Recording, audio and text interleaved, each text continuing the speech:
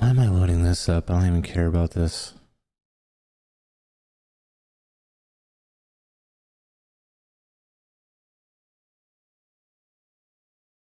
Is that a gift?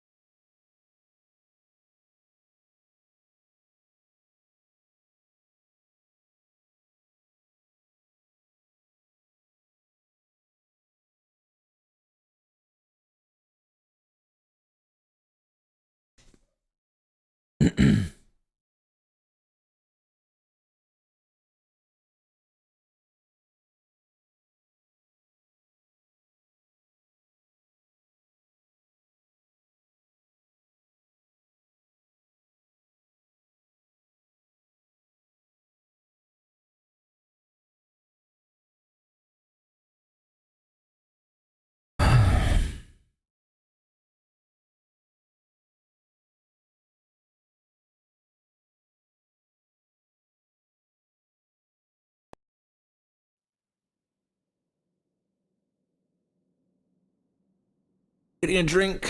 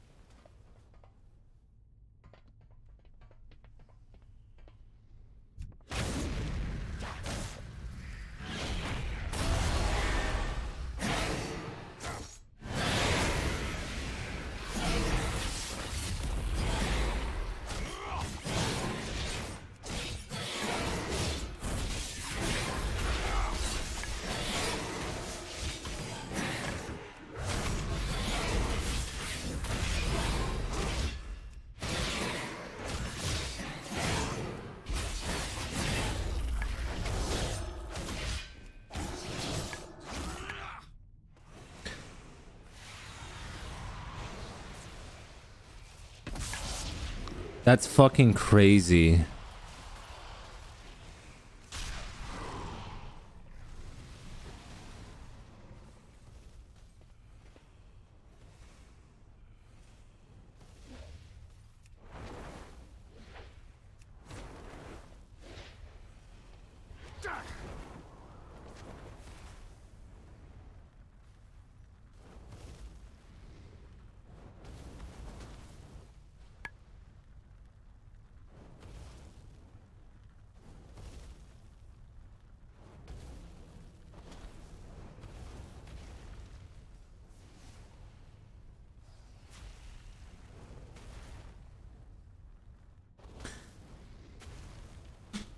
Or single legendary for Mythic Plus, Collective Anguish or Burning Wound. S double legendaries for Mythic Plus, Collective Anguish or Burning Wound.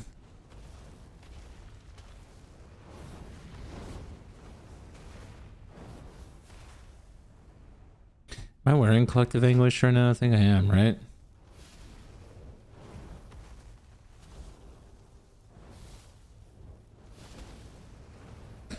Summons another Vengeance Demon Hunter who casts Fell Devastation.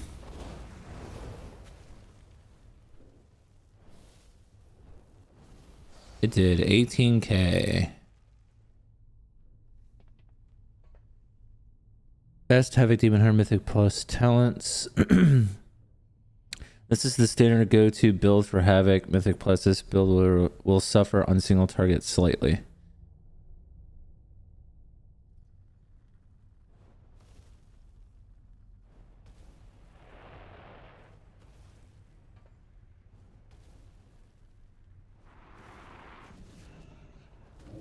Hunt and Galsier Immolation Aura.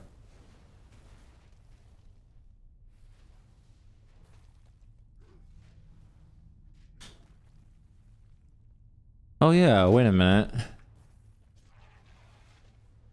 Sinful Brand entails 10% increased damage, and I-beam damage increases the duration of Sinful Brand. Oh. Do I want to do this, or do I want to do Night Fae?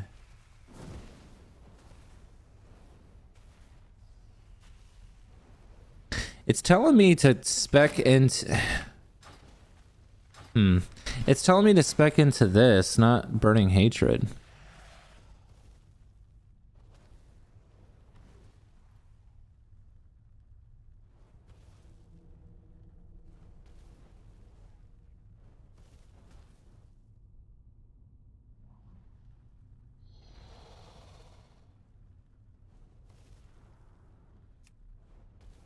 I mean, on paper, it makes sense. It's telling me to do Unbound Chaos instead of Glaive Tempest.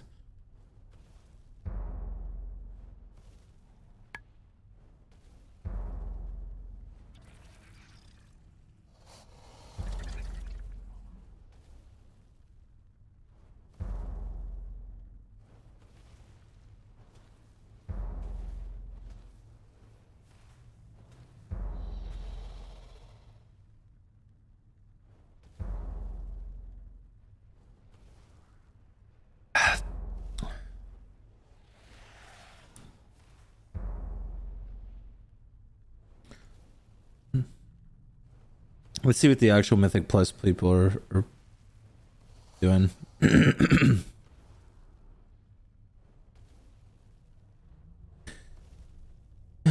Talents. They're playing both Fell Blade or Blind Fury. They're playing both Demon Blades or Insatiable Hunger.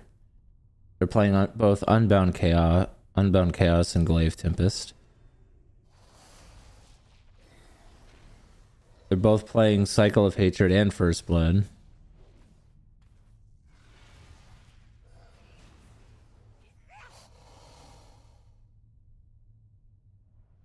They're playing everything in this tier, and then it's just Demonic.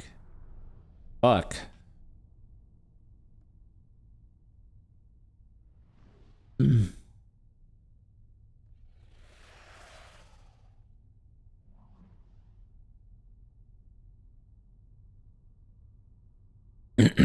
Collective Anguish.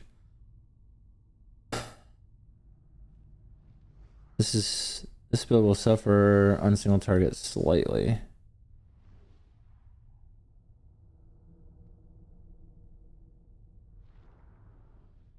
The standard demonic build is exactly what it sounds like. It's a default build for Havoc Demon Hunters of all levels, but if you are someone who's aiming to get higher key levels done min-maxing, your damage, momentum, essence break will go a long way once you're familiarize yourself with a different playstyle. It's really worth it if you want to commit some time to learn how to utilize this build properly. The best covenant for Demon Hunter in Season 3 is Night Fae. Night phase recommended here, but before going further, let's remember that every covenant brings something unique to different dungeons, and all value with their unique strengths. As mentioned, Night phase recommended for best mythic plus covenant due to the hunt being a very powerful cooldown that will have strong impact on both single target and AoE. Form plays a large role in precision as well. First strike is among the strongest tools available to us in the game.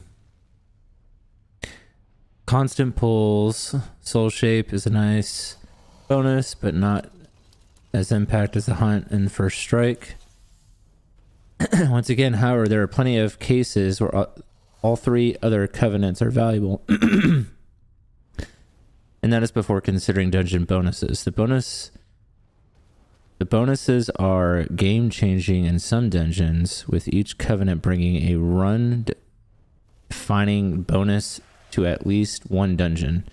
In the case of Night Fae, you will be able to unlock checkpoints for your group in Mists of Tirnith, as well as provide everyone with savory's, whatever the fuck that word is, stats shroom.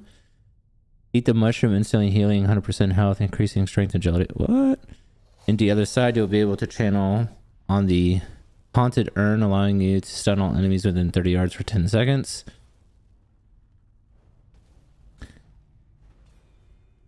Best soul binds. Make use of the powerful traits as first strike. Damaging an enemy before they damage you increases your chance to critically strike by 25%. And wild hunt tactics. Your damage to targets above 75% health and healing to targets below 35% health is increased by 10%. When your spells and abilities are enhanced, this way you gain 15% increased movement speed for 5 seconds.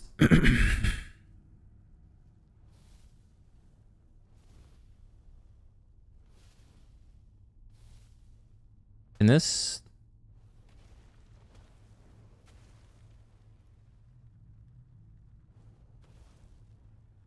giant ad in the middle of the screen and I can't see.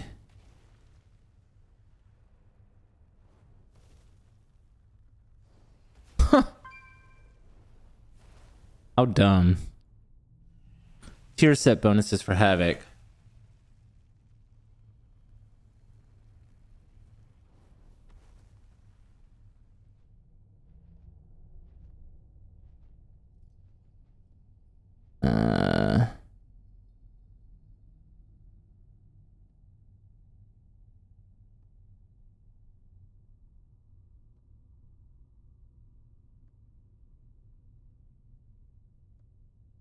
Tell me the hunt. So it's telling me this build, but with the hunt.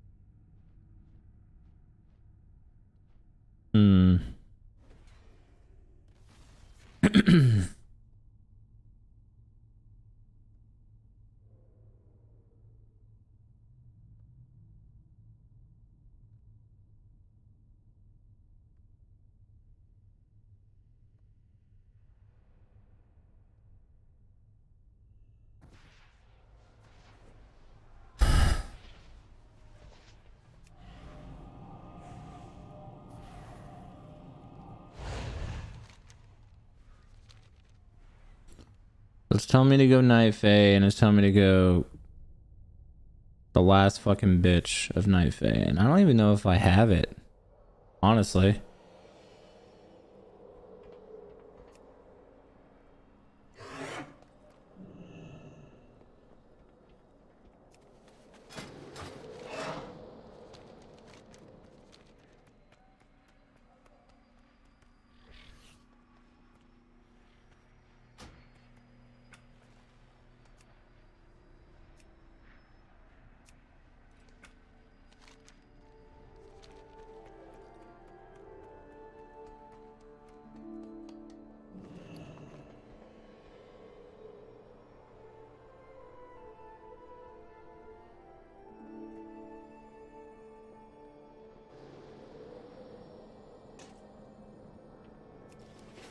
You're a special one, aren't you? What fun you're about to have.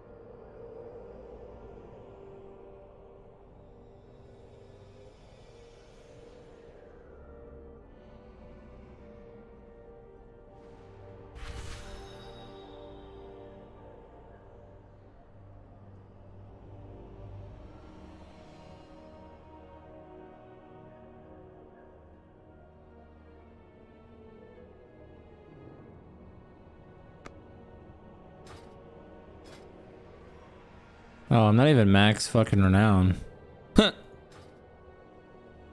Whoopsies.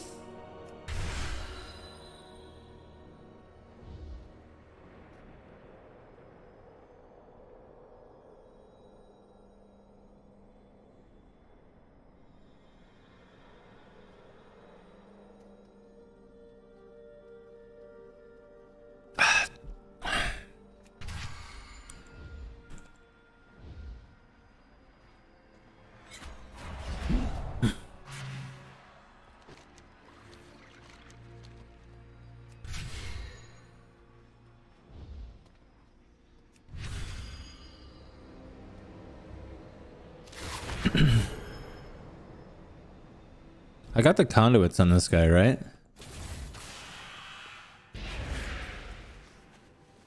I think I did. Let's find out. Who is it, this dude?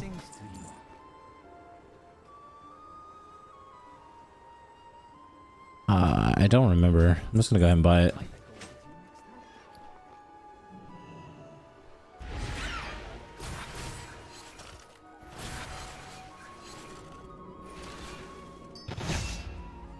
That would have been helpful yesterday. Alright, so we want this. This.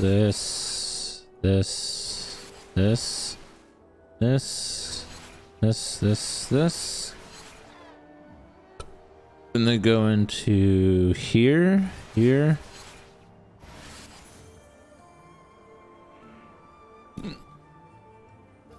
So first they put Growing Inferno. Then they put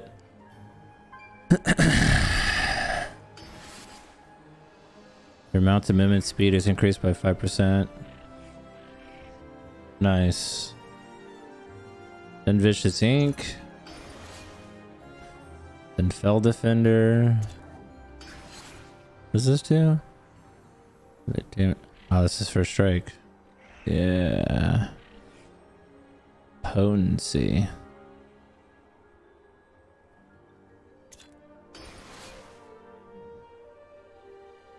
After interrupting or disorienting an enemy, they deal 5% less damage. Pretty good, pretty good.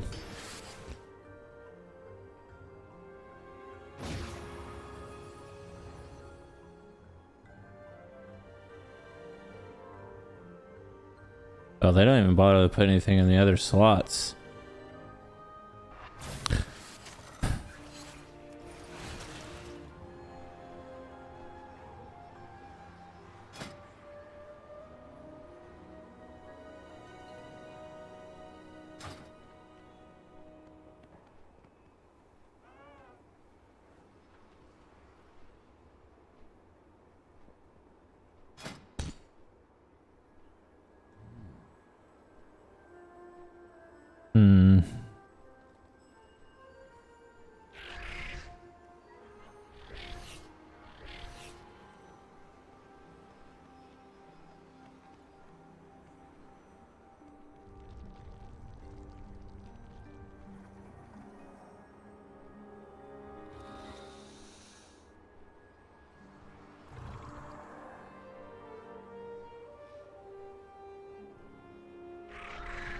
Why Fell Eruption? I don't understand. It makes no logical sense at all. Why would I play this in Mythic Plus? For what? What? Seriously, for what? It doesn't... I don't get it at all. The other build plays Master of the Glaive.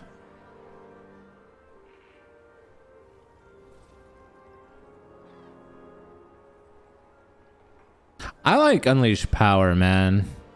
I don't know. Alright, let me see if I can find a 5 key. 2, we don't need that. We need a 5. We need a 5 and then we need a 7. And then I can spam those all day. There is a 7. Here's a 5. Halls of Atonement.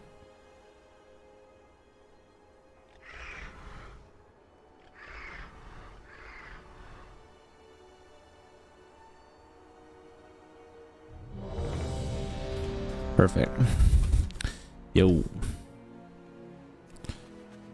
Thanks for the invites. Alright, we're about to see how good the hunt is. Halls of Atonement.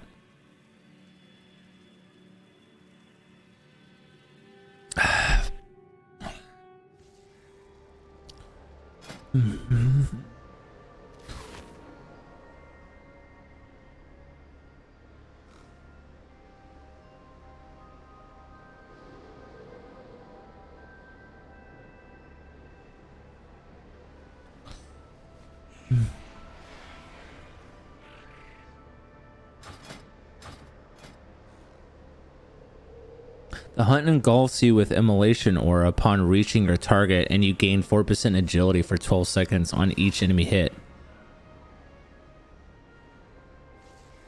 PogChamp.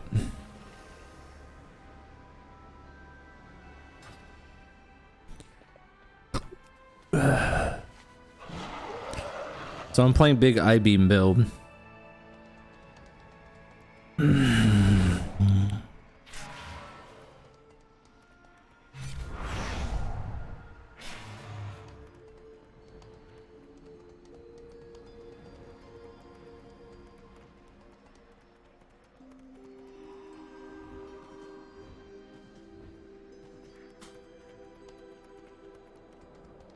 What do you seek?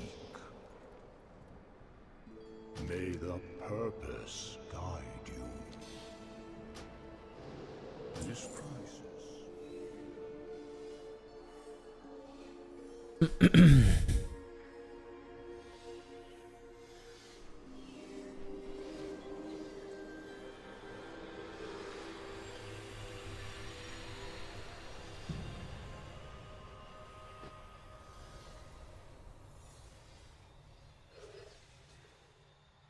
Wonder what all the demon hunters are playing in the raid.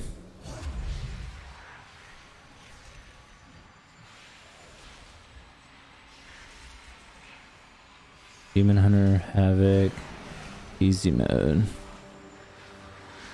They are playing pretty much my build. I think Cycle Hatred instead of First Blood though.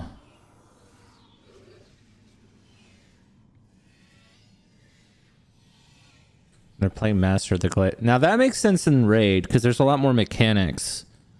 And slows can be really good.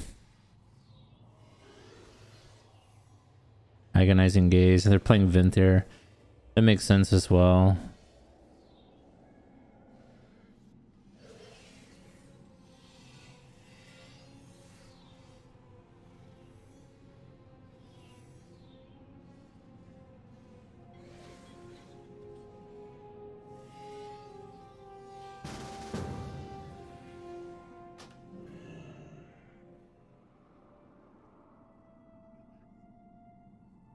Burning Moon, Night Fae.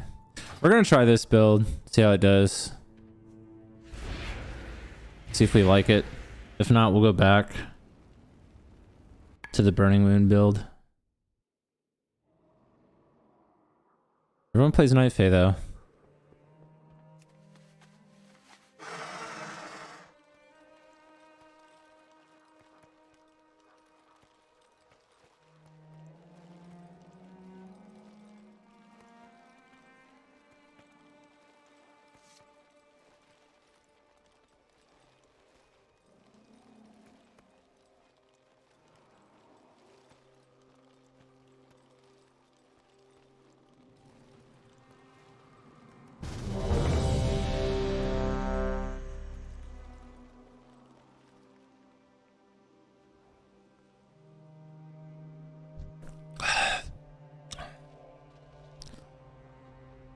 Not I.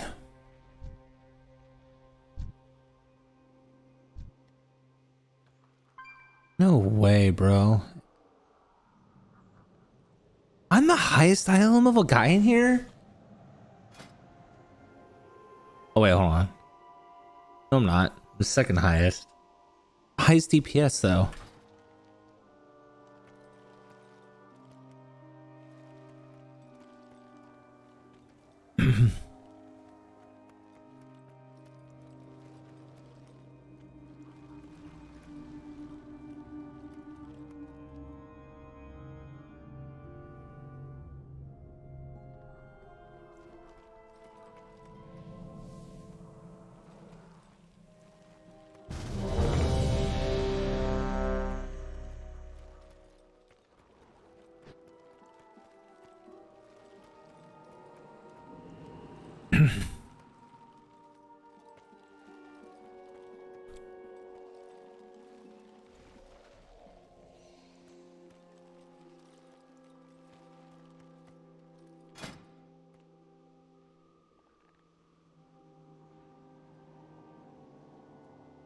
Wait, this build sucks. How am I supposed to get Fury in the beginning?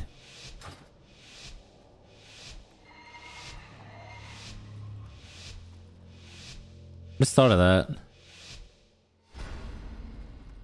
For the arrogant stains this realm. Subjects, let us begin.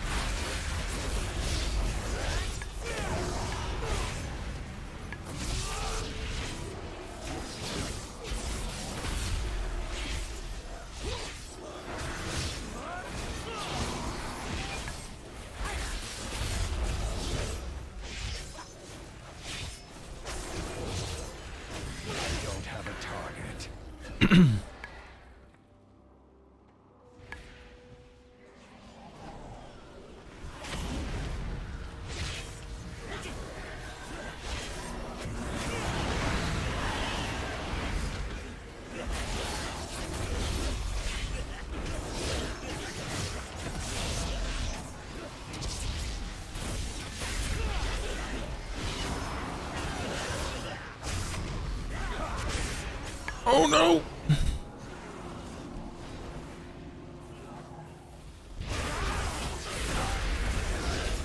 I need to target something first.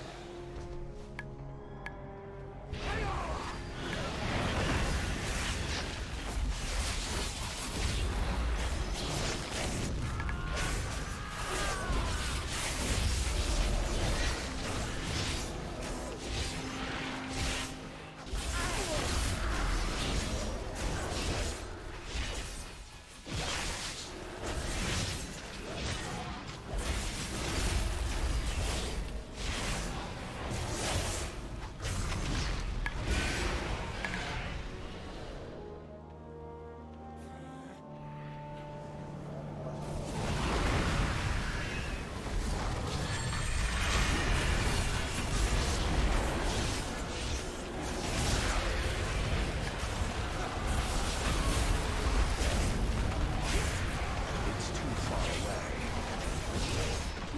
Watch your step.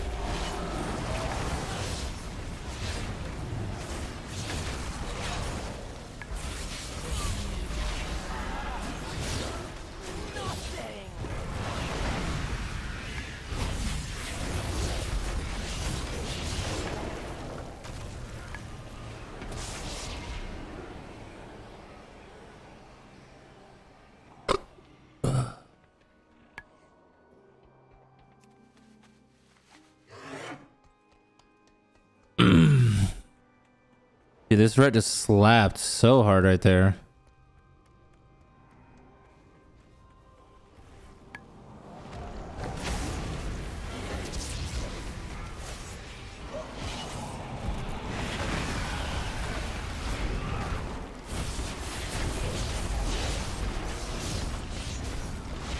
Watch your step.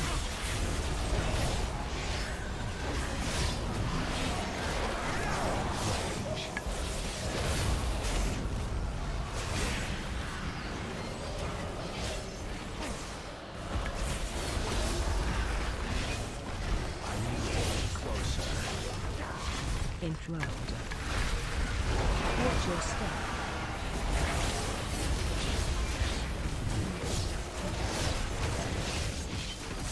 Too far away.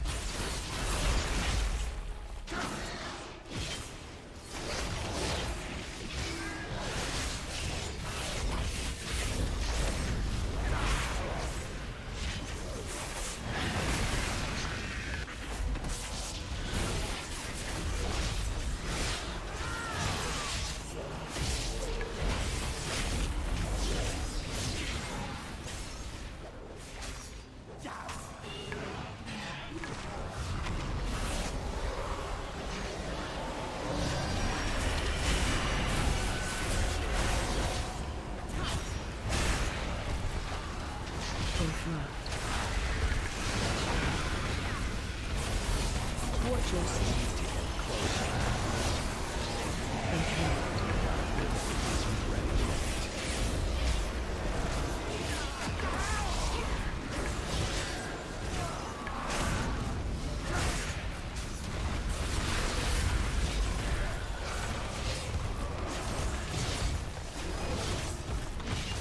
Complete. Watch your step.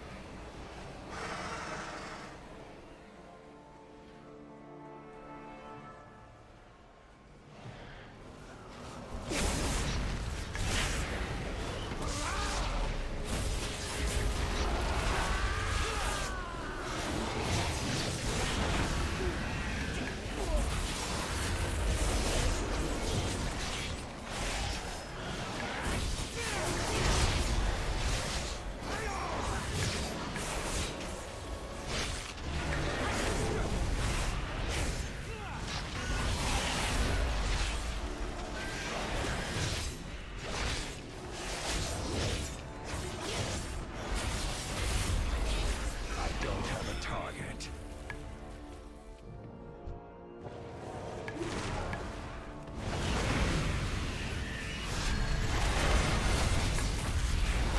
Watch your feet.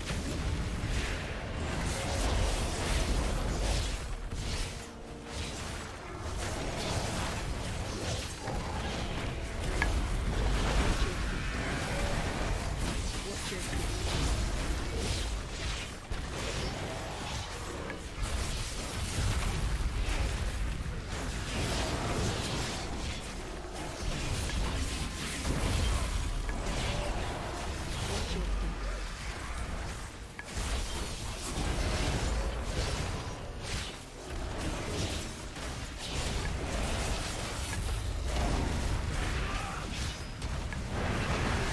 Watch your step.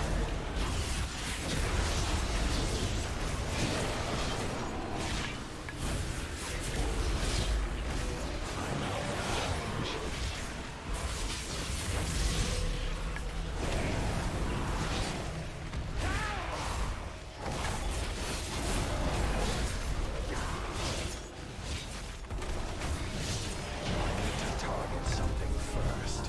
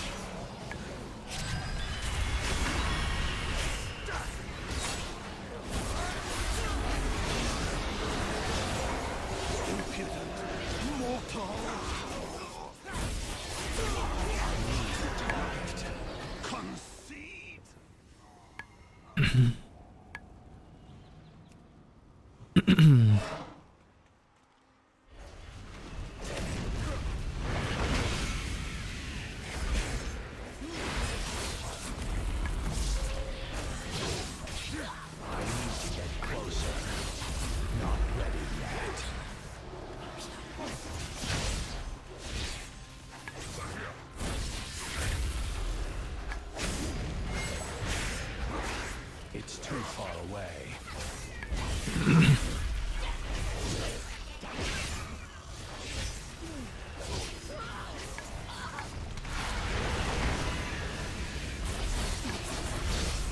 I'm out of range.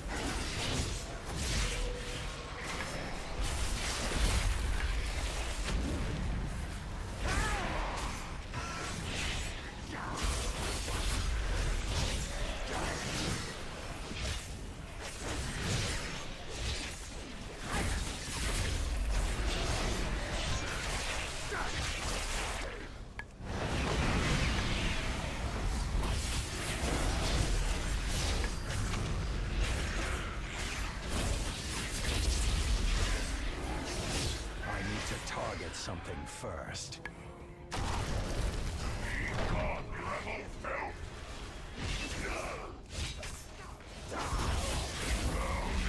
AOE incoming. I need to get closer. Kill ads.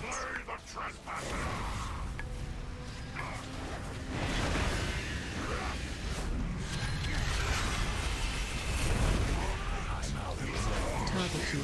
Target you.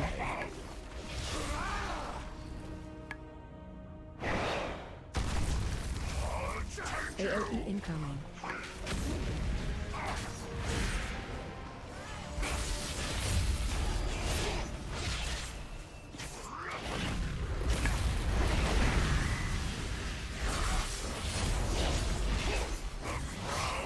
AOE incoming. Target you. Do that yet. Kill ads. I need to get closer. AOE incoming.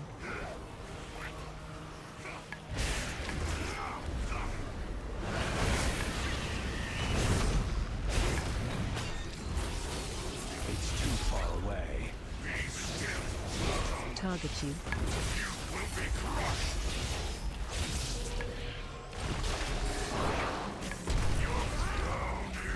AOE incoming.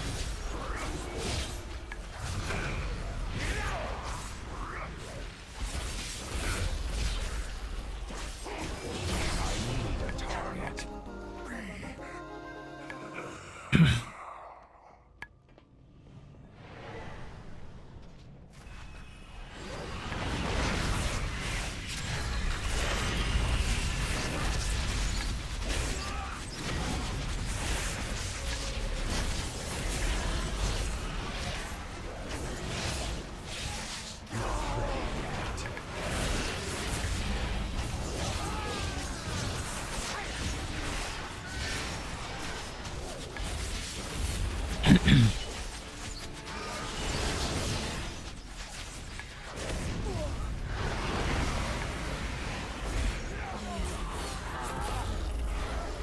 Nothing.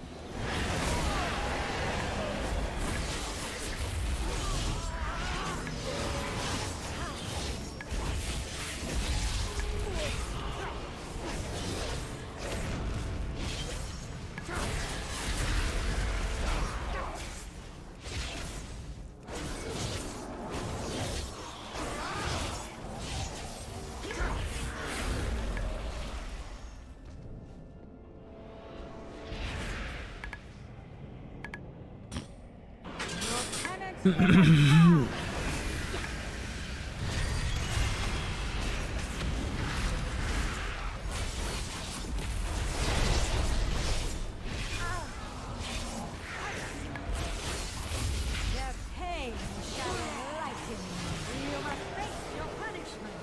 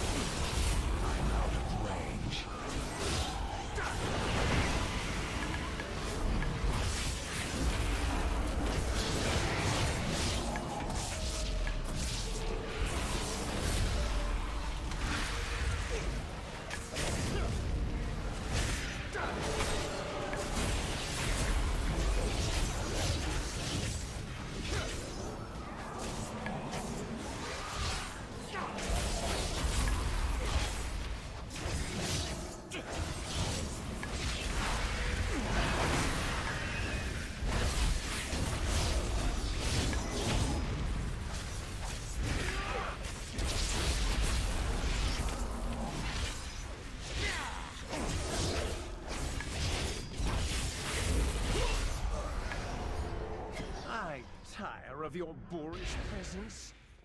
Be gone, rabble!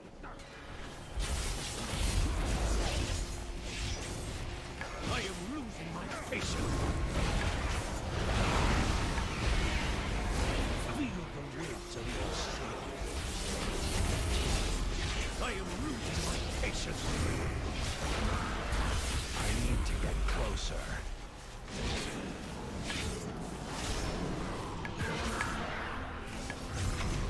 Out of my way!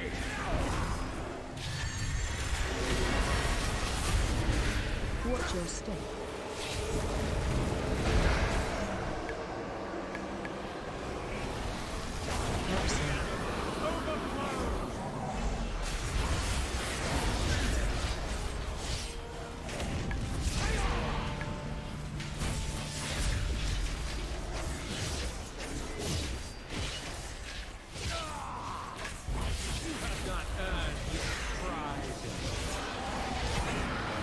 Watch your step.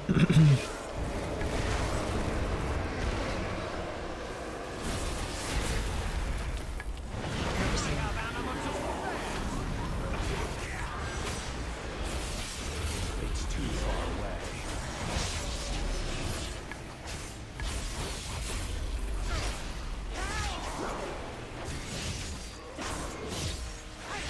Your pride undone. I can't do that yet. You are beneath my contempt.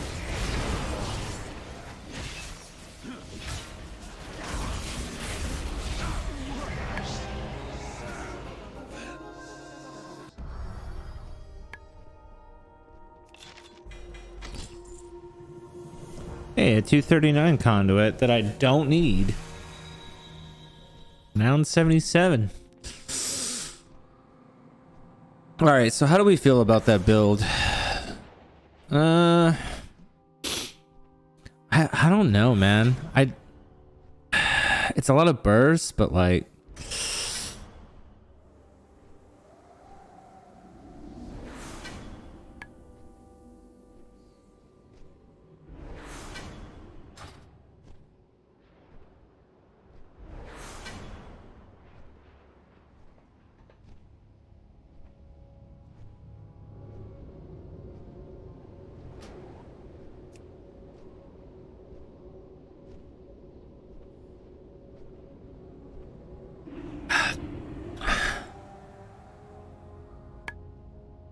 I'm not playing Fell Eruption.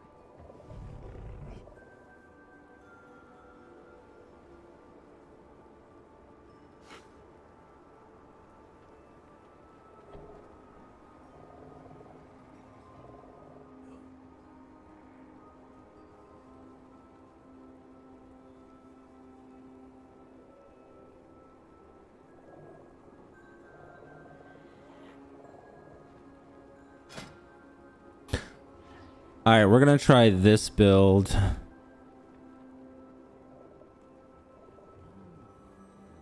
We're gonna play with Burning Wound. So this is similar to the PvP build. You just don't play Unbound Chaos. I like Lave Tempest. And then they played Fell Eruption, but I'm not doing it, man. I just I literally don't see the point. I don't even see the point of playing Master of the Glaive. I think this is the best talent. Reduces the cooldown by 33% and it costs no fury. I mean, that's just huge. Instead of it being a minute cooldown, it's a 40-second cooldown. I don't know. I just think that's really good.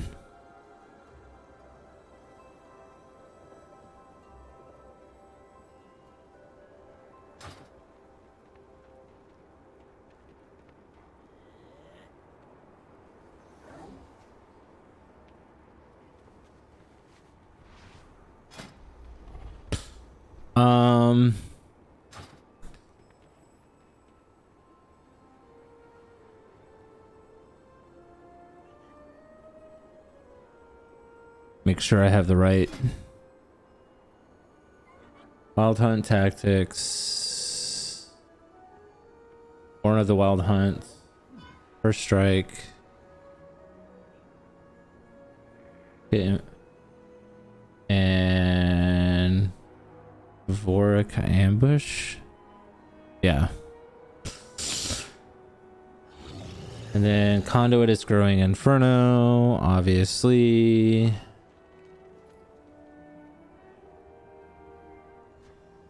Spellfire Haste. Vicious Ink, Fell Defender. They're playing with Dancing with Fate instead of Relentless Onslaught. I guess that makes sense.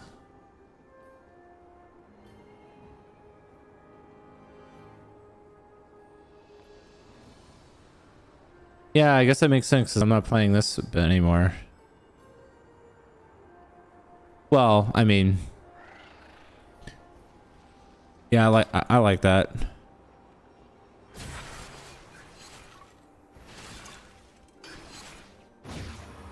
I think I'm gonna like this build more. I did some pretty fucking crazy AoE damage though. I am not gonna lie.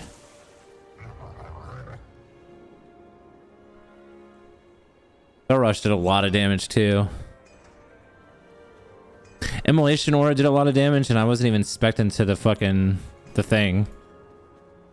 Speaking of which.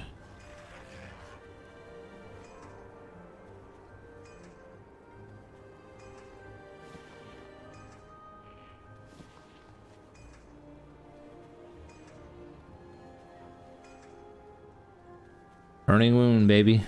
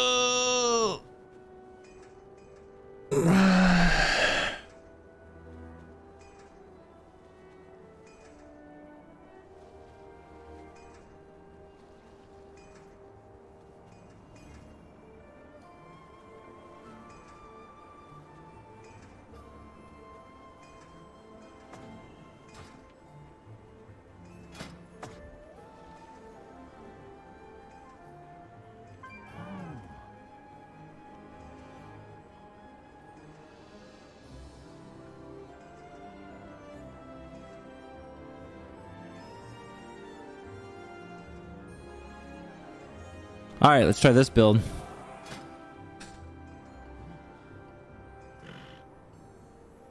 Let us try it. We need a 5 or a 7.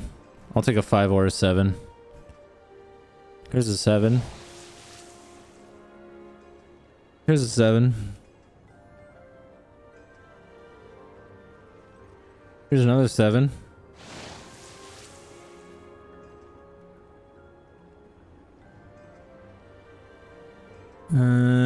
Four is kind of going backwards. Here's another 7.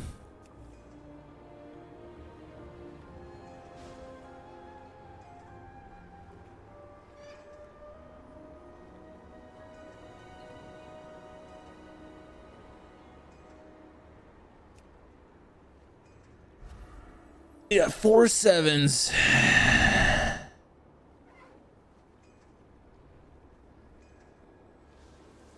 Here's another 7.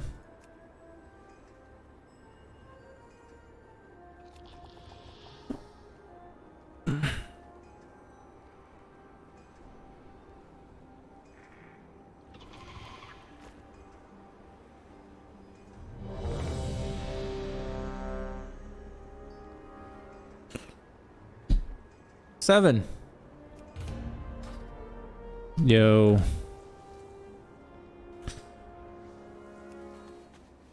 What is goody?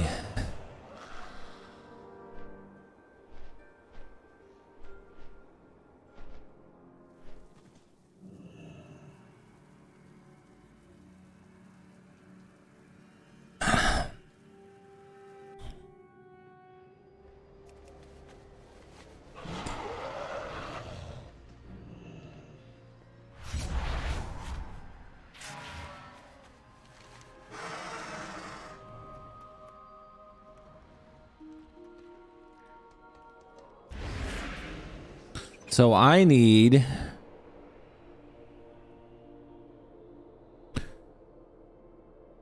complete a mythic level 7 dungeon or higher to increase the reward of the item. 259. 239. Yeah, we need 7s. Farm 7s all day.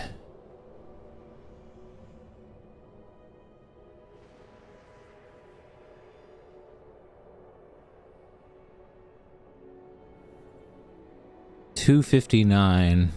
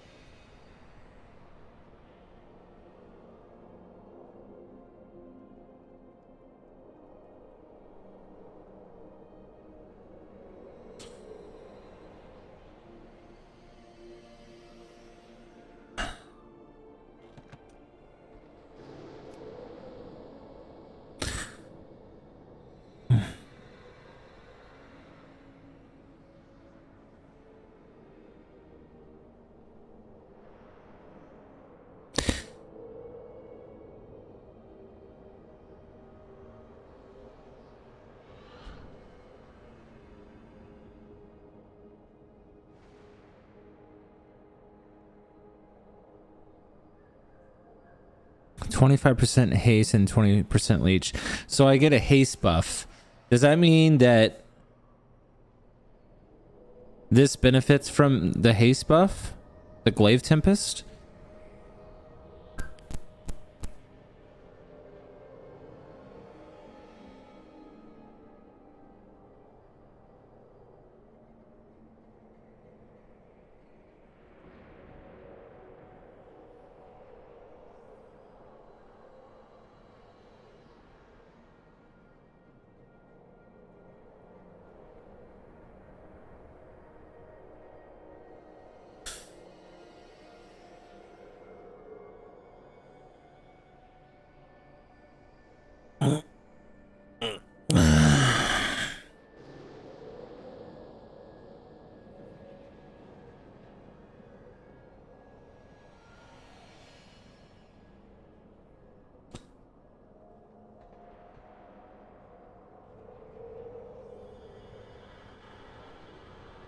Are you looking?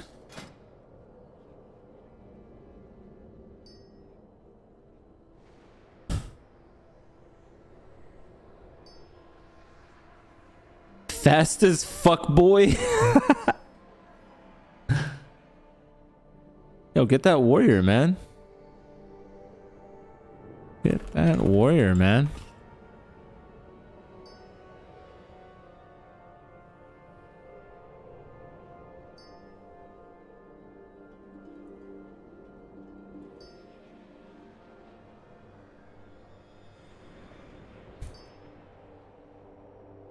What is my item level?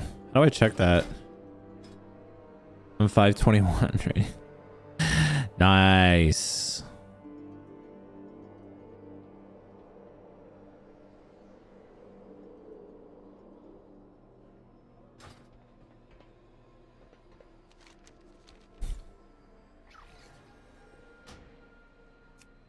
You AFK or something?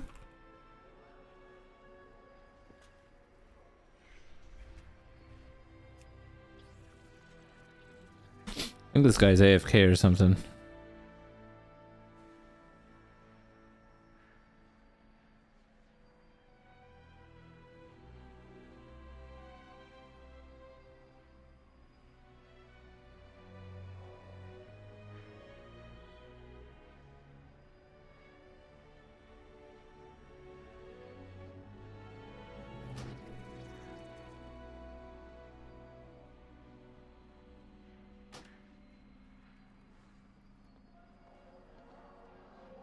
Fucking dipshit, man.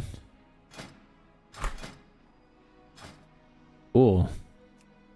Just wasting time. Love wasting time. It's my favorite thing to do, is to waste time.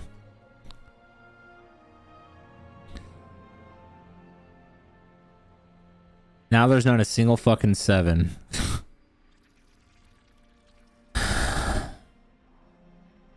There was a shit ton and now there's none. Fucking awesome.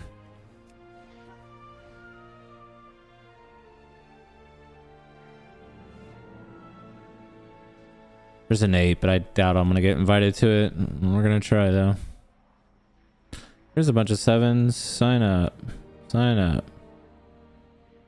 That one's full.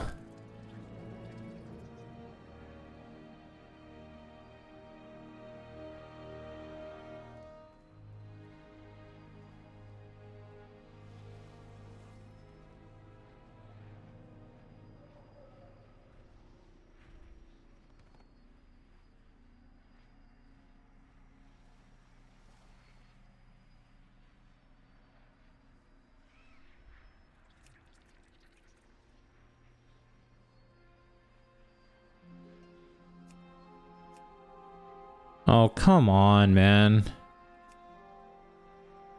Please stop fucking declining me on 7s. So fucking cringe. Somebody fucking invite me, man. Mythic Plus is a joke.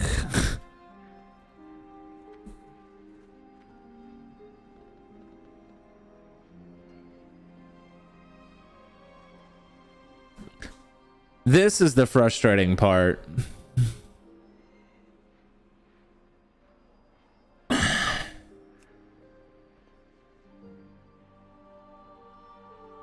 Someone invite me, man.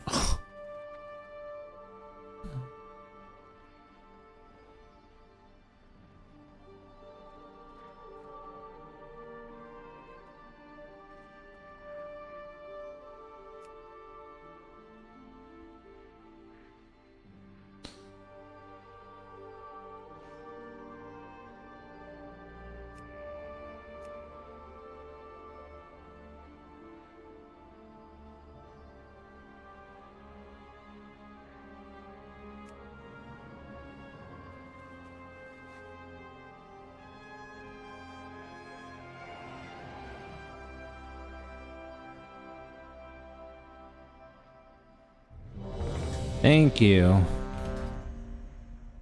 Thank you. Jesus, man. Alright, where are we going?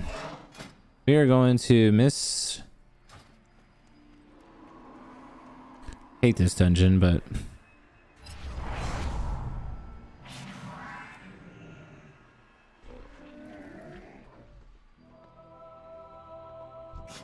I have many, many wares. Many farewells. We gotta take Demon Hunter.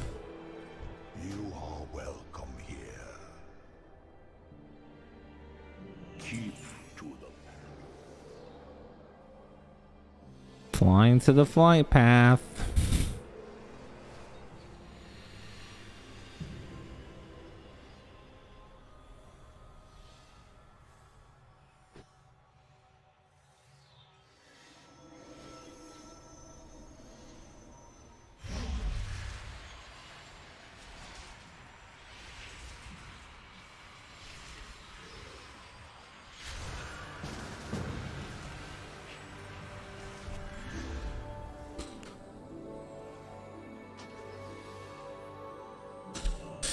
I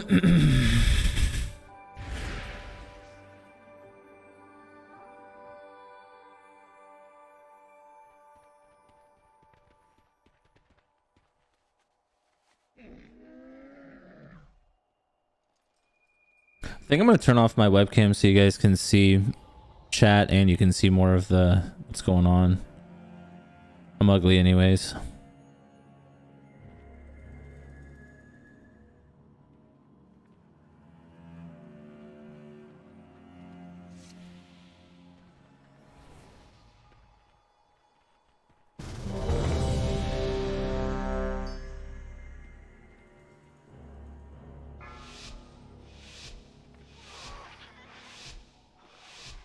Five, 4, 3, 2, 1.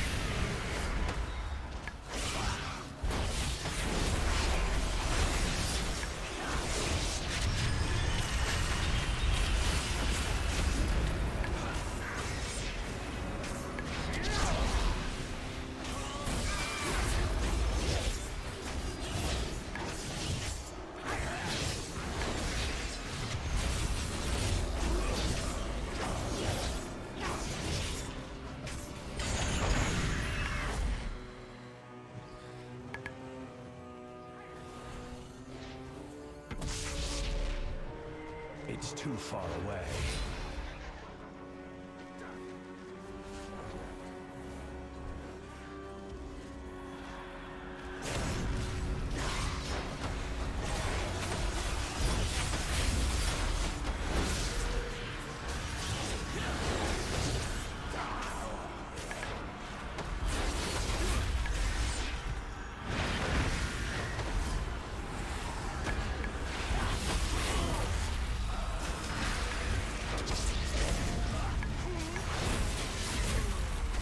This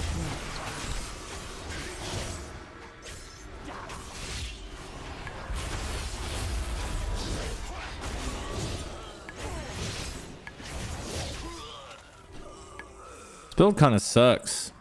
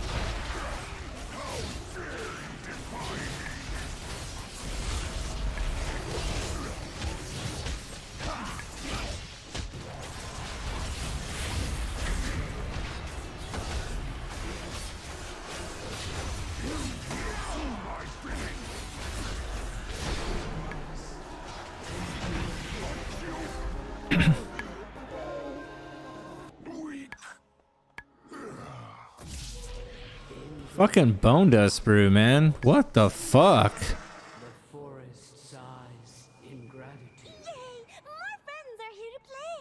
Brave Come along. mists, the danger beyond.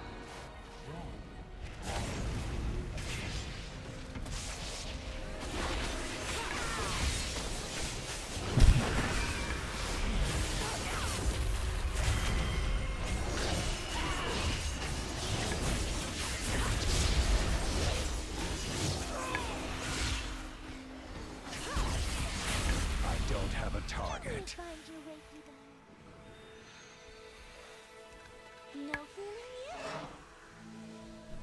I think the Fell Rush build actually might be better. Crazy.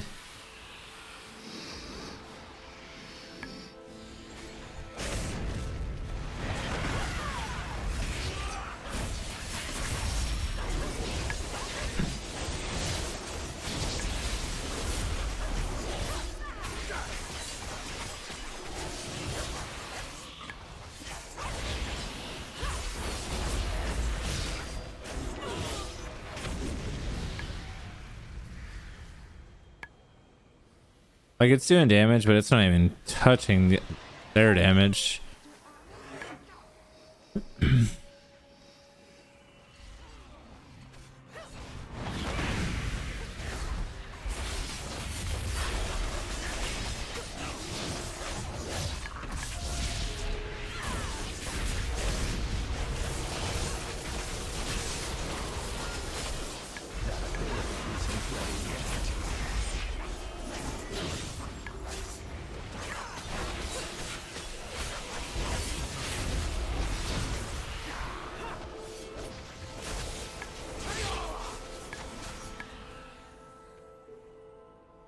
No fooling you.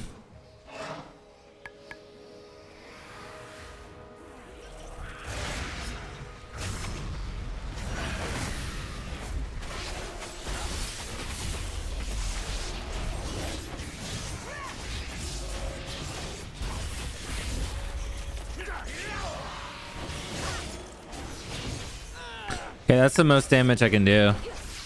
So, and it still is not enough.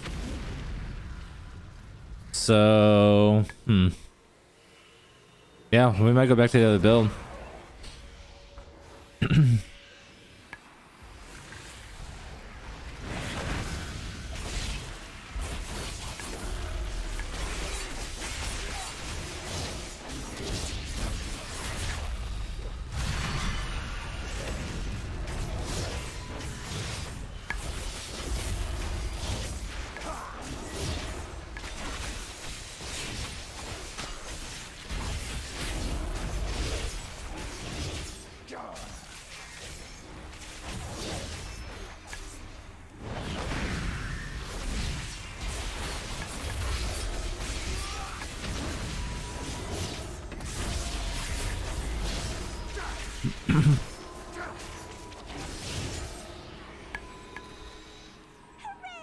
Chaos Strike.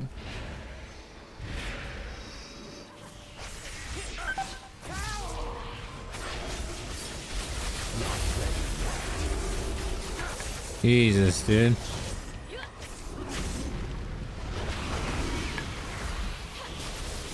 Oh no. Rooted.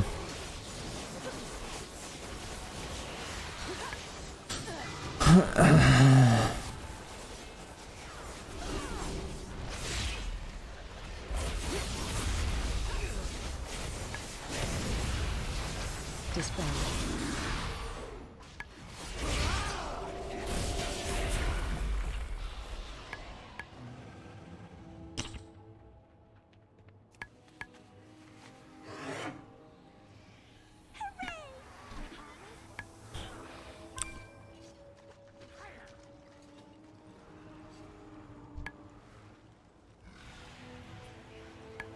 What is on me?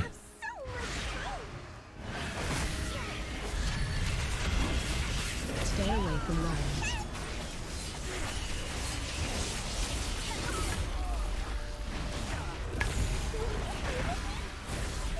One of us is each like the other. Stay away from lions.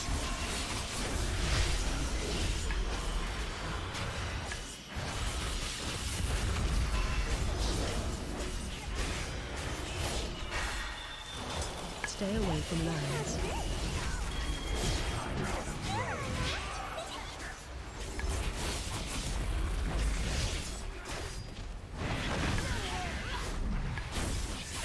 Stay away from lions.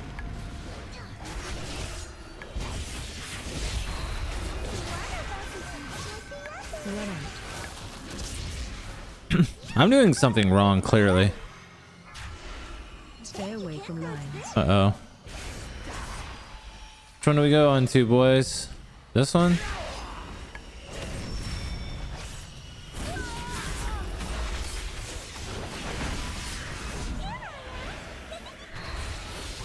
Stay away from lions. Run out.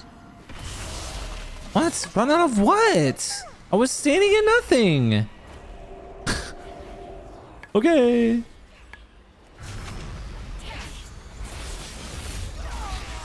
Stay away from lions.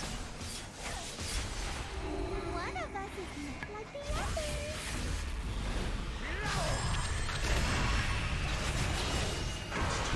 We just kill this thing? Run out. Stay away from lions. Oh my god. Oh my god! Someone's fucking up the mechanic and it's fucking the entire group.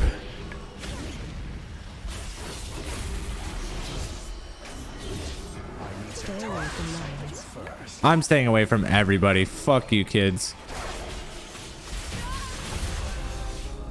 That was so fucking frustrating. Like that in so long.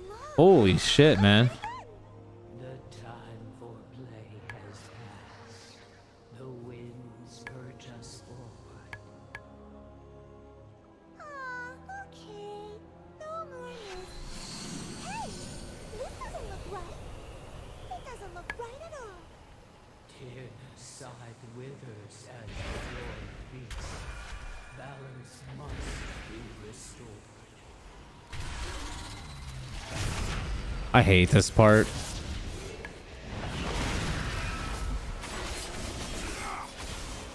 Run out. Interrupt.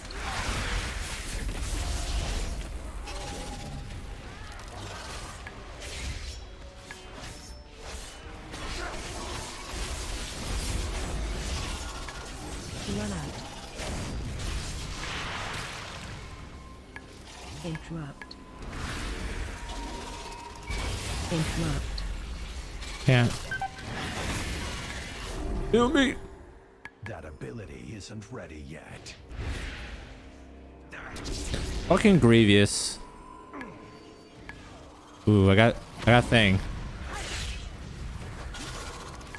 I'm just pressing it. Dispel. Interrupt.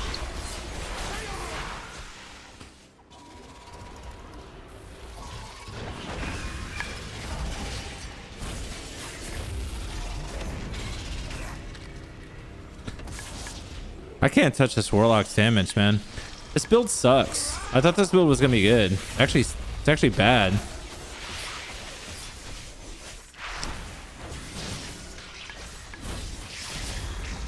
I don't have a target. Put that up.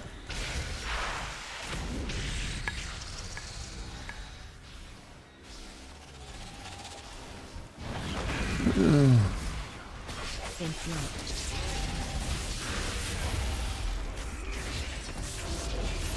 Run out. Interrupt. I can't.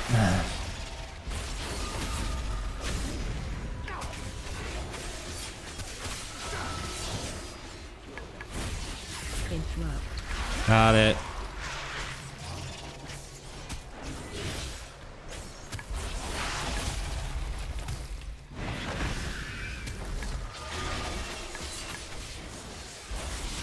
Run out. Need a target. Fucking pumped on that one. I feel like my damage can be so much better though. All right, we don't have I-beam, but we have other things.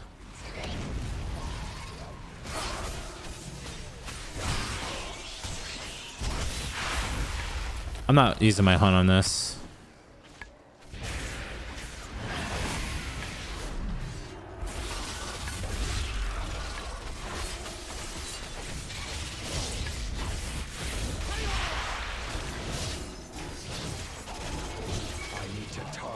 something first. Getting value out of it.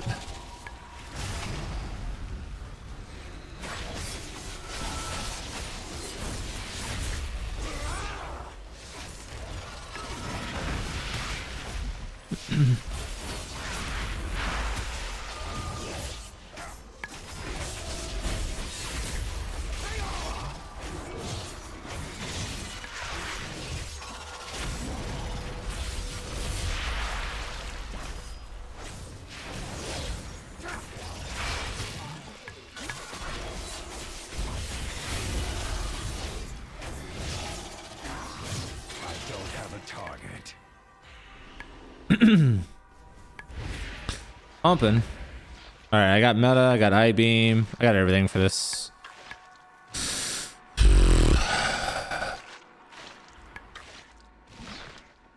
We just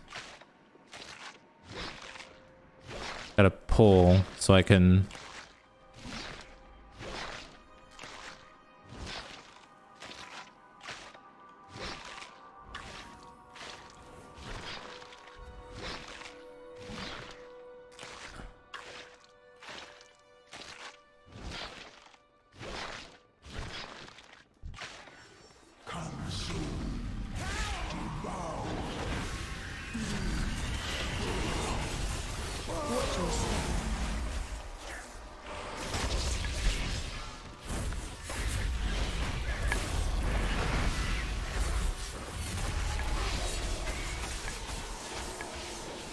Watch your step. In front.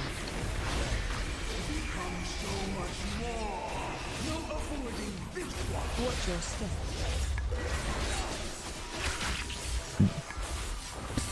BBM literally yells at you and tells you what to do. It's fucking great. Love it. Watch your step.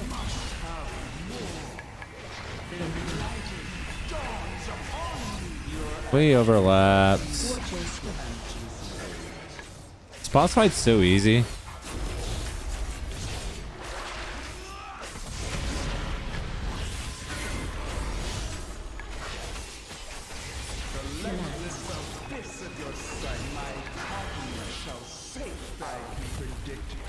Watch your step.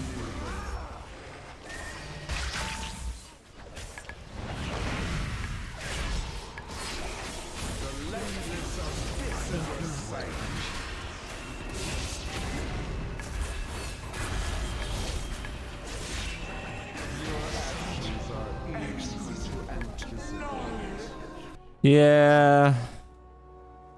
I'm starting to think Unbound Chaos is better, man. Spell Rush just does infinitely more damage. Oh, we need fucking...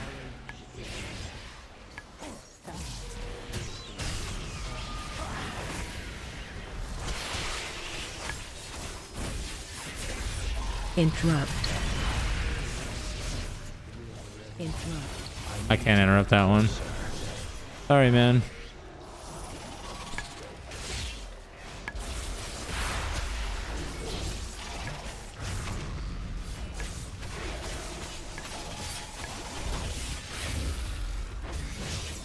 Interrupt. You still don't have enough percent?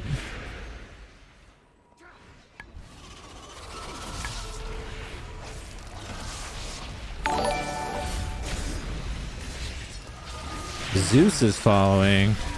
What's up, Zeus? Run away! Run away and stay alive. I can't interrupt that. Sorry. On cooldown. I put darkness down now.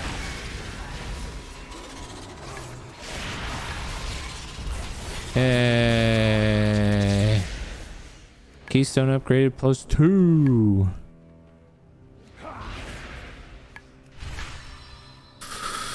What do we get? We got a pet. This game is so bad. Oh my god.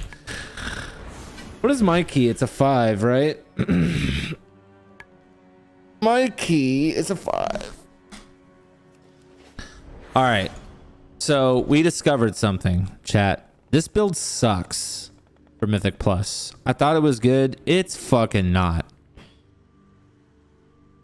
Well, I mean, I got a lot of value out of Glaive Tempest. I swear I was just pulling bigger numbers with this build, with the Unbound Chaos build.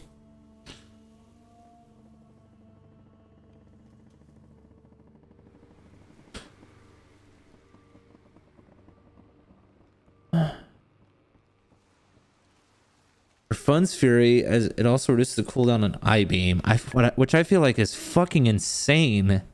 Okay, until you get 4-piece, I don't think that this is the play. I really don't. Anyone need this helm?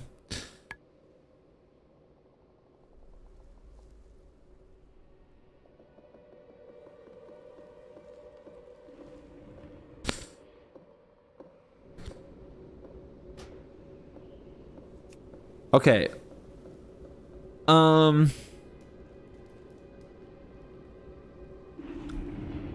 That was a leather group too. I probably could have got gear, but whatever.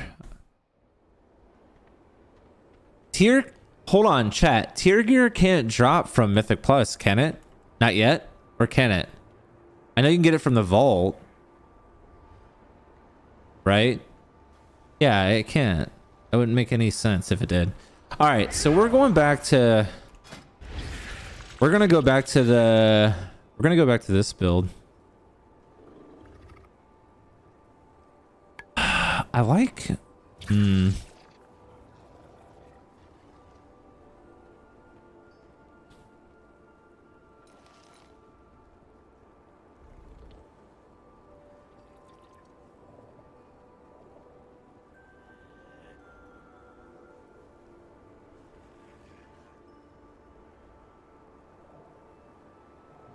This makes sense to play this over this, especially in pugs, because I'll get more value out of this easier than I will this.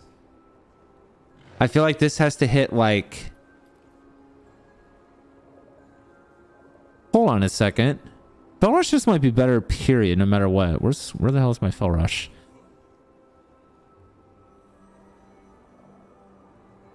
Inner...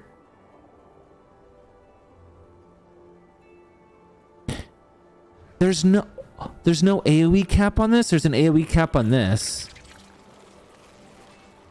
What? This is better. Is there an AoE cap on this?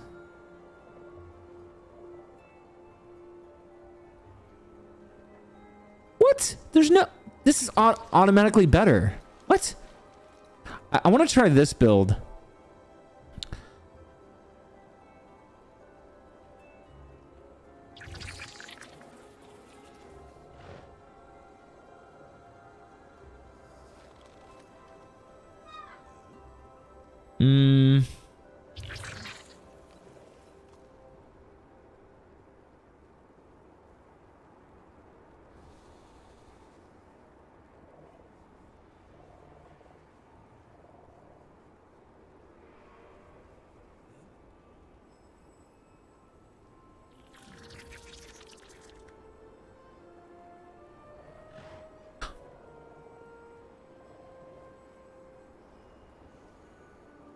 Trying to think.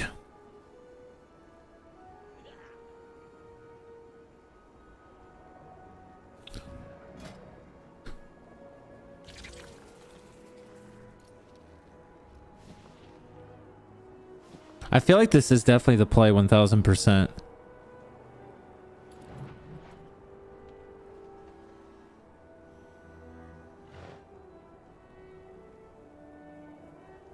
I want to try this build.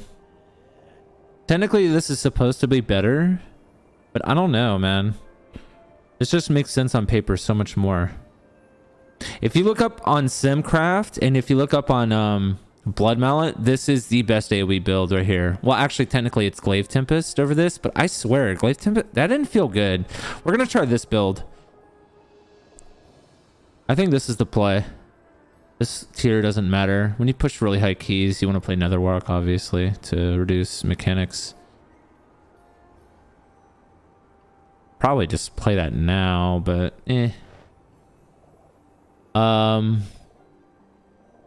don't think this tier matters at all. And then everyone plays demonic. Apparently there's a momentum build, but rush increases your damage done by 15% for 6 seconds. You would obviously play that with Unbound Chaos.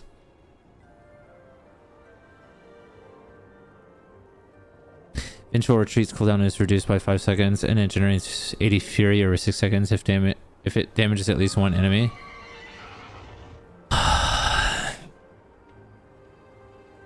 Nah, just Demonic's too good.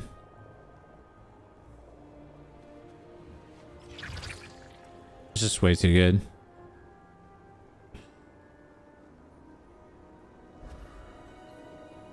So this is the old build. All right, what's my Mythic Plus rating now? 640, dude.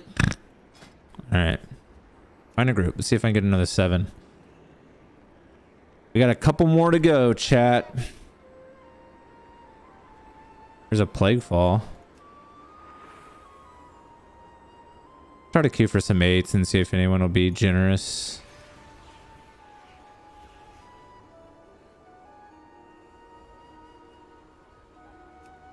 Oh, shit.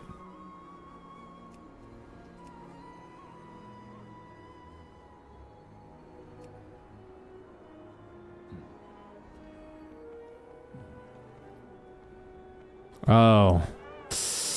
Tazavesh? I hope I get declined on that, actually.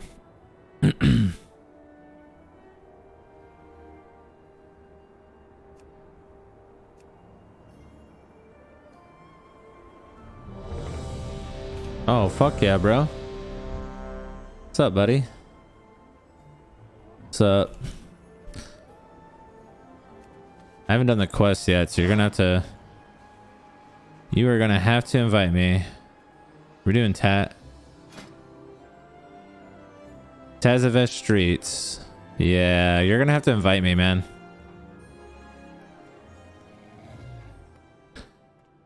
The quest, I think, is... It says it's in Oribos.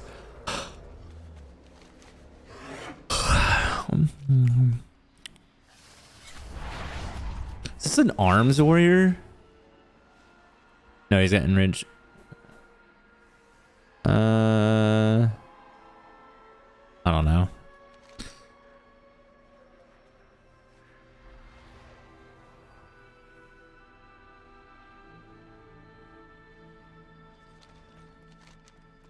Is it this quest?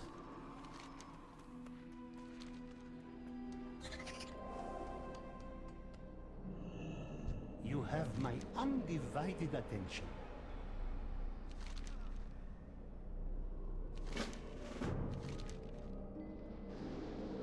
Always a pleasure.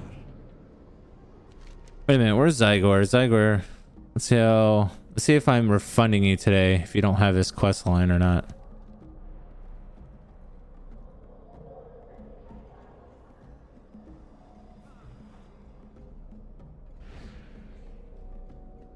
What the fuck? Why did this guy leave?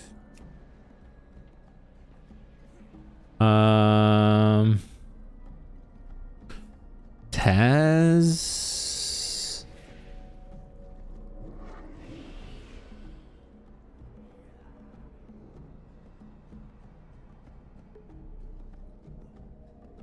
To complete this dungeon, you will need to kill the following bosses. This guide will assist you in unlocking the market dungeon. Oh, sweet.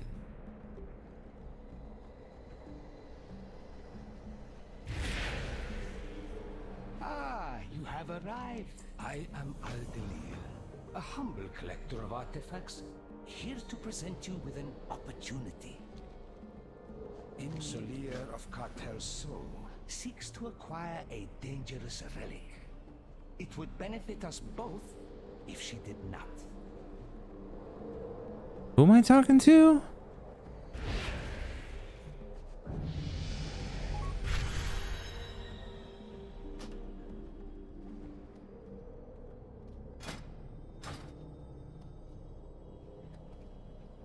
I live to serve, Mawwalker. Oh, I don't care about that. Run up the stairs. What am I supposed to be doing?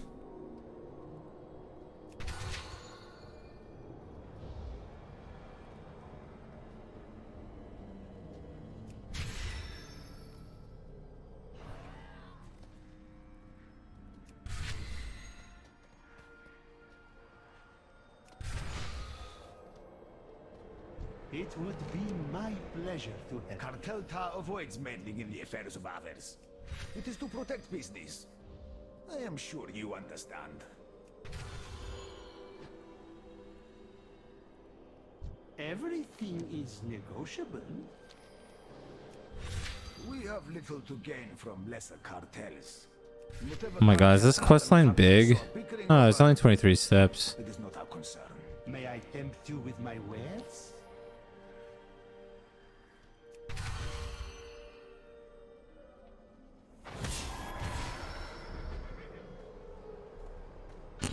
Tell me what you need.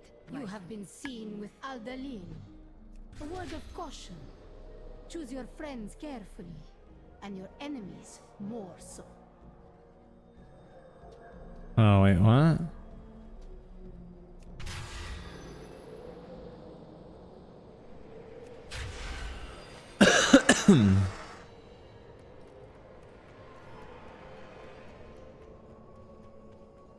What exactly do you require?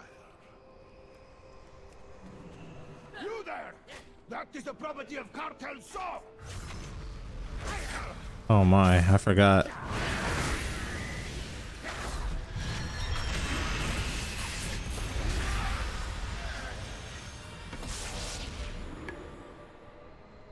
What?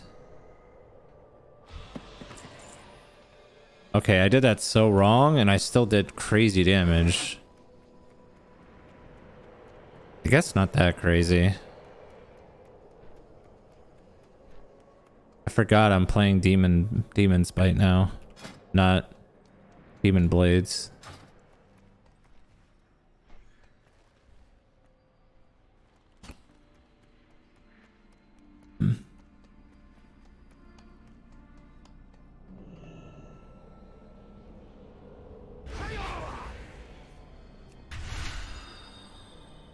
Dude, Zygor, you were pissing me off, brother. So stupid. Your wish is my desire. Tazavesh can be an elusive city to reach, but surely someone at the night market will aid our journey. Now it wants me to go to Revendreth.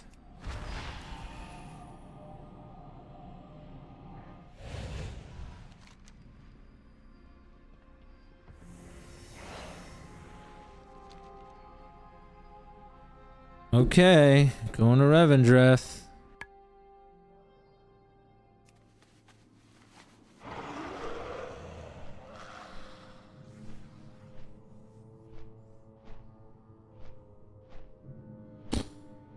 Have you seen the Moorwalker? Speak now, or I bleed you dry. Bleed you dry. Get any readings? First blood.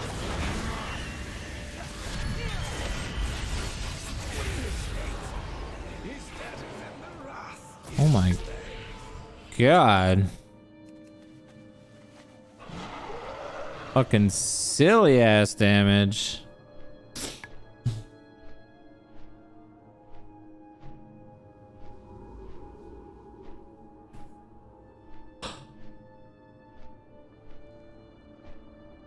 Tell me what you need, my friend. Your help is most appreciated. I am quite overwhelmed at the moment, as you can see. Oh, I just walked through it. They had to click it. Oh, am I here? Where the fuck am I? I'm in Bastion now.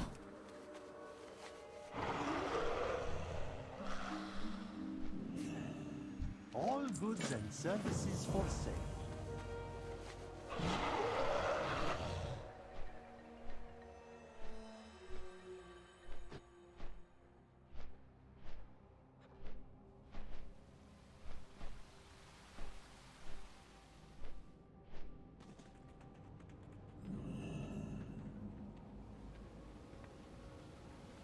It seems we may have to use force.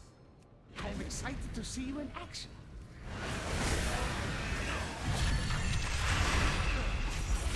I can't attack that.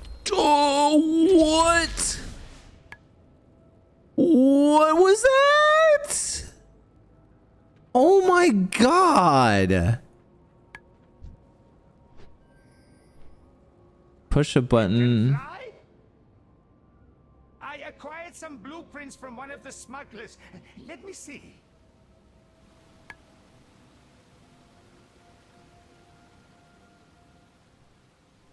Buttons! Quickly, the buttons!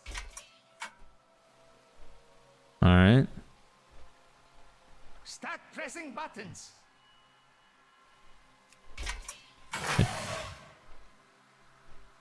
Use the lever, more Walker. All right. Use the lever, more Walker. Bonkhead. Start pressing buttons.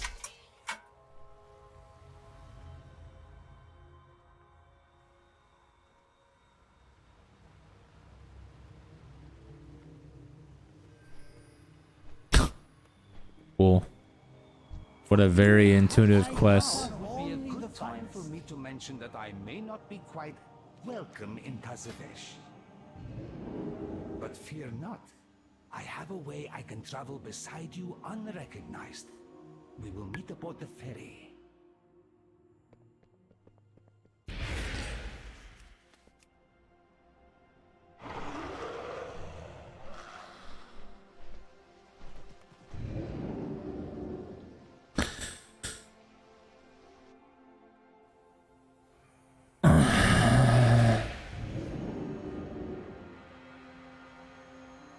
Gotta do quests, chat. Just living in the quest world.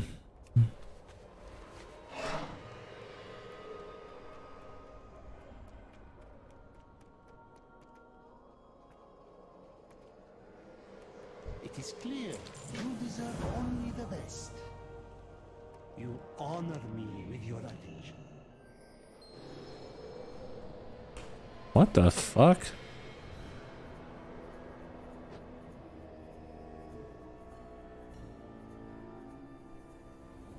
This is how we get the Tav. Or Tazavesh. Tazavesh.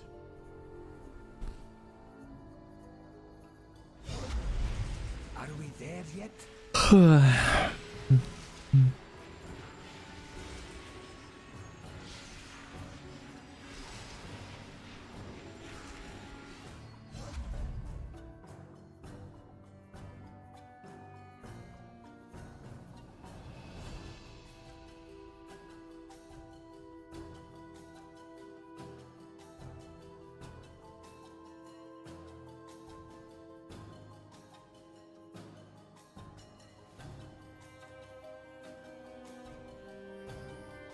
We're here.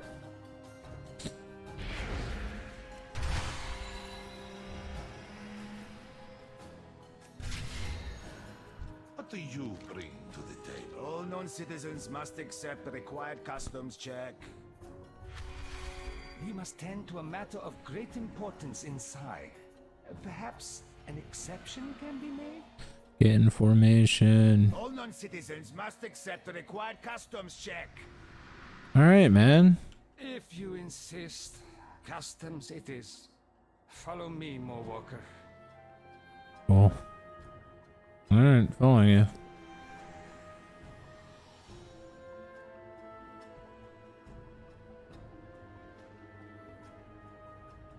Not a problem.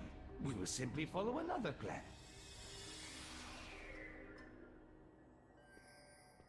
Trust me, I am a professional.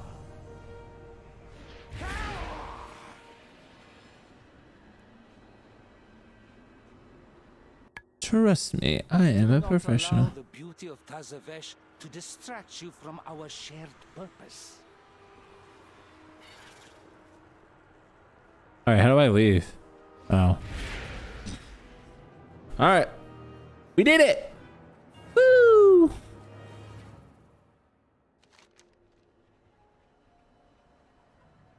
How do I get back to the world though? You have my undivided attention. What? That's some silly ass shit right there. Always a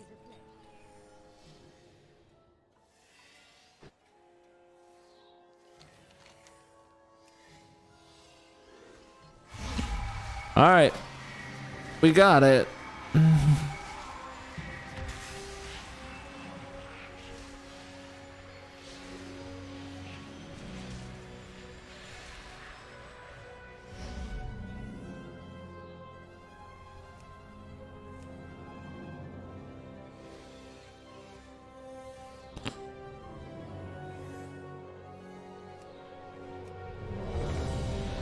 I got an 8. Let's go.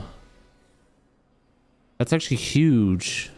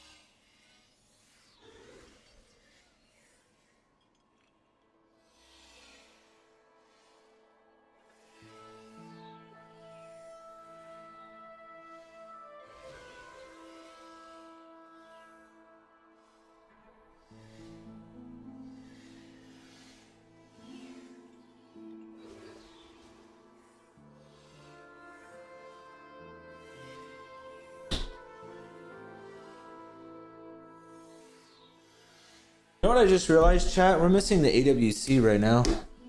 Kind of want to watch that. We're gonna watch it from the beginning too. Turn off this fucking fairy ass music. System, sound, music, later music. Key objective, priest trinket, key objective, and mage ice block.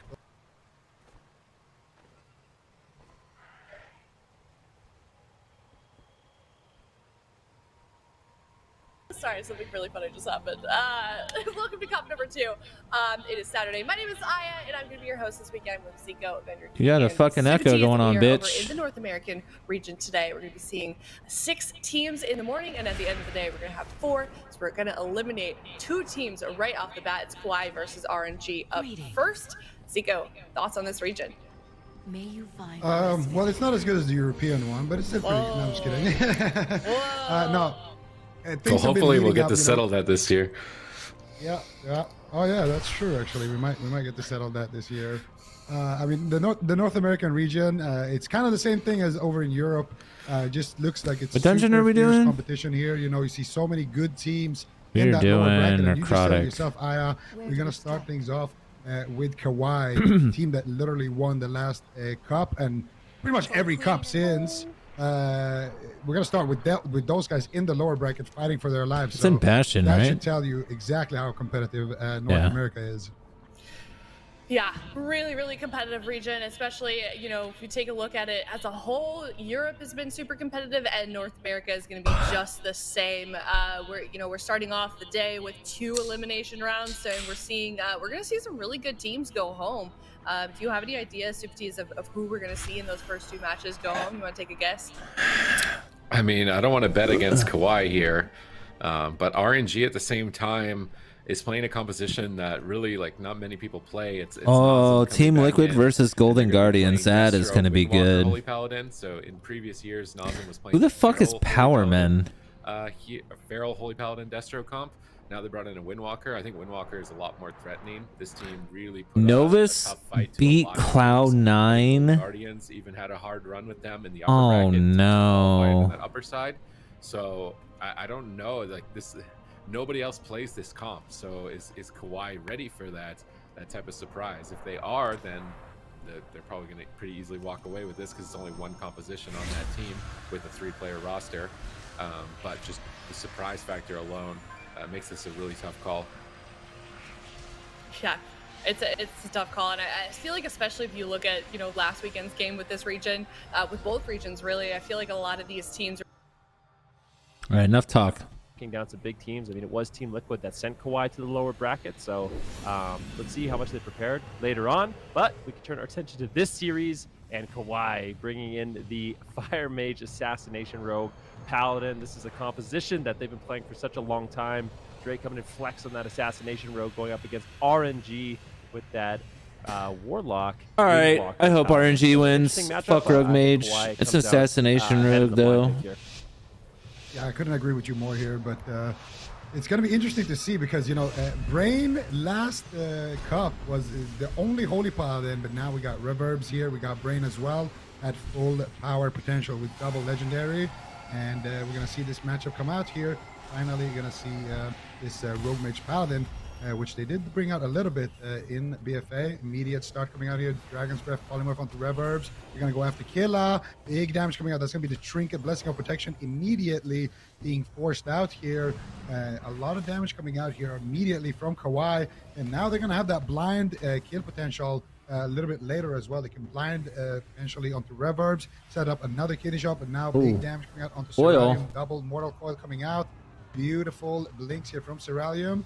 And another sheep gets landed. Ceralium though is on fire. He's a pod. Did they sack the seed? Dead? Wait, what just happened? No, I think they sacked the seed. I think Ceralium will come. What? No, they sacked He sacked Ceralium. too late. No way, dude. No way. Wait, RNG. what just happened?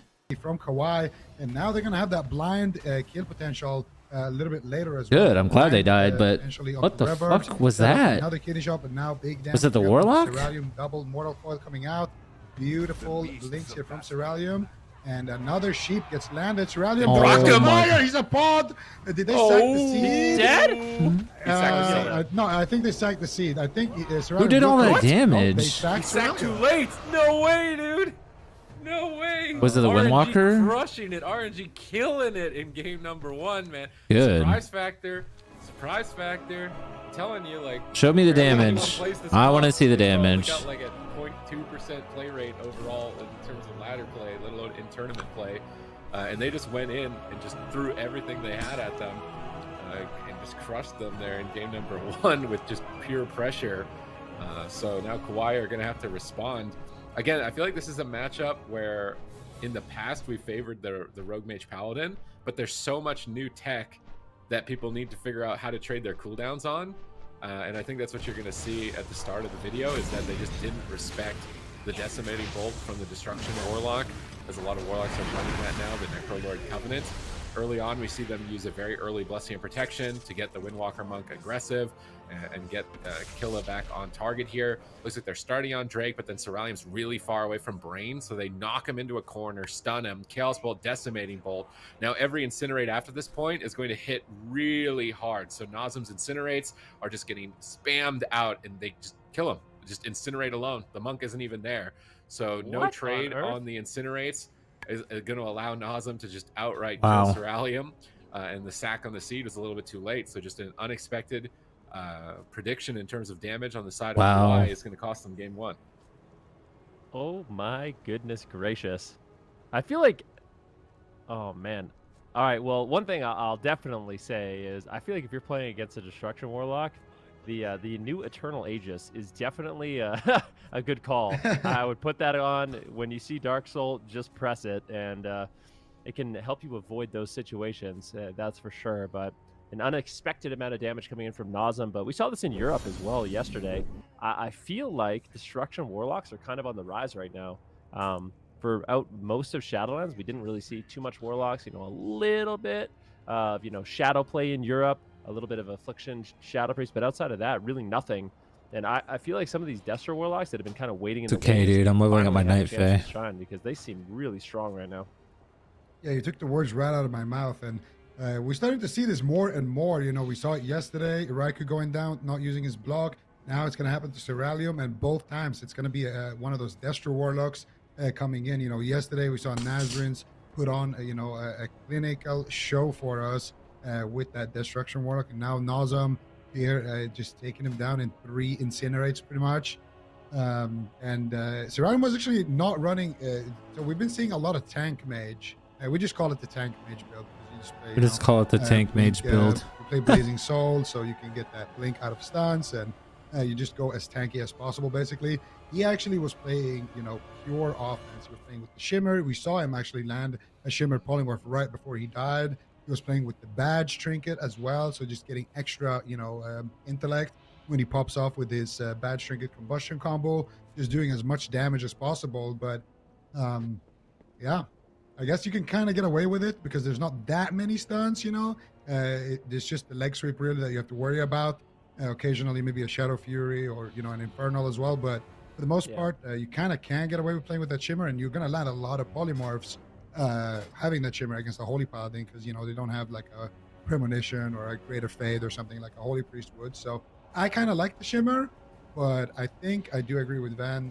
The Eternal Aegis could definitely be kind of clutch to use in that matchup because Destro Warlocks just seem kind of unpredictable almost right now. I feel like people aren't used to what they can do yet. The weak auras haven't been set up and everything haven't been set up to kind of tell you, okay, it's time to duck for cover right now. All right, let's see what happens in game number 2 here. They will be as soon, the gates, that's for sure. As the gates have started. Let's see if Kawhi are ready for Nazem and that Destruction Warlock. A real threat, a real menace here.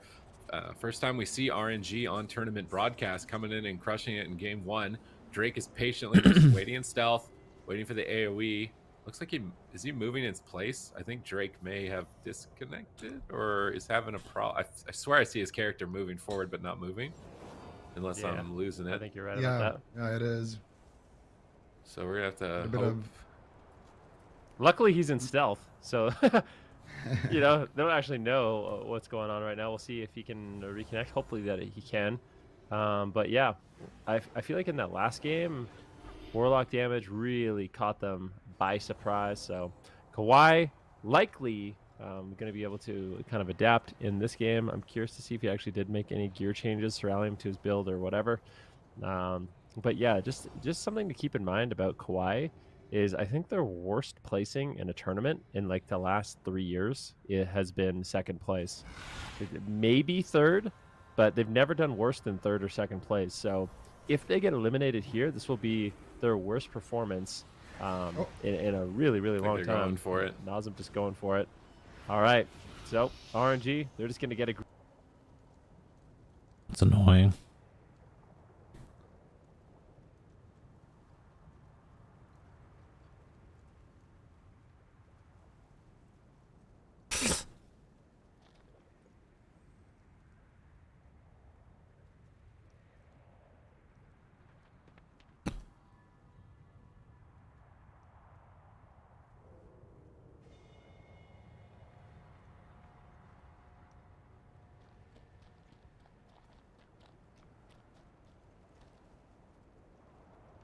aggressive here in game number 2.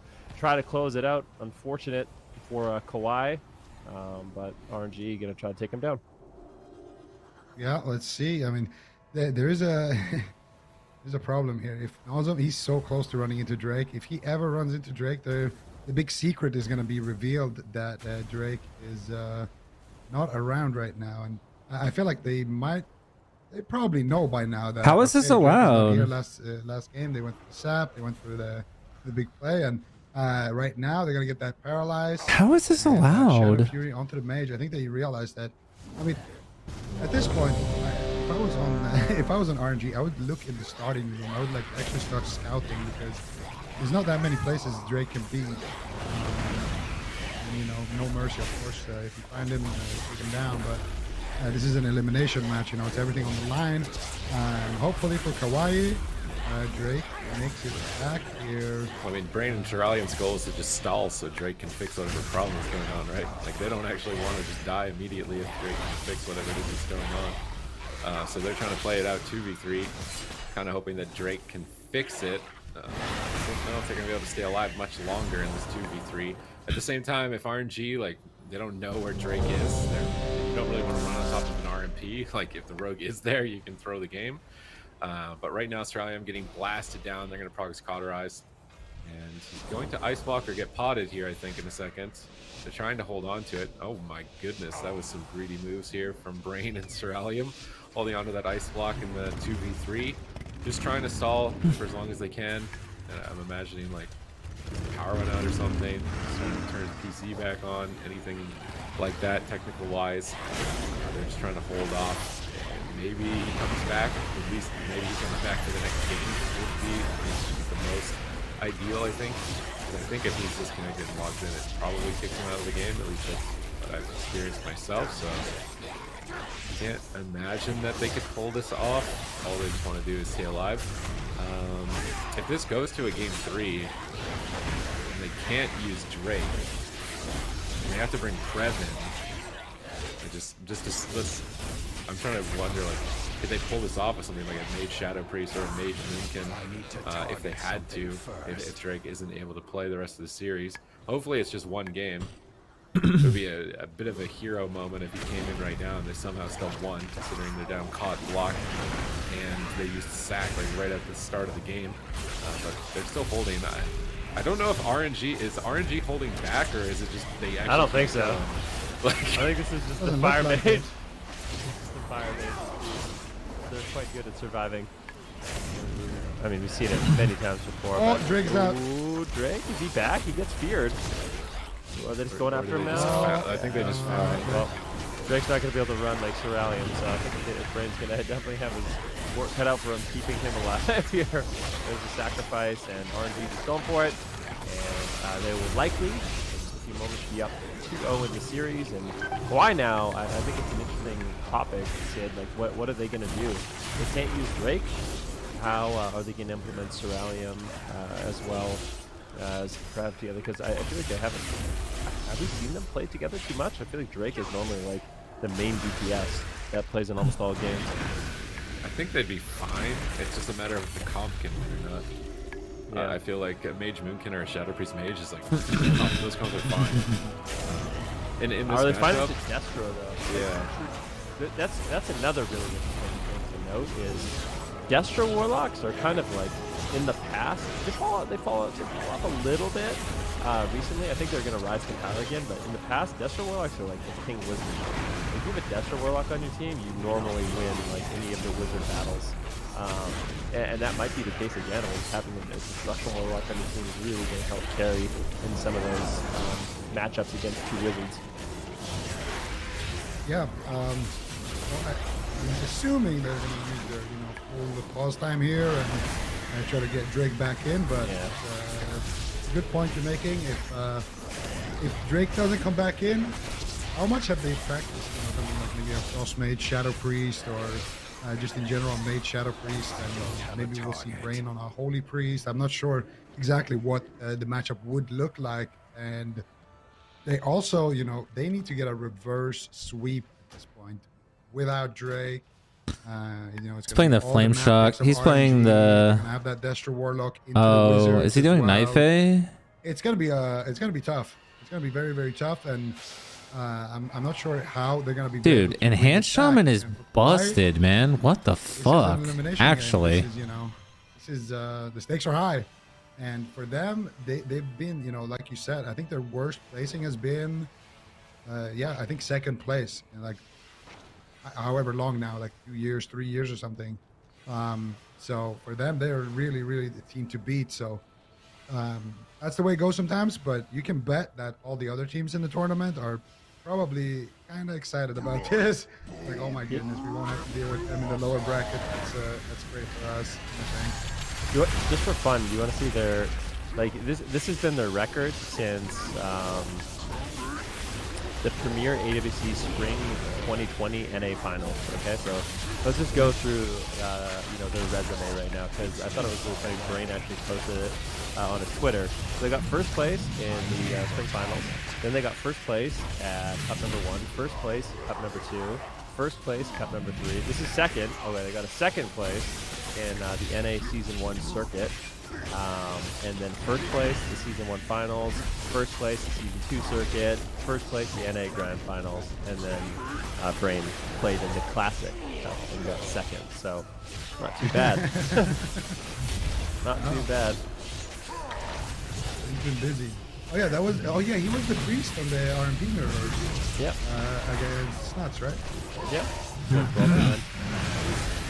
Yep. So definitely a packed resume, and for them to go out like this, it would be a little bit sad, but it is what it is. Personally, I feel like they're one of those teams that can kind of afford to lose some of those points, because most likely they will qualify for the circuit. So I feel like for them, it's not the end of the world if they don't make it, but of course you can never be too sure. You never know what's going to happen in the meta. You never know, what's going to happen. I feel like this is a bigger talking point for the other teams, because usually you'll at least know, okay, Kawhi, you're going to be here. Oh man, this tank sucks so much dick. So that's, one of the spots is going to them. But now it's going to be a little bit more point distribution, and that's just going to make it a lot more tighter race for all the other spots as well, moving forward in the season. But we can see some stats here as well for Brain. Playing a little bit of Rest of Shaman and the Holy Paladin, 100% play rate. So at least it wasn't Brain that DC'd, that would have been real rough. Interrupt rate, 75%. Juke rate, 37%. And we're gonna see next map locked in, Tiger's Peak. So we'll see, I guess, if Drake is back here or if they are just going to go with Crab. So, also, I think it's worth mentioning when you look at the differences between game number 1 and game number 2. So, I think it's definitely worth mentioning. Kawhi was caught off guard. They lost in 1 minute in a 3 versus 3. And then the next game, in a 2 versus 3, Srelin was able to run around and survive for, 4 minutes or something like that. So, and that's without any help from Drake. So, I think they're going to be a little bit more prepared if we do see them run the Assassination Rogue Fire Mage Paladin once again. I think it's going to be a much more difficult. Dude, Shamans are broken. What the fuck? For real. I'm not even trolling. And I wasn't crazy. To be able to take down Kawhi in game number 1, but they weren't able to do it. This composition that they are running right now kind of fell off in popularity, but Sid, I feel like the Windwalker Destro was something that was popular for a while, at least last expansion. It has pretty good synergy. Yeah, I mean, one of the dangers of a Destro is that you need to line of sight them and stack up. This tank is pissing me off, though. Real talk. Windwalker is going to punish you for stacking up. So that mechanic right there is what makes Windwalker Destro such a good pairing, because you're punished by playing spread out and you're punished for stacking up. One of the players is going to be able to maximize their potential either route you decide to take. So you're going to do this really difficult dance of stacking when they don't have leg sweep, just trying to spread out when they do have leg sweep, trying to keep the lock under control at the same time. And now with that new trinket that pretty much every lock is running, the Echoing Resolve, being when you get crowd controlled, you're immune to the next one, and then you get hit by one before you can crowd control again, and then you go immune to the next one. So if you interrupt the lock, then Wild Spirits. It really allows the Warlock to kind of free cast, and you can play the human to get the human racial to break out of stuns during burst moments if you need an emergency escape. So it's really allowing Destro and Warlock in general to just get a lot of casts out that they weren't able to get out before. Looks like Kawhi have locked in Drake again, so hopefully whatever it is that has happened to him was just RNG, and they're going to be able to play normally from this point, but they're gonna have to reverse sweep. At the same time, it is Kawhi and it is Rogue Mage, so I feel like out of all the possible reverse sweeps, that this is a very likely one. It's also just one comp, so it's one of those scenarios where if you can beat the comp, that's it. That's it. It's like those teams that only run RMP or only run jungle. If you figure out an answer that can beat them, it's over. But of course, there's still going to be maps to take into consideration. RNG is going to be able to pick small maps, big maps, whatever maps they want to choose.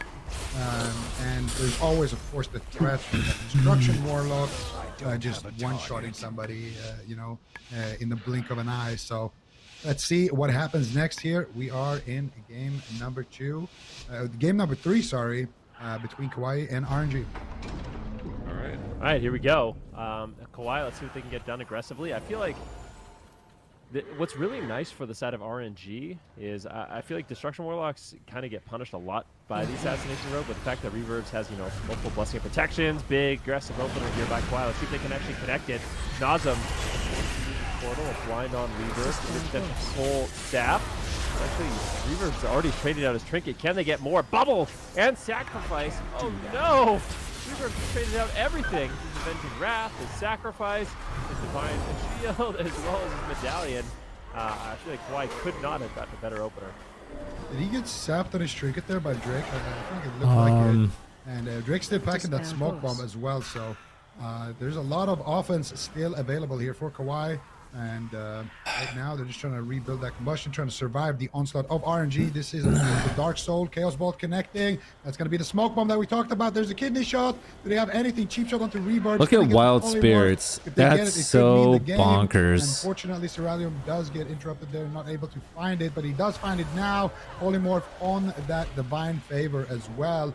Nozom gets kicked here on the Fleshcraft. Drake smells blood in the water with that Aegis ticking as well. Looking for the kidney shot. There's a full fear onto Drake. Chaos Bolt gets soaked up there. And now finally, Reverb's going to come out of CC momentarily here. And he should be able to pick Nozem up. However, that kidney shot is off cooldown for Drake. And there it is. Kidney shot. Vendetta tricks. Big damage coming in here. And Ceralium does have that combustion.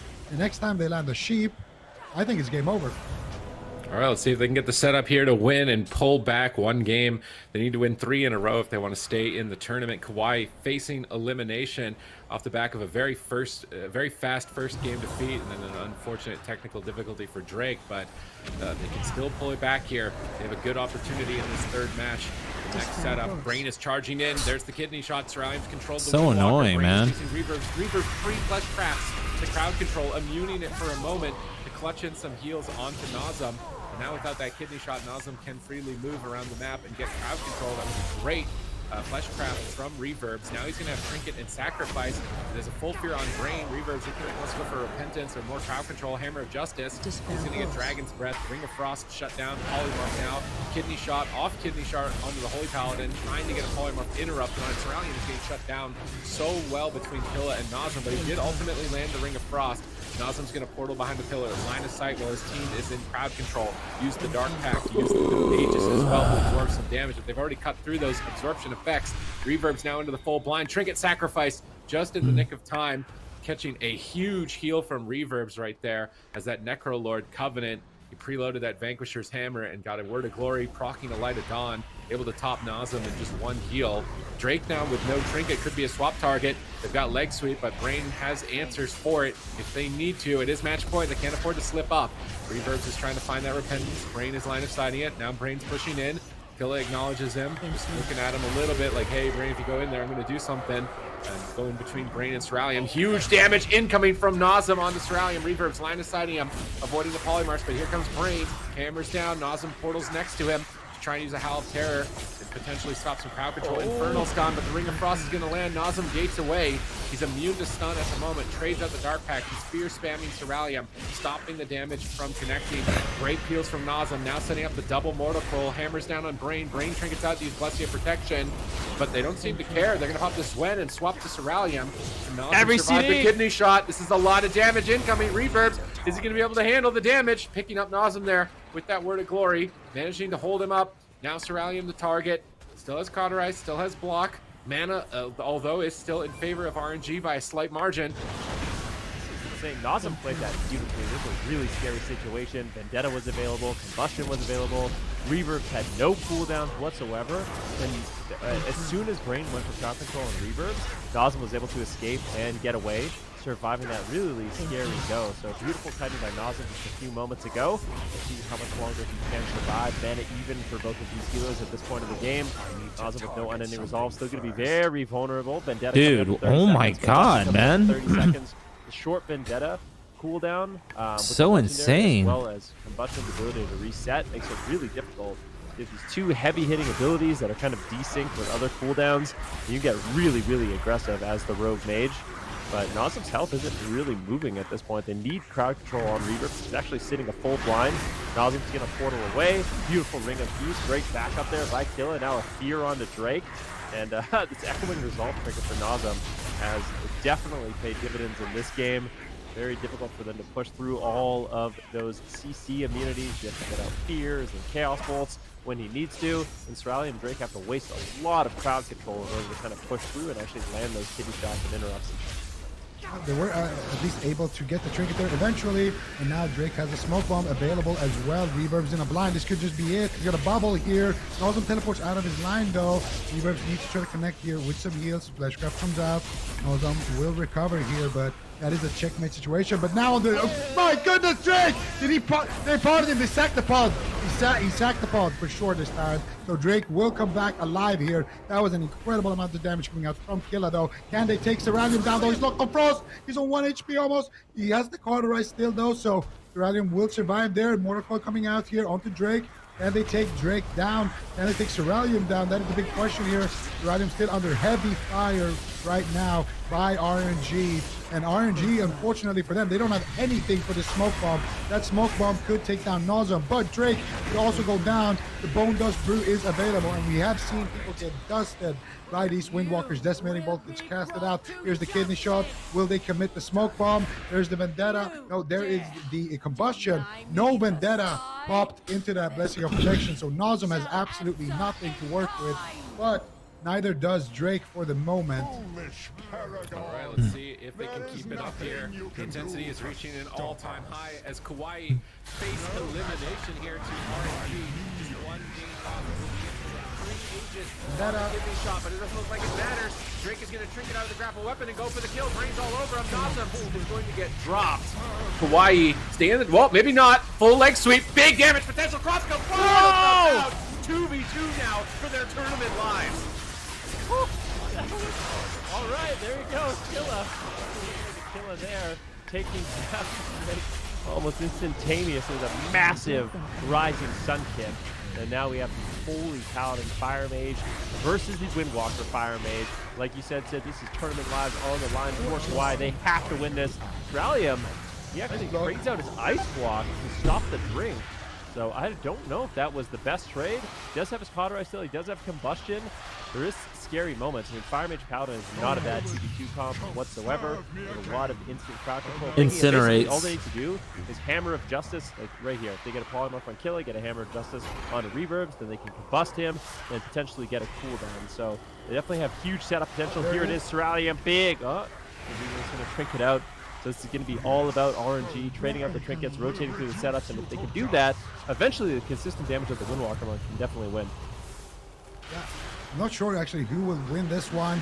We haven't really seen Windwalker Paladin versus Fire Mage come out here. Seralium will escape out of that stun. He doesn't have an Ice Block here, remember. So Seralium definitely could be a target, but he's going to have a good time at least kiting here with that Paladin on his side. And right now, Brain actually sitting through a Repentance. Killa here, can he make his way to the target? He's got the Zwan, he's got big damage potential here. Paralyze coming out here to avoid the polymorphs, and if Seralium can build enough distance and just stack up dampening high enough. Oh, they're going for a res play. No way they get that though. Seralium all over that with his Flame Strike right there. And basically it just comes down to, can Killa get the uptime that he needs? If so, he could definitely take Seralium down. But if Seralium can stall for long enough, he'll get a combustion in deep dampening. He could just kill anybody, honestly, on the side of RNG. Very, very intense situation right now. Both of these teams, you know, if RNG can do it, they will knock out Kawaii from the tournament. And of course, Kawaii here, they have the opportunity to potentially grab something back. Reverb's in big trouble, but he won't even use his bubble right there, and he will survive for now. All right, let's see if they can hold on here. Kawhi tournament lives on the line. Reverb has answers for those swaps to him. Killa has answers as well. They could pressure for a resurrection. Ceruleum stunned up behind the pillar. Manages to break free, but he's robbed out of line. Massive damage. Ceruleum on the run. Brain can't sit down for too much longer and drink. Ceruleum is trying to kite and avoid it. Brain's repositioning. Alter time from Ceruleum. Really clutch. Brain I'm so happy that I see Holy Pallies instead of fucking Holy Priests, man. Ceruleum with no ice That makes me block. very Brain happy. into paralyzed. How are they going to respond to this? Reverb's in position. Gets the repentance out onto Brain now as well. Ceruleum is just spamming up polymorphs onto Killa, trying to prevent him from reconnecting your Dragon's Breath, but that's Dragon's Breath prior to the Storm Earth and Fire. Oh, he got a Connecting proc. spinning crane kick, breaking down those Keepers. mirror images, trying to get through the defense. Brain procking the wings, charging in towards Reverbs. Double blinding light could set up the team for a double Ring of Frost. Maybe Ring of Fire, swap the Reverbs. Is there going to be a combustion here? It isn't. This is a bait. They're trying to bait a cooldown from Reverbs. Are they going to be able to get it? Doesn't look like it. Reverbs holds on to both the Medallion and the Divine Shield, only really wanting to use those when the combustion is connected. Fortunately for Kawhi here, Ceruleum's Ice Block is coming Cool, up man. in 3 more seconds. He'll have a good Cool, immunity man. answer to the Windwalker Monk's damage, which is now available. Perhaps to swap the Brain. It's a little bit uncertain as the cooldowns are basically resetting. Dampening is getting pretty high though at this point. Mana is still limited on both sides. Brain continuously just trying to get these little drinks snuck in every once in a while. Reverbs is going to smack a hammer at him, stop him from drinking here, spell Killa, and get him back on Ceruleum as soon as possible. But now he's just going to go right back in time while Brain sits down for another drink. Ceruleum just stalling. He's turned up behind the pillar, manages to blink away, back in line of sight of Brain, getting a significant mana advantage there now for his side. Killa now reconnecting though. Big rising sun kick. That 4-set must have procced. That's a huge amount of damage coming out on Ceruleum here. Brain pops Avenging Wrath, but he's paralyzed. He can't heal for a moment. Ceruleum is still spamming Polymorph, trying to get Killa off of his back. Brain manages to recover him. They're charging in on top of Reverbs. They want that swap. Be 3 Fleshcrafts. Gets counterspelled into Hammer of Justice. Has to respect the combustion and trade out the Trinket and Aegis. This thing looks more than a fair trade for Reverbs. He still does hold on to his Divine Shield. So much on the line in this 2-2 game. Ceruleum actually did go back to playing the Blazing Soul, so he can actually blink out of the leg sweeps. So the stuns from Killa aren't going to be great. He's going to have uptime. These freedoms from Reverb on the Killa are actually kind of brutal. I feel like in an ideal world, Killa would be canceling those freedoms when he gets out of a snare. So you get out of a snare, then you cancel the freedom so Ceruleum can't steal it, because as a Windwalker Monk chasing a mage that has Blessing of Freedom, you're really not going to be able to accomplish too much, but Dampening is getting higher and higher, 42%. Reverbs has to go and sit down for a drink. Meanwhile, Ceruleum has been able to buy time for Brain to sit down and drink with his Alter Time. So, like, in these situations, if Kill's trying to go for it all in, Alter Time is massive for Ceruleum, but a big amount of damage. Ceruleum's going to heal himself full once again with that Blast for Freedom. He's kiting around. Killa not going to be able to reconnect. Here is a potential big setup. Can he get the Ring of Fire? Ceruleum needs the Ring of Fire. Looks like he doesn't have that much damage. Gets paralyzed. Beautiful. Blessing of Protection trade.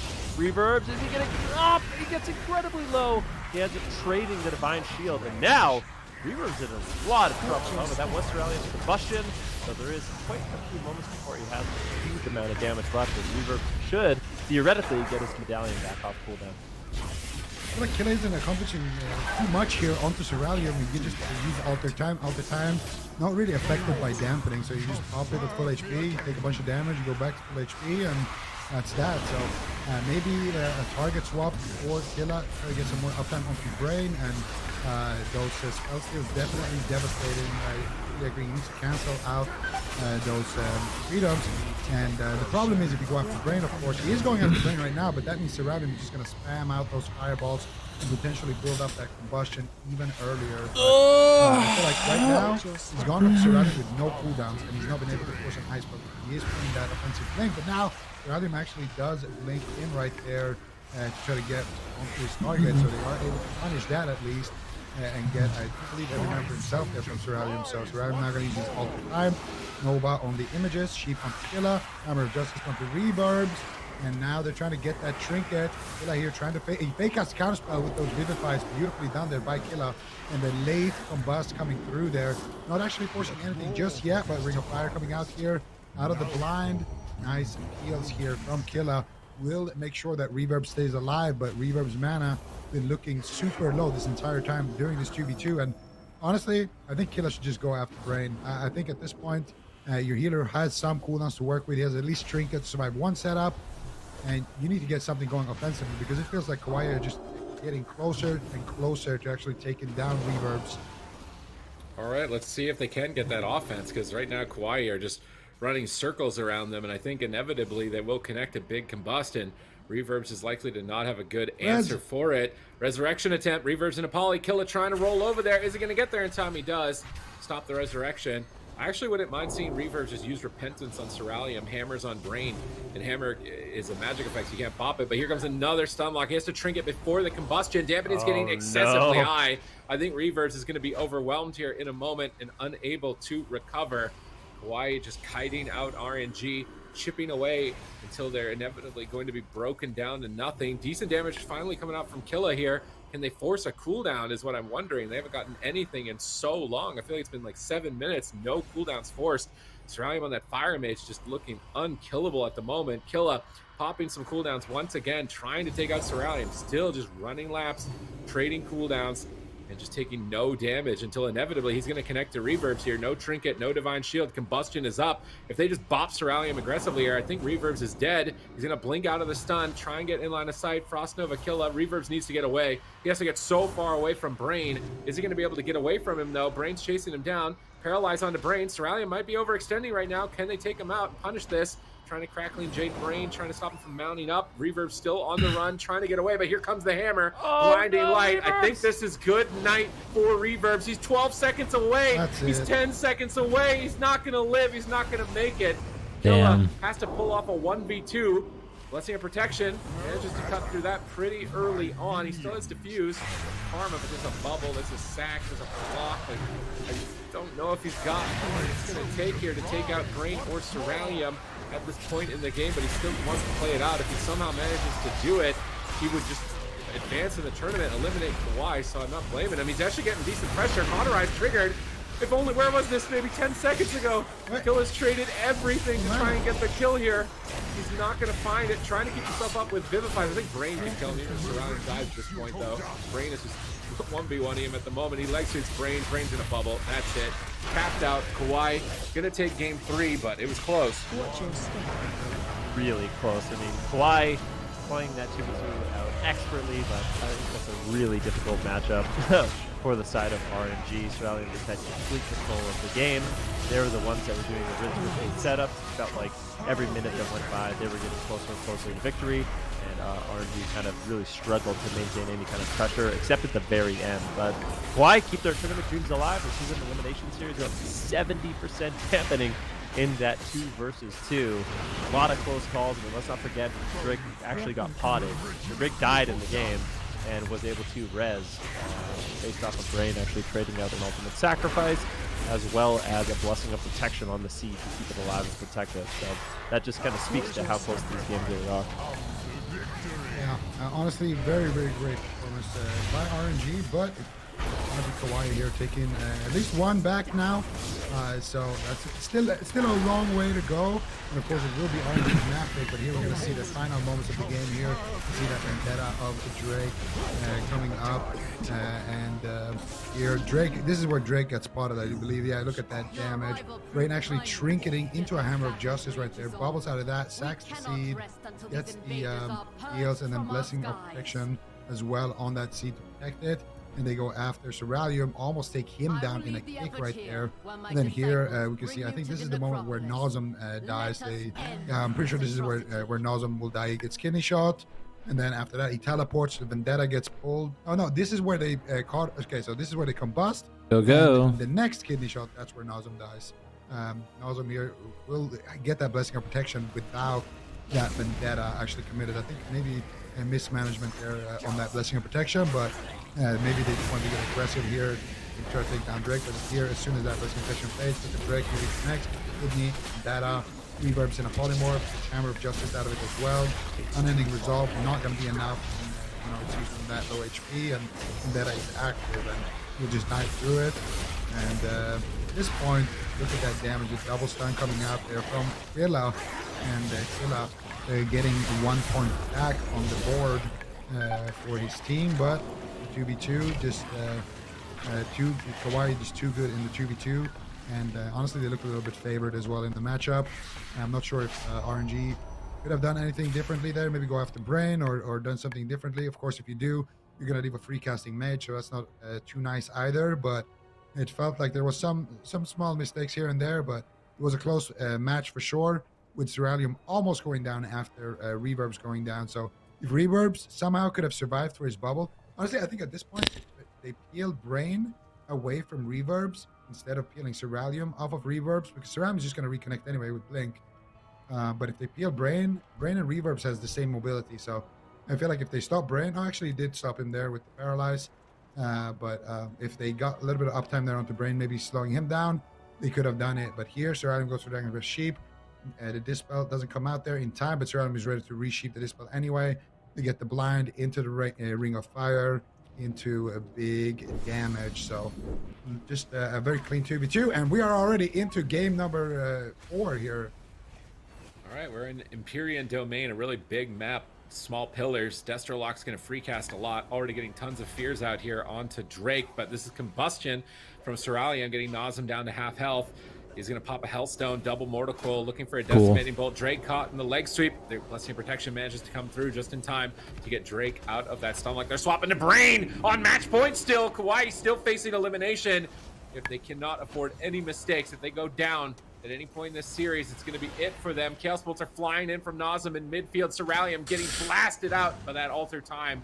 Huge value. Goes right back to fall. Smoke bomb over onto Nazem, looking for an early kill. Nazem portals right back to Reverbs right at the last second. Reverbs getting some big heals out at the pillar in a moment with that Vanquisher's Hammer having been loaded, and will be able to top Nazem off. Decimating Bolt locked and loaded. Nazem's Incinerate's going to be a big threat here. Lobbing out these Incinerates towards the Ceralium. Look at his health getting chunked down as Killa looked to reconnect as well. They almost proc his Cauterized there. Almost sweeping him out with those Incinerates. Damage coming in from Reverbs as well. Ceralium blinks in aggressively, wanting to go for crowd control. Reverbs line of sights at the pillar. Drake is grapple weaponed at the moment, unable to connect. Ceralium is getting feared far away from Brain. He's going to be stuck in this fear, unable to connect. Nazem going after Drake. Chaos Bolt after Chaos Bolt. Drake can activate the Aegis to absorb the hits. Kill a pre-flesh crafting an attempt here to avoid crowd control and help Nazem during the stun. Rolling over to Ceralium, but here comes Combustion. Big damage. Nazem ports away with Nether Ward. Flesh crafts behind the pillar. Really good coordination here from Nazem, although Reverbs, I think, did use a Blessing of Protection. It at least removes the Vendetta onto Nazem, but one Blessing of Protection is now out of the way.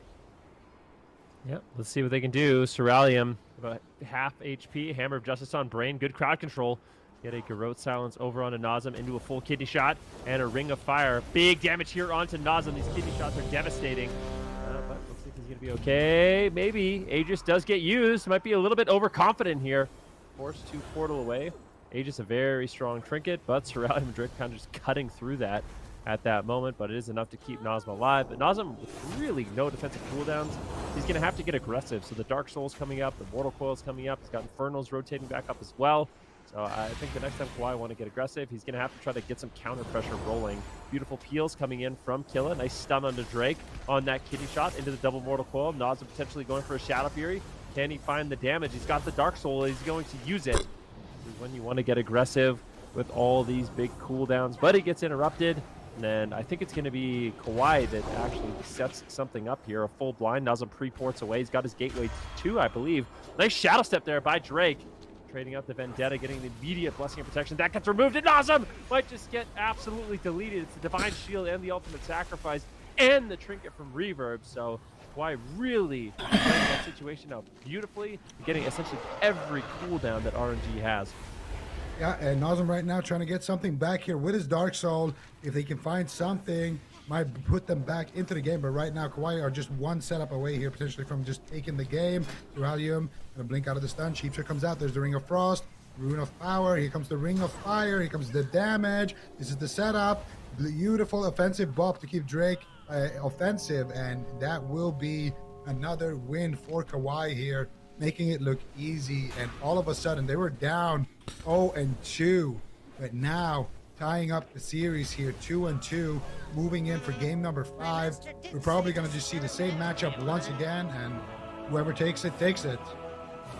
I'm not gonna lie. I mean, it seems like Kawaii. I don't know how you guys feel about this, but it seems like Kawaii is just, they're one of these teams that they just improve as they go. So even if you somehow beat them the first game, then beat them the second game, and let's be honest, it was an unfortunate second game for Kawaii. They just get better and better and better, and it's a consistent theme with this team where like you could beat them twice, maybe, but beating them that third time and having them not reverse sweep you seems to be a real challenge for these teams. Nazem just struggled in this game. It seemed like he was just always on the back foot. Kawhi really put the pressure onto him, despite his great kiting. It felt like their cooldown management was pretty decent as well. Here's where the blessing protection, this is when he went down. Or close to it. He almost went down at this point. They had to use way too much. That was like a bop, a trinket, a sack, a bubble, and a pact. So that was a big mess up there, I think, on RNG's part. They were expecting the bop to be enough, just bop Vendetta, and Nazem will be fine. Then I think they sent the combustion as well, and then Reavers had to use way more. So it was a really tough little order of events that Kawhi put on them, like just by pressing Vendetta and chaining it and combust, because they used everything right there, which means now, what are you going to do? You already trinketed, you already bubbled, you already packed. He tries to Desperation Mortal Coil, tries to Nether Ward, tries to Gate, but it's still not enough. Like, the pressure on him is endless at that point. Kawhi seemed to have figured it out. Like, they're putting way more pressure than we saw in the previous games, just getting right on top of the Destro lock and pinning him down. So I'm starting to get a bit worried here now for RNG. I think this is the time to be worried.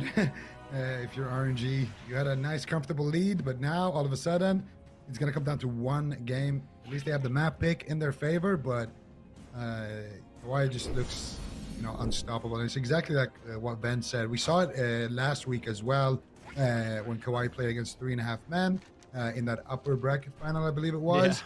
We saw, 3.5 men are looking kind of hot right now. Their CC's on point. They're forcing all these cooldowns.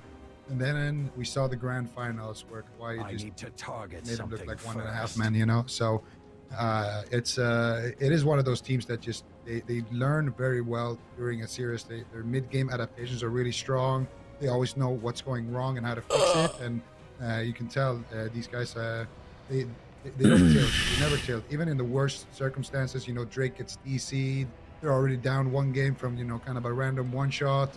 They don't tilt. They just focus on the next game, and it's beautiful to see. And now, once again, we're gonna go to hook point. Kawhi gonna lock in the same composition, RM Pala, and it's gonna be up to RNG here. Do they have any curveballs, or are they just talking strats? Maybe the echoing resolve. It's time to get rid of that on Nazem. I don't know how you guys feel about it, but these kicks it feels like they just last forever. The kidney shots are so long as well. I feel like that trinket can definitely backfire compared to just a good old-fashioned medallion. It's hard though, because the pros of it are you force the other team to have an answer to get rid of it. So it's like the enemy team is kind of juggling how do they want to get rid of it. They have to cast an extra spell that they might not have otherwise had to cast. It's there's value that's hard to determine that trinket is getting in the game. I would say it seems like that trinket is worst against rogues. I feel like we can agree on that. Unless you're a mage that can blink out of stuns, being a solo caster against rogue mage is really rough. Because Ceralium, theoretically, it doesn't seem like they're missing a beat with their kidney shots and their interrupts. If they have to interrupt a really important Chaos Bolt, you see Ceralium just Nova or just Dragon's Breath, and then they kick it or they counterspell it. No kidney shots are being wasted, so it's definitely a Kiss Curse trinket. But I feel like, in particular, as a solo casting warlock, if you had a mage on your team, I'd understand, because maybe then you can overwhelm and they have no stops, right? But if you're by yourself, you're the only caster, all stops are going on you, I feel like the trinket isn't as good as some people believe, especially into rogue mage. Well, just look at it this way. Kick, 10-second cooldown. Kidney shot lasts 8 seconds. The worst case scenario, you just kick and then kidney, and then 2 seconds later after the kidney ends, you have kick again. Sure, sometimes, you're going to get a Blessing of Protection, and that's when Nazem is going to pop off, but I just feel like the value isn't there. But we'll see. He's still playing it, and they have one more opportunity to do it. They try to go to a large map. Now they're going to a small map. Nazem in a kidney shot. Reverb's immediately forced to trinket out here. Combustion and Vendetta traded out, and the Eternal Aegis as well coming out here from Nazem. So very, very respectable trade here for the cooldowns of the Rogue Mage. And now I think it's time to potentially get aggressive. The CC should end. No, they get a full sap of the Reverbs. They might just take Nazem down here. They have a smoke bomb as well. They can chain that with. What are they going to do here? Another sap coming out. No, it breaks. Unfortunate right there onto Reverbs, but still a little bit of pressure coming out. There's the Divine Light. Oh, that's a That's a risky flash of light right there with the Divine Favor. Cerulean he almost spell stole, counter spell that one, but now knows I'm getting aggressive. All right, let's see if he can turn it around here. Dark Souls active, fear spamming Drake. Drake with no trinket, pre-evasions. I think he pre-evasioned the leg sweep. Nice play, but Nazem is stunned up on match point. Cerulean getting cracked down by Match Killa point. at the same time. Who's going to fall first? This damage is insane. Brain trades out at 10%, but Nazem's now falling behind. Oh my Reaper just a God. bubble out of the crowd control. Trades out sack, trades out wall. They've overlapped Flash. a lot of cooldowns in that exchange. Kawhi definitely getting ahead in that moment. They don't get a kill here very soon. Basically, it's going to have to be a blunder on Brain's part. He has so many cooldowns to trade with the Windwalker Monk at this point, but the Windwalker Monk's gonna have to solo kill. Will he be able to connect? Vendetta is available. If Reverbs can't get a blessing of protection here on this Vendetta, I think it's game over. Reverbs Fleshcrafts, they interrupt the Polymorph. They managed to stall during the kidney shot just for a few extra seconds, but Cerulean still blinking in, gets the Polymorph. Now Drake is trying to get a re-stealth, sneaking up onto Nazem. Nazem's gonna portal away before Drake opens up. This is likely going to be a Vendetta. Vendetta gets popped, Sepsis is active. Nazem is just gonna melt right here before Drake and all of those extra dots. He's trying to stabilize. Nice grapple weapon, actually, removing Drake's offense. Now Drake is stunned up. They're going to use a Blessing of Protection immediately. Good response by Brain. Really, the Windwalker Monk is the only sort of lethal pressure, so those Blessing of Protections are all the value. Nazem is just owning Cerulean right now. These Incinerates are huge. They're going to kidney shot. Killer's going for the kill, but Combustion gets ripped out. There's nothing left here. Reverse, he's got Trinket. He's trying to help, but there's just no healing left. Nazem will get KO'd, and Kawhi get the reverse sweep. I mean, these guys are just absolutely insane. Definitely a bad game one.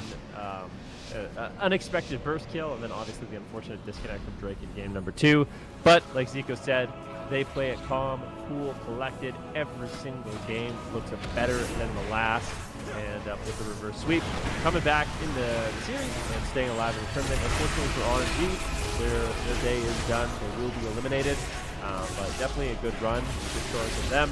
I think those are really nice matchups. My God, Fire Mages. Absolutely. You can't take anything away from RNG. I think they played beautifully, but that sap in the start, I think, is what really caused a lot of issues. Drake getting that sap off of the blinding light, and here we can see the final couple of Fucking moments Fire in the match. Mages are so Nazem, dumb. so here, Reverbs What does a is nice that? there. Avoids the crowd control while Nazem has a stun, and then Drake kind of gets baited a little bit by the fact that Cerulean does go for the poly and lands it. So he pops the Sepsis, pops the Vendetta, gets good pressure, but Killa is quick with the Storm right there, and then they don't have any more crowd control for Reverbs. And at this point, Cerulean is like, okay, I'll just hold on to my combustion. I don't want to combust on this go. We still have some time before that trinket comes back up. Let's try to wait for that, and then go for another sheep and get it right there, forcing his death from the trinket. And then Cerulean pops off with his combustion. Reverbs gets, I think, 3 sheets. Or no, Brain is there. Actually, the sheep just times out, and Reverbs doesn't have any instant heals to work with, so he used it to work with Drake's cooldowns. So they just get the kill based on 4 damage there, pretty much. And never count these guys out. Kawhi will take it. Imagine like recovering that smoothly from, a DC like that. Calm, cool, and collected is a very good way to put that. But yeah, Kawhi coming on top, going to be sending RNG out of the tournament. And next up here, we've got another elimination round before we head over into the upper bracket. It's Unitas. It's 3.5 men. I don't think we saw Unitas in the top 8 last weekend, did we? We did. Or am I losing track of time? I'm losing track of time. Cool. Yeah, so Unitas 3.5 men. Both G's teams obviously been around for a while, just like, in the scene. How are we thinking? Any thoughts on the next series coming up here, Super T's? I think it's going to be a Rogue Mage Mir, from what I'm expecting, between Unitas and 3.5 men. And 3.5 men are kind of Dude, that trying to AoE assert is so fucking dominance in crazy, that though. field. Like, are Like, they the what most the dominant fuck, Rogue Mage actually? priest, in the tournament? This time around, Novice is in the upper bracket, so they had a great performance. They're having a good run. I think they were the team that knocked Cloud9 to the lower bracket, which last week they lost to. And I was saying, like, if they could beat Cloud9, like, Novice is almost becoming like the God Slayers of North America. So they're kind of on the up at the moment. 3.5 men are looking to recover from being knocked down to the lower bracket. And I think that it was Liquid that knocked them down, but maybe not. Actually, I think Liquid, they knocked Kawhi down. 3.5 men, but now we'll still have to battle it out on the lower side. And thinking it's an RMP mirror or it's going to be a Rogue Shadow Priest, because they can run with Jawa on the Shadow Priest, and Korlik could play Holy Paladin, so Unitas could kind of take Kawaii's comp that allowed them to beat 3.5 men, or they could mirror them. And that's kind of their two routes right now. All right, well, stick around if you want to find out what they're going to be bringing out into the blind pick of this game coming up here. Another elimination round. We're going to go to a break, and we'll come back to Unitas facing off against 3.5 men.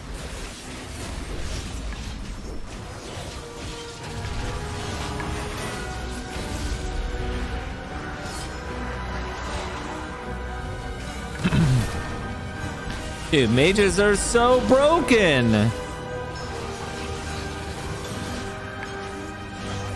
What? What the actual fuck?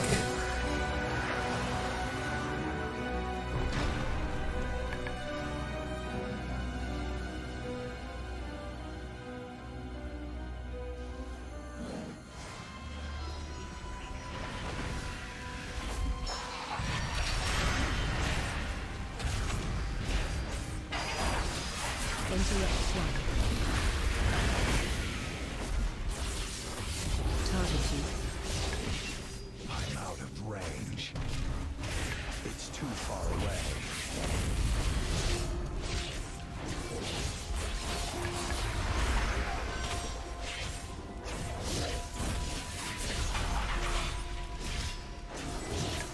Special comment.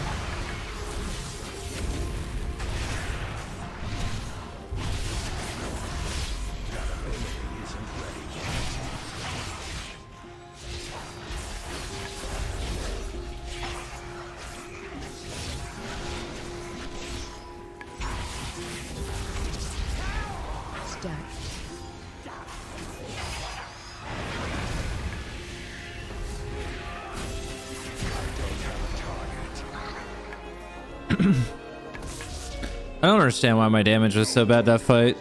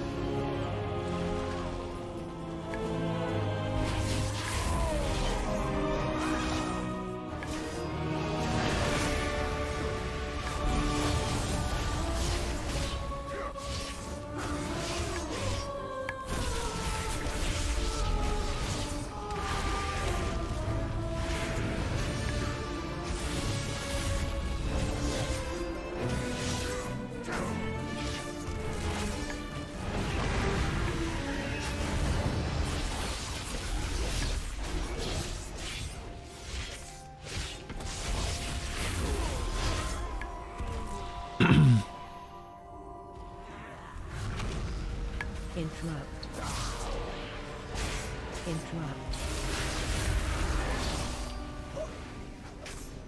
Hello everybody, welcome back. If you're just now tuning in, we just eliminated RNG from the tournament in a reverse sweep from Kauai. Now we're moving on to the second match of the day, Unitas versus 3.5 men. We saw both of these teams play last week. Unitas getting knocked out pretty early by Golden Guardians, and they're looking for a bit of a comeback here. And the question is, Zico, if they can pull it off, or is it going to be a victory for 3.5 men? What do you think?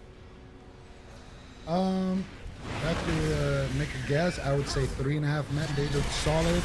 I'm pretty sure we saw. Didn't we see 3.5 men and Novos fight off in RMP Mirror last weekend? And yep. Yeah, 3.5 men kind of dominated, to be honest. So I'm expecting big things from these guys.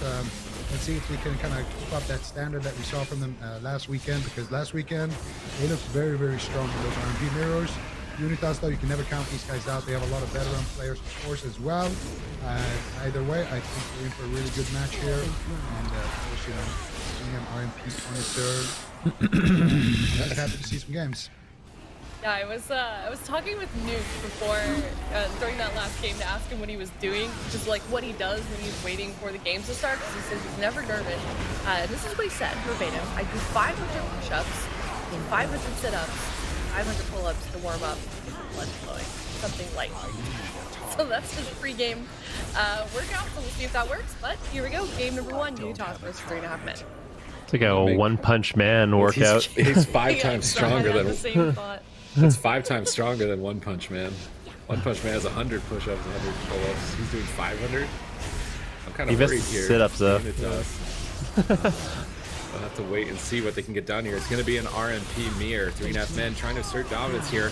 They came number 2 in Cup number 1. I think they're going to get eliminated this early on, though. Aiden just gets destroyed right off the rip. 2 medallions out of the way. Kearney saying for mind game swap to Abrua now. Big swap to Abrua. He's at 1%. Korlik trying to recover, gets caught in a cheap shot. Full control to the side of 3.5 men. Their team is all over the place. It's a nightmare fighting their team. They just one target is in danger, they immediately switch the DR to go after someone else. Anyone that's not on stun DR is potentially dead, and I think that's one of the really scary things about the team. Smoke bomb, big damage here on Aiden. Maybe be able to survive this shadowy duel. Aiden trying to stay alive.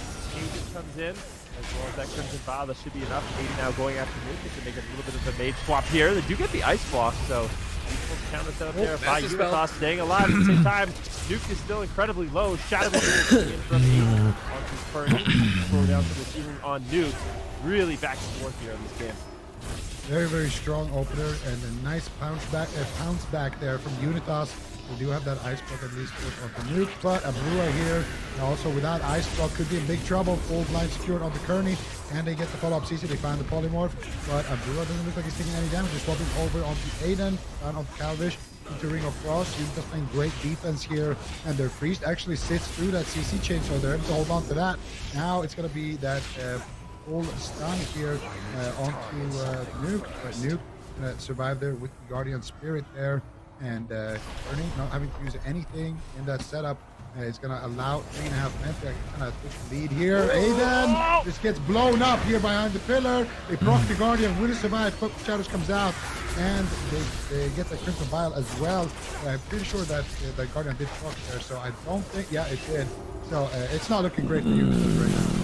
They got to find a kill here soon. Where can they go? Kearney, no Guardian and no Trinket for 20. If they could actually swap healer right now, no fade either. Kearney pre-fading. If they could swap Kearney in this 20-second window, I feel like that's their only shot right now to get a kill. I haven't seen medallions on Calvin and Nukes here, but that window is slipping away. 12 seconds away. I don't think they're going to go for it. They are going for it. Swap over onto Kearney. Can they kill him in the stun lock? 8 seconds away from his Trinket. Only 1 second left on the stun. Kearney survives the stun lock. Manages to recover, and now Unitas, man, how are you going to survive this next attack? Korlik Holy Wards, he's line of sighting. Kearney's chasing him down to purge off the Holy Ward. Nuke is getting polymorph. They're desperate, trying to stall. Calvish is looking for a reset. Aiden defensively smoke bombs in the back line here to try and prevent Calvish from shadow stepping to him. Managing to cover at the moment. Nuke clicking back into midfield. Polymorphs onto Abrua. They're trying to set up for the win here. Aiden intercepts with the stun on Calvish. Calvish trinkets out to go after Abrua here. Will they be able to take him out? Everyone crowd controlled. Could swap back to Aiden as well. 2 targets low here. Unitas somehow managing to survive. Calvish getting pulled back to the pillar. Calvish having used his medallion amidst all of that is actually a vulnerable target now. Despite that lead they had earlier, that lead is potentially slipping away from them as Kearney pre-fades the crowd control, trying to avoid it. Shadowy Duel comes out, trying to stall here from Aiden onto Calvish. Now into the dismantle. Calvish can put himself on polymorph PR as well in that ring. Kidney shot, full sheep onto the Kearney, the healer, but Calvish is in stealth, avoiding the fight, going after Nuke instead, but Calvish can peel them away, stunning Aiden and soaking up this Resonator. I don't think you're going to kill him with Calvish's peels. Now Aiden on the back foot, having to trade the Gladiator's Aegis, getting cut down through the Gladiator's Aegis, trying to hold strong here. Korlik pops the Apotheosis, resetting some of his big heals, allowing him to recover Aiden. Now they're going after Calvish. Calvish on the run. Abrua trying to control Nuke. Calvish on top of Aiden. Dragon's Breath trying to set up. Kidney shot connects. Korlik into a fear. Can they take Aiden down in the kidney shot? Shadow Step cheap shot onto the polys of Abrua. It's not going to be enough. Aiden survives for now, but potentially going down still with the sap on Korlik. Aiden's dismantled. He can't peel anyone. Shadow steps behind. Nuke to try and recover. Somehow staying alive with Cheat Death. Popping his little vial from that Kyrian. Managing to stay alive for at least another moment longer as Korlik finally reaches crowd control. Gets kicked on a cast. Calvish running away for a reset. Looking for a re-stealth, but Aiden has Medallion and Vanish to recover. That Divine Spirit's coming up. Korlik could be a swap target, actually. 20-second window to go after Korlik right now for 3.5 men. What a crazy back and forth game here. Calvish and Nuke right now in a Dragon's Breath. Brua just trying to slow down the game a little bit. Aiden and Stealth. Calvish potentially getting a re-stealth here. And it looks like we defaulted at the beginning of the game. Both mages just shooting fireballs in the middle of the map. Both teams have retaken their starting zone. Looks like a Brua will be the target here. Dismantle from Aiden out of Stealth. So doesn't want to put Calvish on stun DR. Gets the dismantle, disrupt the go. Now looking for a re-stealth, and he shuts that down with a flame strike. Really, really interesting. It's so rare where you see these kind of resets in RMP mirrors. Yep, and Aiden now gonna go after Nuke, and mind control there coming out on Brua as well. Let's see if we can get anything done with that. They did get his trinket, but nothing more than that. Now Brua gonna be the target. Smoke bomb coming in, and that's gonna be the ice block here. So now we're kind of defaulting to a mage race strategy here, both rogues. And still with some cooldowns left. We're going after Aiden, but it doesn't look like they're going to find anything inside of 3.5 men. Aiden now, this is Calvish, and he gets a stun, actually stuns up Kearney there. Kearney for a kidney shot, Ring of Frost, going to get the sheep. Doesn't look like they will find it. It's going to be Korlik actually getting sheep. Brua now getting a DR sheep with that Chastise. They're going after Nuke. Big damage on the Nuke, but will survive, it looks like. And now Brua will take a little bit of damage as well. Korlik for a cheap shot.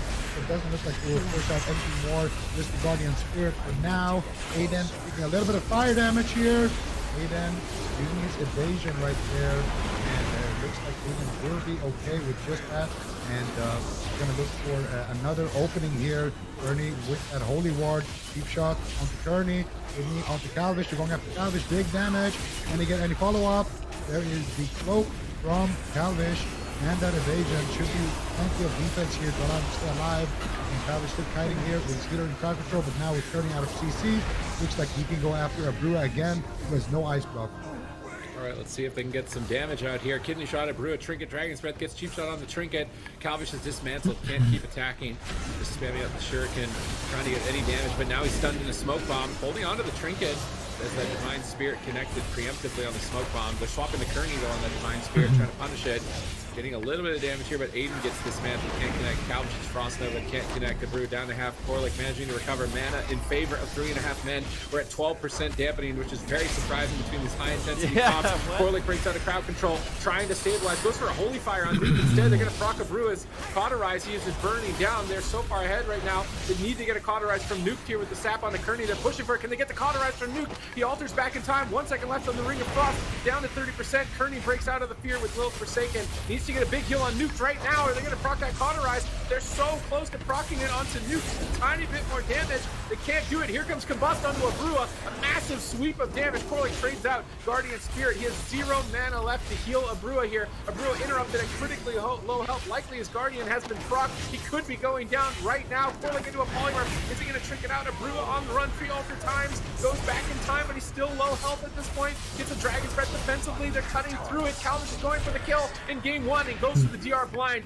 Korlik trinkets to try and save the pod. Gets feared on it, and it looks like the pod's going to go down to a Holy Fire as Kearney takes it out. 3.5 men take game 1. But what an insane game. This is so back and forth from start to finish. I mean, the game, I don't remember the last time I've seen an RMP mirror go 8 minutes, 20% dampening. You know, the healers are out of mana. Definitely interesting. I feel like that kind of just speaks volumes to the defensive play that both of these teams, their ability to kind of disrupt the goes, making sure they're not overlapping their defensive cooldowns. And it ended up turning into a mage race later on in the game. Fortunately, for the side of Unitas, Brua does fall, but just a really, really explosive game from both these teams. Absolutely, and Aiden with that cheat death, you know, Calvish not playing the cheat death this week. We did see that he said cheat death in mirror, insecure. Yeah. So he did feel secure in this one. Is that BM against Aiden then? Maybe a little bit of BM. Aiden, it did save Aiden though, so I mean BM only won, but I'm sure Aiden did lose, but Aiden wasn't the one who died, at least. Cheetah did come through clutch for him, but 3.5 men definitely turning it into a mage race and winning on mana. Like, how often do you see an RMP mirror with 2 sub-rogues as well go into, you know, kind of a dampening game where mana is one of the main factors that decides it. The CC chain, though, towards the end was absolutely beautiful. Corlic trinketing out here just right at the end, I believe, and he gets cleared on the street by Kearney. Triple DR, get the pod down, and they win the mage race, but both mages definitely putting on a show. Both rogues as well, showing exactly how evasive they can be with those mid-game resets as well. And you see the damage done here. Not really a big difference. I guess between the rogues there is some difference, but some of that damage comes in, you know, after a member is dead as well. So I think a little bit more damage coming out there from 3.5 men, but still pretty even across the board. I kind of wonder if that's how all the games are going to go, because I feel like these RMP mirrors have the potential of just ending instantaneously, and RMP is kind of known for its really strong offense, but I think one of the things that makes it so strong right now is how defensive it can be as well. Like, I think that all 3 stacks, Holy Sapphire, have a lot of tools in order to survive, so it can be really difficult even for an RMP to take them down. You know, it's like the immovable rock versus the unstoppable force. Movable rock. Yeah, something like that. A movable wall. Object? Whatever it is, alright? You know what I'm saying. Anyways, the analogy holds true. But yeah, really interesting to see these games. I feel like last week when we watched 3.5 men versus Novos, the games they did not go this long. They were like 2-3 minute games every time. I mean, Unitas looking like a big threat on the RMP. Fortunately for the rest of the competitors in the tournament, they have to eliminate each other, you know? Yeah. It's like these are like 2 of the teams nobody wants to fight, so they're pretty happy that they just gotta duke it out in an RMP fight here in the lower bracket elimination. We're going to Ashmead's Fall, a bigger map. You're picked by Unitas, so wanting to leave a little bit more space to breathe and go for resets, which I guess it makes sense, but at the same time, they actually lost on mana. So if they're going to try and play a longer game, they're going to have to figure out how to elongate Corlic's mana bar further. Like, if Corlic had mana, perhaps he could have saved it at the end of the game, maybe turned it around for his team. But it's just so chaotic. I kind of want to see, are they running res legendaries on the side of the priests? Yeah, I want to see that too. So Kearney isn't, and Corlic isn't either. Corlic isn't either. So like, there was lots of times in that game. There was lots of points in that game where the Holy Priest would Will of Fear with no Guardian Spirit. So it's like a 30-second window where you could kill the Priest, and that happened so many times. I was always looking at the Holy Priest like, wait a minute, Holy Priest is nothing. You just swap one stun, it's over, they're dead. And they only did that once. I think Aiden swapped the Kearney one time, and that was it. We didn't see any Holy Priest swaps aside from that one swap. And if they're not running Res Legendary, I feel like that's a good window that they can punish. Legendary mirror, insecure. Both Bruce and Rose are running Sephuz. Yeah. Both rogues, you said? Yeah, both rogues are running Sephuz as well. It seems. That's why no one's dying. They're all just think that's tank items. I think that's what Drake originally, he kind of set the meta a little bit with that one, picking that Sephuz Orc Rogue, and now we're starting to see it There's a lot so much more time. Frequently here. Everyone trying to be as tanky as possible, but we do see a lot of priest setups, you know, typically here. So we're gonna see if they decide to go for that. But right now it's gonna be Calvish once again. Oh my goodness, Calvish got vanish immediately here. Using his trinket as well. So great start for Unitas right now. They're gonna take the lead right off the bat. Corlic in a blind, trying to sit through it. Now into a Psychic Scream, trying to push over Abrua into a Chastise. Abrua ports away and is able to avoid quite a bit of damage here. Corlic's out of crowd control. Should be able to stabilize it in a second, trying to combine those holy words for a big heal. Aiden survives the stun lock here. There's no trinket on Calvin. He's going to pre-feint, try and anticipate the stun while Kearney sits through a blind. Can you get the sap here? Full sap, that Dragon's Breath just 1 second too late. Sap is secured. Calvish is stunned up. And they need more damage here onto Calvish. They don't have it. Abrua's Polymorph. Maybe they do. Aiden goes for the kill. He's down to 10%. Polymorph onto Kearney. Into a 1 second Dragon's Breath. He's not going to die in the 1 second Dragon's Breath. Calvish survives. Now he's going to stun up Aiden, try and turn it around. That kidney shot is very, very short. There's no way Aiden's going down. in that kidney shot. Sephiroth's getting a lot of value. They swap over to Abrua now, trying to take him out as Cloak sits through a polymorph. They don't get another polymorph, though. Now they do. Abrua's going to defensively Dragon's Breath, try and secure a Ring of Frost. They're setting up on the Calvish. Completely different strategies between the team. Unitas targeting Calvish the Rogue. 3.5 men targeting Abrua the Mage. We'll have to wait and see which strategy plays out better. It looks like Calvish is going to play out better. Unitas tie it up 1-1. Unreal. I mean, these teams, they are very matched. It would appear, actually, Abrua messaged me before the game, and he said, it's time for some mirror action. 2 TBC gamers shall ascend. So I know I actually raised with Abrua and TBC, so playing both versions of the game. Surprising, Unitas. I mean, these guys have been around for a while. Abrua and Aiden have been playing together for quite some time. Korlik, obviously a phenomenal healer, especially when compared to the Rogue Mage. We saw him play with Charlotte Phoenix, so these guys, they're definitely good in these mirrors. And it's interesting that they can go toe-to-toe with 3.5 men who's very experienced in this matchup. Absolutely. I mean, this game was kind of domination. I would argue Calvish taking a beating right off the bat. And he barely survives. Then they get the blind into the sap here. A little bit of damage onto Calvish. Right low here. Abrua still in polymorphs. And then they get that follow-up sheet into that triple DR Dragon's Breath. Look how close Calvish is to dying right there. And Kearney not using the trigger in that CC chain where the blind was committed. Kind of greedy, but the greed works out for him. And they do that counter attack into Abrua. They get that Guardian actually from Kearney, and then they get the sheep shot on the sheep from Kearney into the Ring of Frost. Frost gets interrupted. You get Calvish kind of low there in the finish shot, and then counter onto New, and Calvish still not feeling super safe, and then they blink sheep, and here Kearney does trinket, but no Guardian available, so won't be able to save his teammate there, and yeah, Unitas gonna tie us up 1-1. Alright, we've got a series on our hand. RMP Mirrors in the lower bracket elimination series. 1-1 between 3.5 men as well as Unitas. And both these teams have multiple compositions that they can run, but I think at this point, you know, with RMP in particular, a lot of the time there's a lot of pride on the line. You want to prove that you are the best RMP, and mirrors are a great way to do that. So I expect really no changes, even though both teams can play different comps. I think we're going sub, holy fire, all the way. You know, do or die, maybe better team win.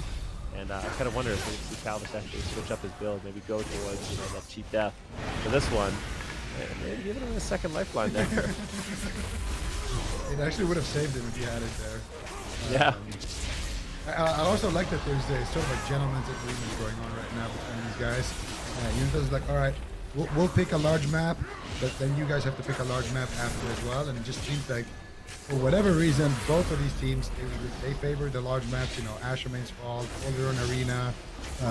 Maybe we'll see Coliseum as well come in this mirror match. So maybe it's a playstyle preference. Just having less chaos and more, you know, coordinated assaults. I'm not sure exactly what the reason is, but we're going to be selected, and we'll see if they change anything up with their builds. I think that's the big difference, at least now that we've seen, is that, you know, Aiden is running that cheat F, and the Calvish is not. But Calvish and 3.5 men did go after Abrua a lot more in this match, whereas Unitas got that strong opener on the Calvish. Rogue is like a good early game target, like especially if you get the upper hand. He needs dampening to kill the mage. Yeah, literally dampening when the blazing barriers aren't absorbing as much, and you're able to stick on the target for a longer duration. It's interesting to watch this play out because every game is so different than the next, even though it's the same compositions. I do wonder how this is gonna, again, like you can't predict how it's going to play out because so much. Like who could come down to like somebody finding somebody in stealth, starting the game with a sap, not starting the game with a sap. That completely changes the direction of the game just within the first couple seconds of it. So it's just definitely anyone's series to take, and I'm just excited to see it more than anything. Will Calvish kind of succumb to cheat death and respect that and have to accept his insecurities as a rogue player and his self-proclaimed insecurities as a rogue player by selecting cheat death? as it would have kept him alive at that moment in the end of the last game, or is he just going to continue to get a feint? Aiden seems to be pretty sold on the cheap death. It seems like it's just that one spike moment. If you have it as a backup plan, then it'll keep you going for enough time to have other options to save you. So just having those emergency saves. Sefu's is also getting a huge amount of value. I feel like I'm looking at stuns and they're just like 1 second long, and I'm like, did he DR kidding me? Like, why did that kid me 2 seconds? I think the thing that's like it's hard to quantify how good it is I think it takes away globals from the stun sub-rogue actually into the attack. So instead of like, I think it's like within the second and third stun, you probably lose an additional global, maybe 2 globals in order to keep the target stun locked. And it makes you deal a lot less damage in those stuns. So you can still lock a target down for a while, but you're also dealing less damage in those stuns. So really hard to deal with. And I think that's one of the reasons why these rogues theoretically are difficult to take down. Calvish, there's a talent change. You know, going down that last game is going to be switching it up to cheat death, which I think honestly is the right call. Oh, look at that. If you don't die in stuns, you're probably not going to die, and cheat death allows you to die in a stun and still survive. So math checks out in my mind. Yep, cheap death looks good, but right now they're going after Corlic here. Big setup coming in. Corlic actually gets blinded at the end of that kidney shot. Now they're going to go after Aiden. All right, we're taking 5 after that.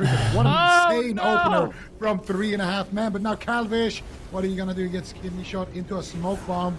But Kearney, we're going to watch this tournament. We're going to eat some food. Spirit. And now, I would say Unitas, they are in big trouble here. Guardian. I'm really worried right now. Like that was the best case scenario here. They need a miracle right now, Unitas, to try and pull this off. Corlic is stunned up. They're going after him. Crowd controlling the whole team. Aiden's trying to get there to save him. Will he be able to save Corlic? 1 second left on the cheap shot. Greater Fade out at 30%. Connecting some big heals. Power invasion around the corner. Corlic's going to be able to recover. Unitas survived that scary moment. Calvish is still just on Corlic's back, building up combo points, getting ready for another attack, I think, at his life here in game number 3. Aiden trying to shut down Nuked a bit. Abreu getting feared behind the pillar. They haven't decided to pull the trigger just yet. Where are they going to go with it? Calvish is stunned up. Unitas still trying to go after Calvish. Double Ring of Frost, but no stuns. Calvish turns around, stunning Aiden. Polymorph now onto Corlic. They're giving up on Corlic as a target. This cheap shot's not long whatsoever. Is this going to buy time for Aiden to dismantle Calvish and stop him from reconnecting? Shadowy Duel is still an option here, though, for Calvish. If they can get like a Resonator off with that, that could be a very scary play for Unitas to deal with. Yeah, I mean, let's see what they can do. Aiden now going for a full kitty shot onto Calvish. Let's see. It looks like Abreu is going to be in the polymorph. Aiden should be fine. Calvish actually gets feared away there. Now it's going to be Aiden that is in trouble. He's got the cheat death. He's incredibly low. There's the Can duel. they take him down. Shadowy Duel from Calvish. The shadow step. Barely holding on. Can he do it? He needs to just hold on a little bit longer. Corlic connects the heels. Combustion now by Abreu trying to reverse the pressure. Big polymorphs coming in. Sheep on Kearney. But that's going to be short as well with that Sefu. He's able to escape. Calvish potentially getting a re-stealth here. And now there is a little bit of an opening. Kearney gets kidney shot as they're going after him. Calvish just vanishes out immediately. Throws the blind onto Corlic. Maybe looking for a sap and then a potential open on Aiden. But Aiden actually gets the sap on Calvish. Calvish gets out of the sap, gets a re-stealth. I don't know what's going on right now, but this is an absolutely insane back and forth game. Aiden caught into the stun. Big mind games connects on Aiden. He's got the cheat death, but is it going to be enough to survive? Does not proc the cheat death, but Guardian Spirit is used by Corlic as Aiden and Abreu. Corlic trying to reverse the pressure, but they just can't find their opening. Finally, getting a stun here on Calvish. He does have the trinket. He's got the cheat death. He has the tools to survive, getting incredibly low. Crimson Vow comes in. Kearney's forced to trade on his trinket. Both these teams just exchanging blows, very back and forth. Very nice recovery from Unitas here, but the Guardian Spirit was procced just now from Corlic, so he's not going to have that for a long time. Sheep shot onto Corlic. Nice stun here onto Calvish. Aiden actually going to trinket out defensively. Blind Calvish and go after Kearney, and big damage coming out there with the Resonator. It's going to explode. Kearney going to trade out the trinket and the Guardian Spirit. Actually, just trinket in that exchange. And now Calvish getting stunned up here as well. And Mind Games getting casted out of Calvish. Defensive smoke bomb. The Mind Games did connect. Calvish still has that cheat death. And it will proc right there. Kearney still in a fear. He just needs one more second to survive. And he will survive. Absolutely insane. And there it is. The value of cheat death. That's that moment that we talked about in the pregame where the rogue is very, very susceptible to dying with that CC chain. Now, Sheep onto Corlic. Beautiful damage coming out onto Aiden. Aiden though with the Shadow steps over, gets a nice kick here, and he will be able to survive that CC chain. Still 2 minutes on that Guardian Spirit for Korlik. Kearney still has his in his back pocket, but he can't use it while he's sheep. And now Calvish could be in big trouble. He's going to trinket out immediately, get stunned on his trinket. Holy Fire coming out, Smite's coming out, another stun here, and Calvish will survive there with a defensive shadowy duo. But that was another close call here, and this game is so back and forth. Yeah, they're setting up on Aiden here. Can they take him out? Evasion at half health manages to vanish from the fight, and now get a reopener. Calvish vanishes the reopener by Aiden.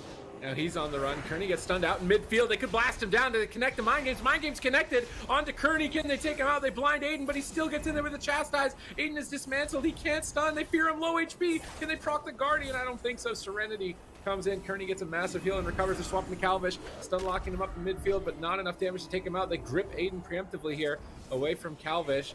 Anticipating the stun lock, Calvish struggling to just waddle over and reconnect. He's actually swapping to Korlik. Stun lock on Korlik, cheap shot on Aiden, going for the kill here. Can they connect the Mind Games onto Korlik and take him out? Doesn't look like it. They're going to fear him at low health. Just pause the fight for now. Maybe switch to a different target, but they can't switch. Calvish is in a Dragon's Breath, unable to connect. Kearney is still ahead on mana. That seems to be one of the biggest differences between these teams. When the games go on for a prolonged period of time, Kearney has always had the mana advantage, and if it keeps going, I think that could win them the game.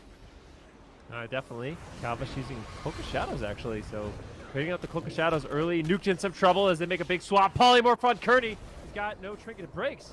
Unfortunately, Kearney will get free of that crowd control. Nuke should be able to survive. Dragon's Breath right now on Aiden, on Abrua. Where are they going? 3.5 men trying to set something up. Double Fear coming in, but Calvish is just getting controlled. Abrua playing out of his mind in this game, getting lots of preemptive CC on Calvish, really slowing down these goes. Polymorph now into Abrua as Nuke trying to reverse the crowd control. There are a few openings here. I mean, on the side of 3.5 men, there is no trinket available, at least for Aiden. He does have his trinket, dampening now in as they make a swap over onto the mage. Can they get the cauterize? Nuke is incredibly low. Keep in mind, he has no ice block. He's traded it out aggressively. So if they can get this cauterize, it's going to be devastation for the side of 3.5 men. Nuke holds on. Big Guardian Spear here from Kearney. As now 3.5 men need to start developing some pressure. They haven't had a good setup in quite some time now, going after Abrua. Abrua going to respect that and just trade out an early ice block. Now they're going to go after Aiden with the remainder of that Shadow Dance. They won't get anything from Aiden though. Nuke here using his combustion in that go. So somewhat of a fair trade. The Mind Games was connected there as well, but now they're going to go after Kearney. No trinket available. Abrua with no combustion though. Mind Games they'll connect onto Kearney. They're actually going to sheep him, but they break the sheep here onto Kearney. Does it look like everybody's on the same page? DR Ring of Frost coming out here, and it doesn't look like they are able to connect onto any one of the DPS members here of 3.5 men. Beautiful defense from them. Calvish in a polymorph right now, getting controlled up. Nuke now going to sheep Abrua. Abrua going to trinket out here aggressively, looking to get something going, but he gets re-sheep. And now sheep onto Korlik. It actually gets premonition there, beautifully done by Korlik. And now another setup onto Kearney. Big damage coming into the damage. One more sheep should do it. And they will send Kearney into Guardian Angel now. Did he swap to the Res Legendary? They're all staying in the game. He's spamming out the heals. He's got Sephuz. I don't think so. He might. I'm not sure. No, I see the Sephuz proc on him. Bow out. And Kearney and 3.5 men will not win that game. It's going to be Unitas moving up in the series here, 2-1. This is amazing. I mean, I'm going to be completely honest with you. I thought 3.5 men, like in terms of RMP mirrors, are just, you know, ahead of the game. But Unitas really stepping up here. Aiden and Abrua, I mean, like I said, these two have built a lot of synergy together. Fantastic rogue mage, backed up by Korlik. They have Jawa, you know, watching the games from the sideline right now. But Unitas, a real solid team. I mean, they got the compositions, and going into these RMP mirrors, they're doing a really good job. Really curious to see if they can go all the way here. I mean, 3.5 men got second place last cup, so to be eliminated so early on would be remarkable. And we see Kauai in the lower bracket as well. It's such a tight fight for these teams in 2022, it seems, to qualify, and they're going to play through 2 more cups to qualify for the circuit. So after that, after these cups, that's kind of it for their opportunities to qualify. Losing out this early on is going to increase their risk for qualifications. Unitas having a really good showing in this particular match. I like that they started punishing the Holy Priests when they had no medallions and no Guardian Spirit, which is what made this swap lethal. There's nothing that the Holy Priest can do in the stun here. No Divine Spirit or Guardian Spirit for 9 seconds. No Trinket for 10 seconds. They saw that window, slipped through that window, and took the kill. Now moving on to match point, the pressure is on. Our 3.5 men going to be able to deal with the pressure. First time we see, well, this is kind of the first season we've seen them come into tournament play on the side of 3.5 men as a roster. Unitas, I feel like, have been playing at least for a decent amount of time in tournaments, so the pressure is on. What happens when the pressure is on? I mean, that's a really good question. We'll have to see if they can kind of rise to the occasion, because at this point, it's kind of do or die. This is the first small map we're going to, so actually completely switching it up, 3.5 men, does not like the way the games are going, so they're going to be opting for a smaller map. We've seen some strategy changes. Actually, I don't know. It seems like all 3 targets really are a great option for these teams. They could just get those clean setups. It's looking solid, but we're seeing both rogues actually commit shadowy duels defensively quite often, so really good denial. I mean, the sub-rogue has stuns so often that you can actually use it offensively, but also very strong defensively, so you have to trade out your stun DRs defensively. You can do that, triple cheap shot everyone, use your dismantle, use your shadowy duel. And I think both Aiden and Calvish are doing a really good job kind of disrupting the ghosts, as well as the mages. I mean, all 6 members in this game playing their rollout basically perfectly, and that's why we're seeing these games extended so long. Yeah, absolutely. And also just the preemptive kiting between the rogues. A lot of rogues, they don't realize when they're in those deadly situations, but both of these rogues just preemptively vanishing and just running away before, danger even strikes. So definitely finding those opportunities defensively, but also I really like Unitas kind of going after the priest more, because that's how we see a lot of these games. All right, hold on, chat.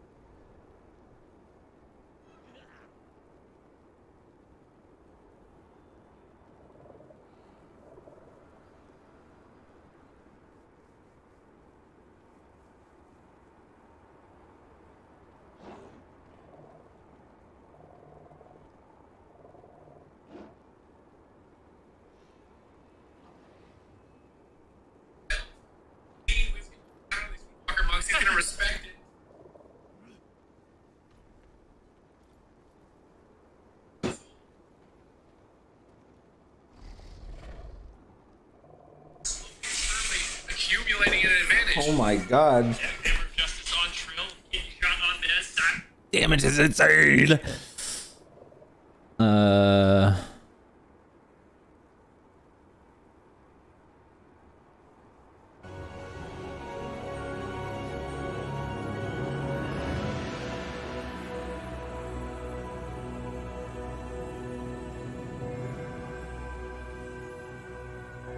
Where's my library? There we go.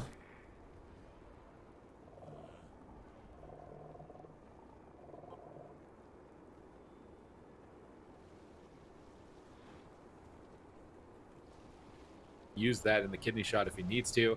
Anti-magic zone is up as well, but this is where the swap happens onto Sea-Doo. Pops the Vendetta, double fear, another clean setup here by the Golden Guardians. And they don't even get Guardian Spirit during the kidney. He's able to sit the entire kidney during Vendetta. I think that was Smoke Bomb too, off screen by Peekaboo. So Sea-Doo doesn't even have to trade for that. They get a grip, they get a double blind, they try and pre-bop it, they purge off the bop and get a double stun. Oh and my a fear on god. Upsurge. It's just over at that point. You're not coming back from that. And yeah, Team Liquid, the Windwalker Death Knight. It's been the Kryptonite for the Golden Guardians like for years now, I swear. I think it's been years that they've been Kryptonite. It's kind of the same way that Cloud9 were the Kryptonite for Team Liquid for so long. And it's just like they have to figure out an answer to it. What's it going to be? And last year they used Ret Hunter a lot. I'm not actually totally against that if it's actually still an option for them for this Cleave matchup. But then they're going to need something that's like a safe blind pick.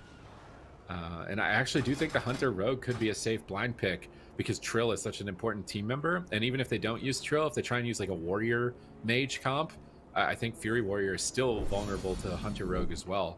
So I would like to see them at least try it at some point in the series. Maybe you don't go like full meme with the Night Fae Holy Paladin, but I swear it's a viable option. And it's great to exploit against specs that don't have like outright immunities. Like the enemy team doesn't have a Holy Paladin or a Paladin in general. It's really potent.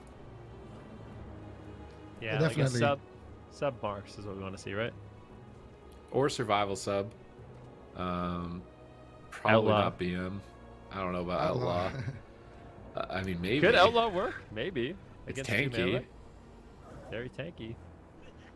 Maybe. I don't Maybe. But Playing let's just take a moment to English. appreciate the fact that we're seeing Team Liquid on the Windwalker DK, Yeah. and it's so exciting. At least I think it's super exciting to see these guys. I mean, Sea-Doo as well there. Some key offensive purges, especially there at the end. They get the Blinding Sleet. It was actually pre-off. Why do you play the by PvP Upsurge, build? I don't but, get that. Just Sea-Doo managing to snipe it without leaving a gap, because that's the important thing. If the Blinding Sleet ends and the bop is still there, you can't double stun. And you know, Whiskey, if you wait a little bit, he's gonna get that pre-fade, so he can avoid it.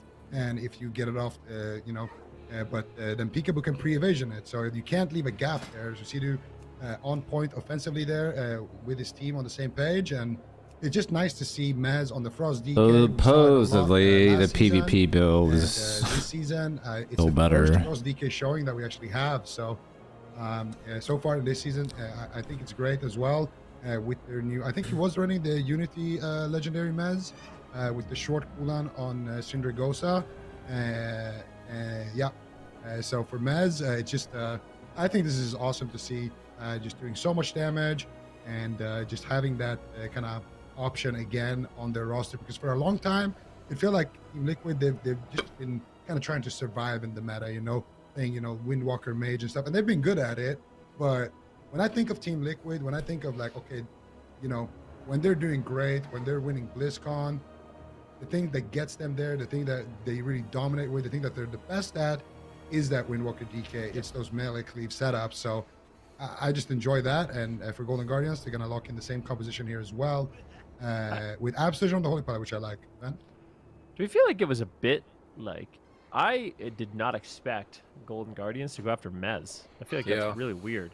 Why would you go after Mez? He has twice as many stun breaks, anti-magic shell, a really reliable cooldown. He can kind of stay in the fight and continue to heal himself. So I think if Golden Guardians, I'm not sure that that's the way the matchup is supposed to play out. I think maybe targeting just wasn't good. I say they should go after Trill. I mean, when we've seen them beat Windwalker DK in the past, it's very aggressive openers on Trill. making him fall behind. I mean, I can think of countless games where Trill goes down in just like the first minute to, you know, a really offensive push by the Golden Guardians. So that's what I want to see. Golden Guardians test Trill in this one. Obviously a phenomenal Windwalker monk, but I think in general Windwalkers are going to be a lot more squishy to this type of damage. All right, than, I'm doing it. I'm trying the fucking. I think, yes, I want to see them go after Trill, but I also kind of want to see them go after Sea-Doo. Like, I know maybe it sounds a little crazy, but I think a lot of the time when we see the Golden Guardians actually win against melee cleaves, it's with Absterge and Whiskey kind of 2v2ing the melees and Peekaboo trying to solo the healer.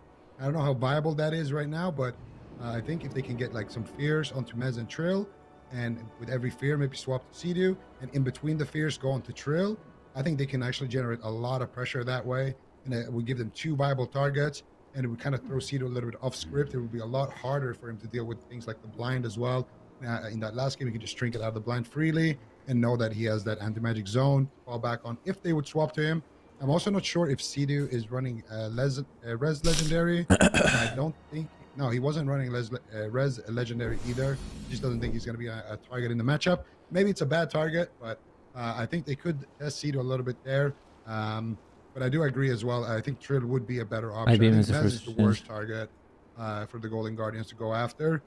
He takes a lot of damage, but he just has so many stun breaks. He just has so many immunities to magic damage, and also a lot of self-healing, of course, as well. So it just feels like Mez, it baits them because he drops low, but then he just heals back up again. So I think Mez, definitely don't go after Mez.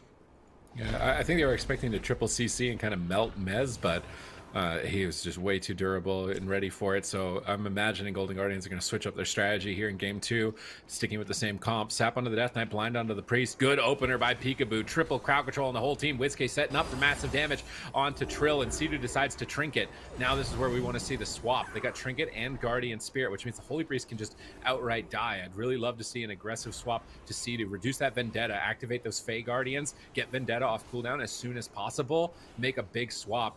Peekaboo's retreating for now. They're trying to bait Trill and Mez behind the pillar, but Mez is sitting there, that 8-bomb limb ready. Trill's caught in a kidney, pre-grip by Sea-Doo. No smoke bomb committed by Peekaboo just yet, but I like that they're still mixing up. Peekaboo goes for a re-stealth. Here comes the leg sweep, though, from Trill. Cheap shots out from Peekaboo, peeling the whole team, buying time for Absterge to get some big kills out here, which he is going to need. This is a lot of damage coming out from both Mez and Trill, and this is a good answer from the Golden Guardians so far. Still no Trinket for 2 minutes. Still no Guardian Spirit for 28 seconds. Vendetta is up. This is time. Stun, silence, go after Sea-Doo. Sea-Doo pre-fades. He's anticipating the swap. He's pulling back behind the pillar. I really just want to see some freedoms out right now in Peekaboo. Get him to Sea-Doo. You've got 17 seconds to kill Sea-Doo.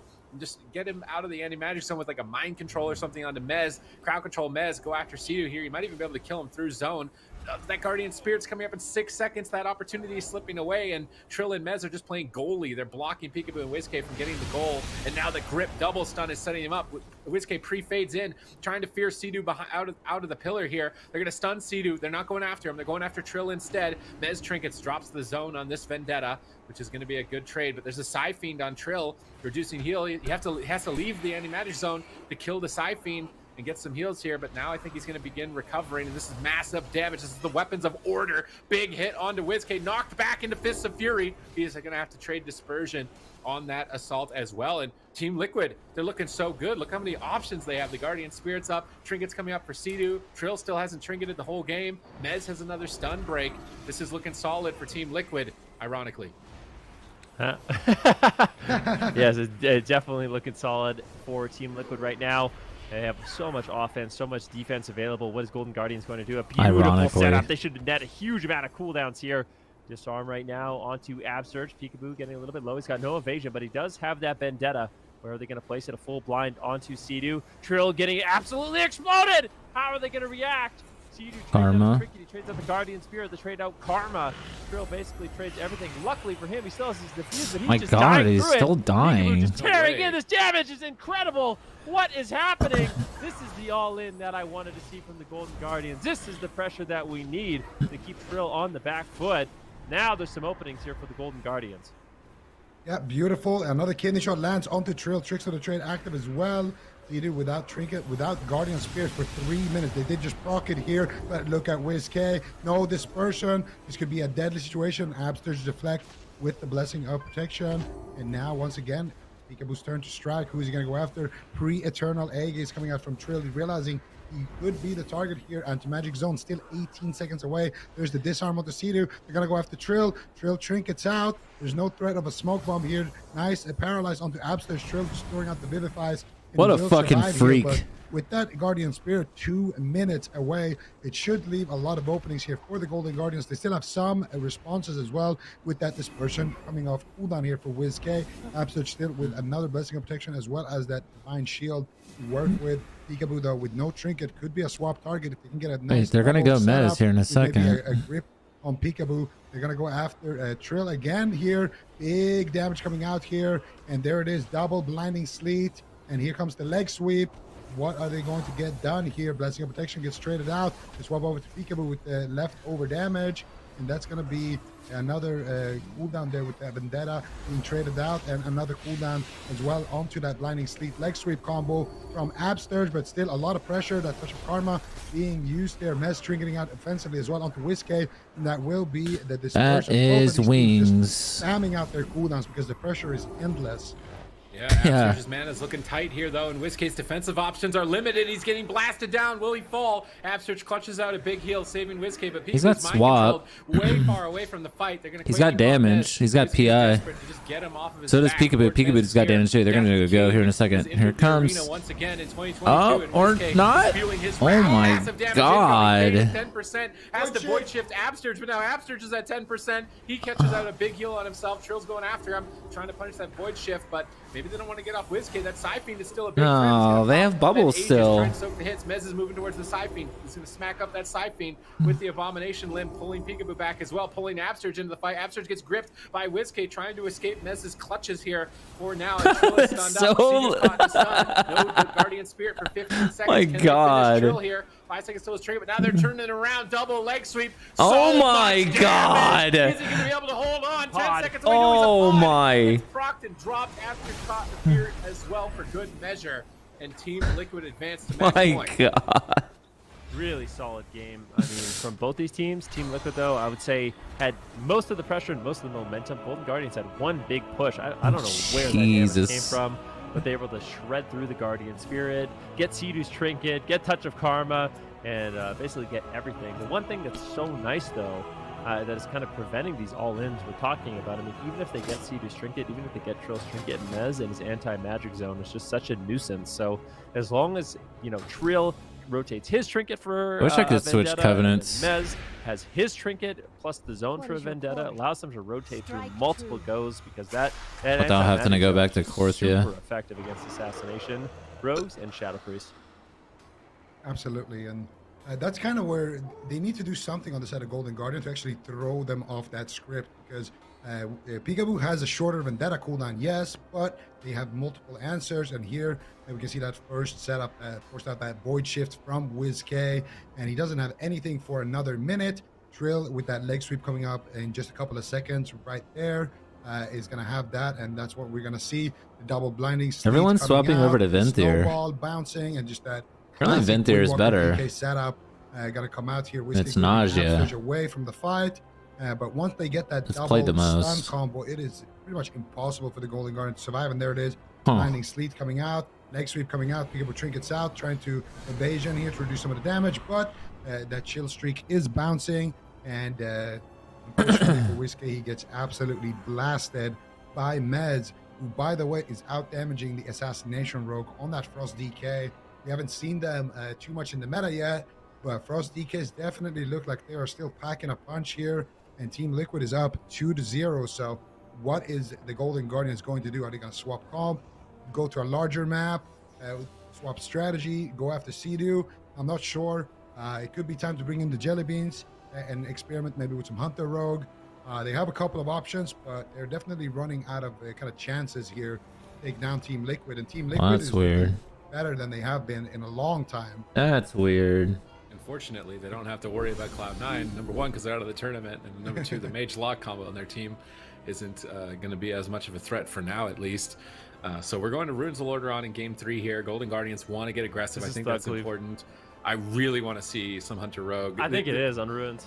The only problem is, can they blind pick it? And I'm thinking they can. Actually, out of all the comps Team Liquid has, it revolves around a melee DPS that can be exploited. Like, you can kill a Windwalker Monk as Hunter Rogue, and I think you can kill a Fury Warrior as Hunter Rogue. So as long as one of those classes are in the game, I think that Golden Guardians can pull off a reverse sweep with Hunter Rogue, and I think that's every comp for Team Liquid. It has a Windwalker or a Fury Warrior. Like, what comp wouldn't have that? Shadow Priest DK, maybe? Shadow Priest DK actually might be really tough for Hunter Rogue. That's a pretty tanky comp. I don't know. They played that yesterday. Did they actually play that? Yeah, maybe they played maybe, it yesterday and beat me. If they lock Hunter Rogue and Hunter Rogue works, I actually think Team Liquid should do Shadow Priest DK. I think that way you've got 3 targets that can't die in a stun. They all have their own personal way to survive and all in, and a trinket. So that might be their bulletproof comp for this. But yeah, I want to see Jellybeans here. The Shadow Priest Rogue, like, there's one scary moment. They got every cooldown, but then they just couldn't follow it up. And it's Team Liquid's Chains of Ice spam that's just making it so difficult for the Golden Guardians to actually get to the target that they want to finish with the Shadow Priest Rogue Paladin. So we're waiting to see what they're going to do here. Is Jellybeans going to step in on Runes of Lordaeron? Are they going to do an aggressive all-in? Are they going to risk it here? Like, they're down 2 now. They could be sent to the lower bracket, and they face Kawhi, right? I think. Either way, they've got a scary team down there. It's 3.5 men or Kawhi. So first and second place of last week, they have to face in the lower bracket, one or the other. If they get knocked down, I don't think that's where you really want to be right now. As the Golden Guardians, you'd much rather just lock your spot in for Sunday right now and reverse sweep it. So they're taking their time. They obviously want to discuss it. Maybe there's a Covenant swap. Maybe they're not getting the value out of the Night Phase Shadow Priest that they were expecting to get. Maybe Mind Games would be better for them.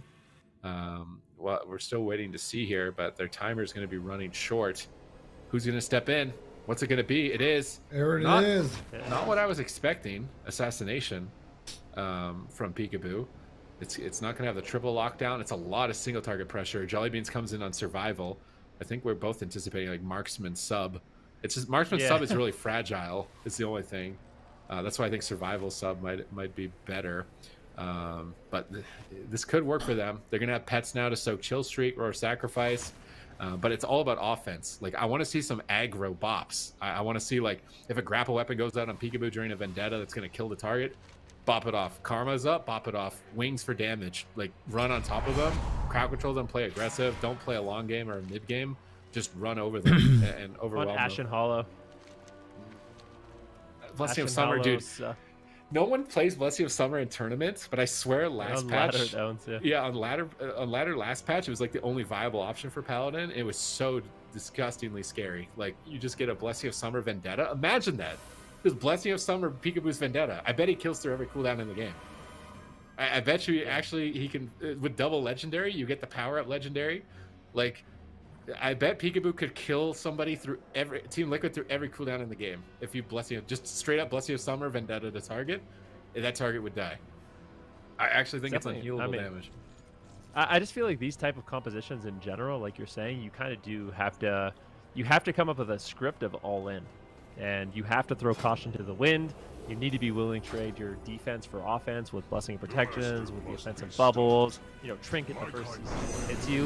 You just need to get your consistent goes. Keep Team Liquid on the back foot. If Golden Guardians can do that, I think they definitely have a fair shot in this one. But I do worry a little bit. If they try to play a long game, they're going to get run over. Like, if they're not willing to go all out aggression, I feel like eventually Jellybeans is going to get destroyed with a Windwalker, Death Knight, Chains of Ice. I mean, Jellybeans on the Survival Hunter are going to be able to kite quite a bit, but the one thing I'd say that slows that down is, the Death Grips, the Abomination's Limb, the range, Chains of Ice from Mez, make it really, really difficult for Jellybeans to actually kite and get effective distance, and I think if he can't get distance, he's likely going to die really quick. So we need to see all-out aggression from the Golden Guardian, something that they're good at, but have they practiced it enough to be able to pull it off, when everything's on the line?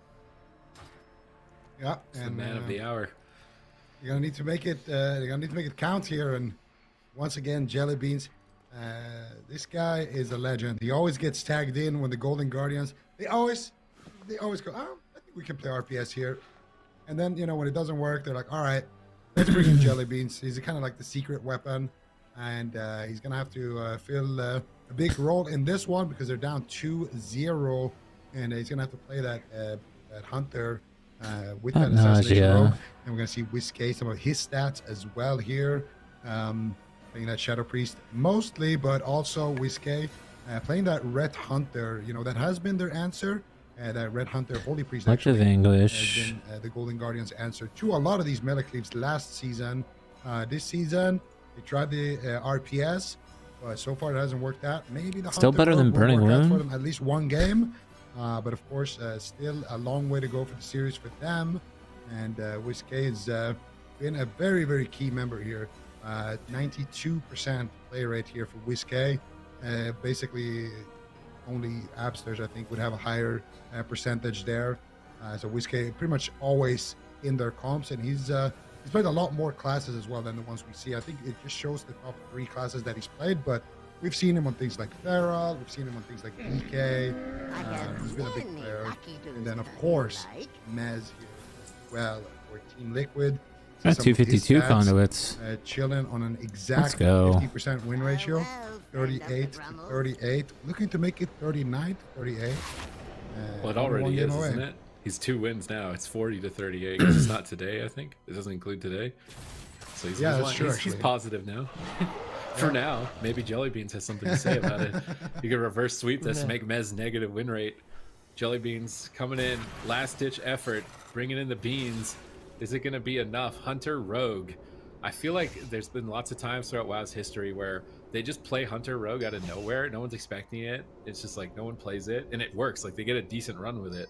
Almost go all the way. I think there was one BlizzCon where they almost went all the way with it. I think it was Hunters or Outlaw Survival at that time. So I'm excited to see the Hunter Rogue. I think it's a good pick into a Windwalker. I think it's really easy to exploit them and just gun them down, bop off their defensive cooldowns, win in a really early game kill. But it's going to take a very specific type of play style to be able to pull it off. They need to know their plan, who's going to be crowd controlling who, when are they going to go aggressive. I really want to see some aggro paladin plays from Absterge, like throwing out as much damage as possible with that Vanquisher's Hammer and Judgments and Hammers of Wrath. Like max out the damage meter, get on top of them while you're basically immune to death with Avenging Wrath. You can just stabilize yourself with one word of glory if you're playing Necro Lord. So I just want to see aggression, aggression, aggression, nothing but aggression. Run in there, tear them apart, show us what the Hunter Rogue can do. Yeah. I mean, it's Runes of Lordaeron too. It's a perfect map to do it. I kind of wonder, I mean, just talking about some of the different compositions and classes, like with some of the things that are kind of rising to power, Destruction Warlocks have had a really good representation. They're actually getting some buffs as well. They're getting a 5% overall damage buff. I feel like WizK picking up a Destruction Warlock would give their team some more compositions that they could run. Potentially even Hunter Warlock could be strong. The Assassination Rogue Warlock could be really, really strong. Give them a little bit more flexibility in these matchups. Although in North America last week, a Shadow Priest did win from Kawhi. So they played Prev, obviously the Shadow Priest Rogue Paladin.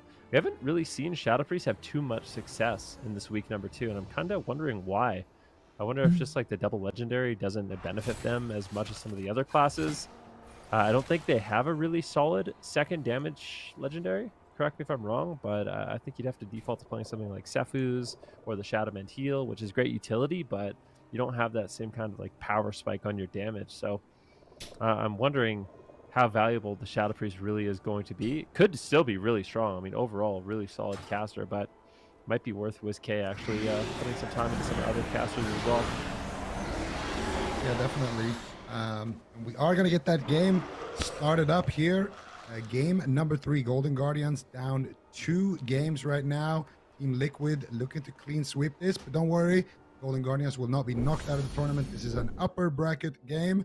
The loser will go down to that lower bracket, and that's. I don't think this is gonna. Strong teams, down I don't know why they're. And we got Kawhi waiting in the Playing wings. Venthyr, obviously. I don't see this beating exactly it. the matchup that you want to beat going up against for the Golden Guardians. They're gonna try to bring back Sirius here, bringing in the beans, and let's see if they can do it. Gates have open. Bring in the Who will be beans. the target? We're assuming that they're gonna go after Trill here, and potentially just try to crowd control Sea-Doo. They get a sap onto Trill, and they swap it over to Sea-Doo. Jellybean's making his way over. There's a blind onto Sea-Doo.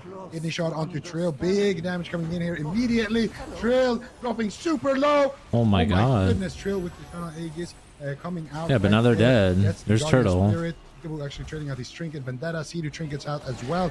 Jellybeans with the aspect of the turtle right there as well. Taking a lot of damage. Oh, he just got Sacrificing out fucking now onto Jellybeans bullshitted. as well, with the Blessing of Freedom.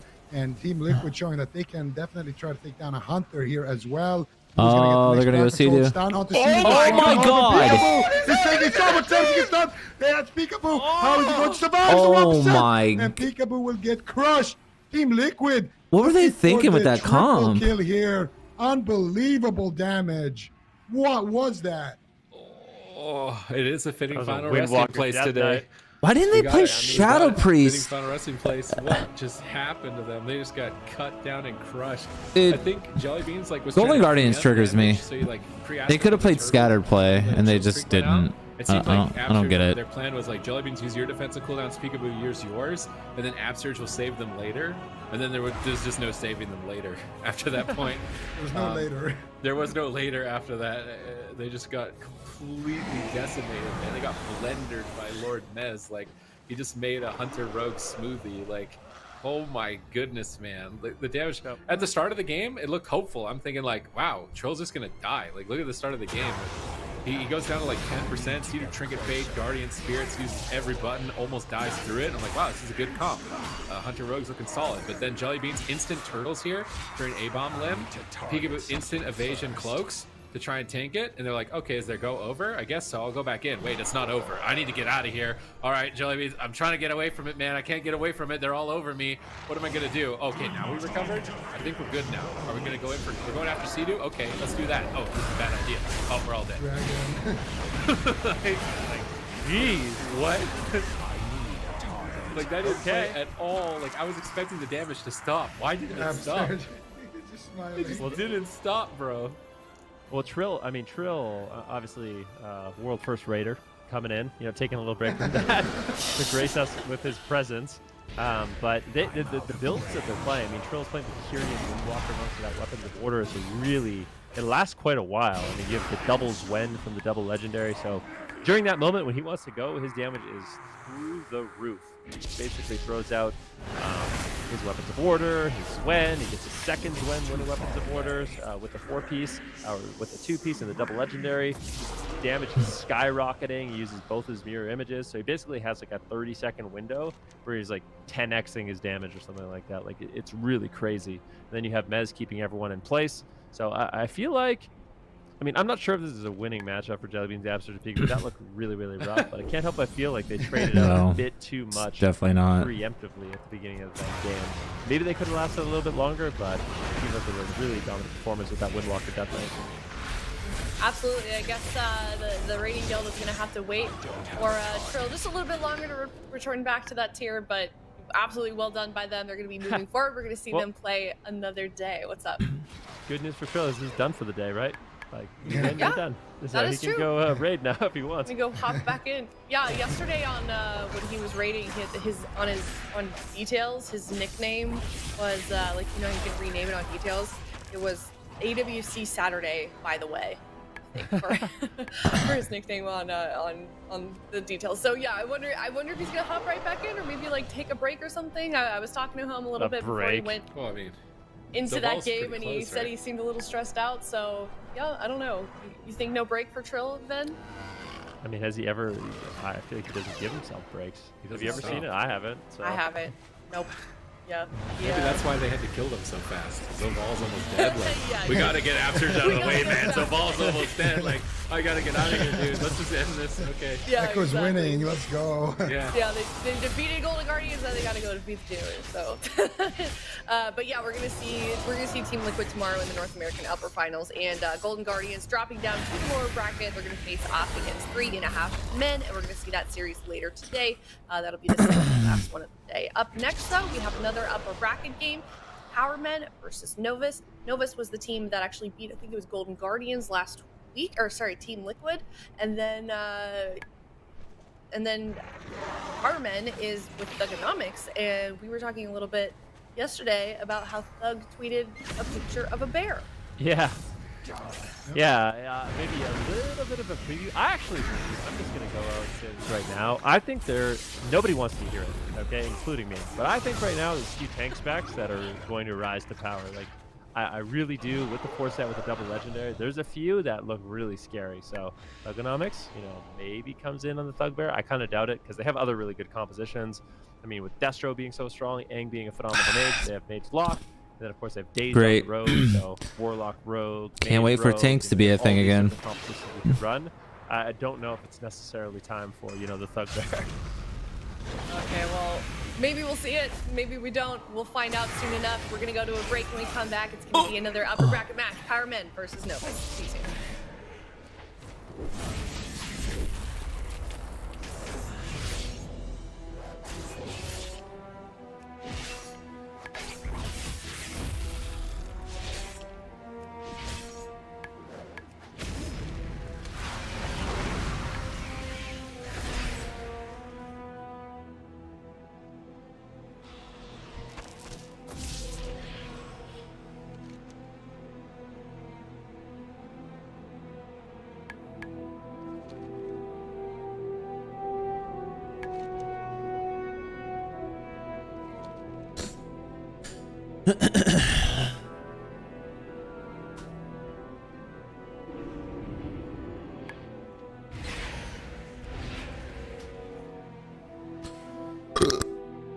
Okay, Venthyr is really fun. Not gonna lie. Super duper fun.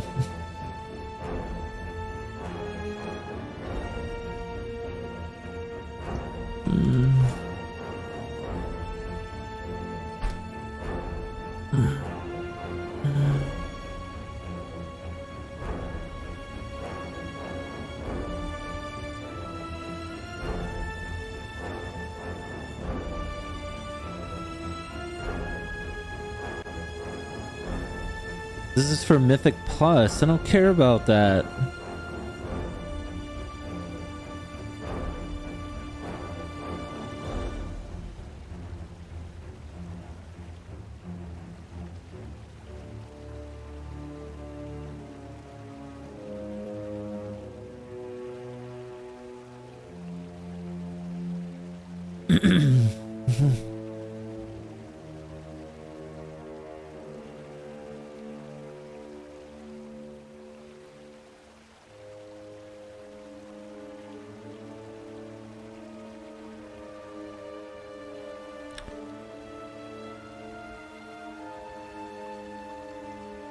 Playing Kyrian?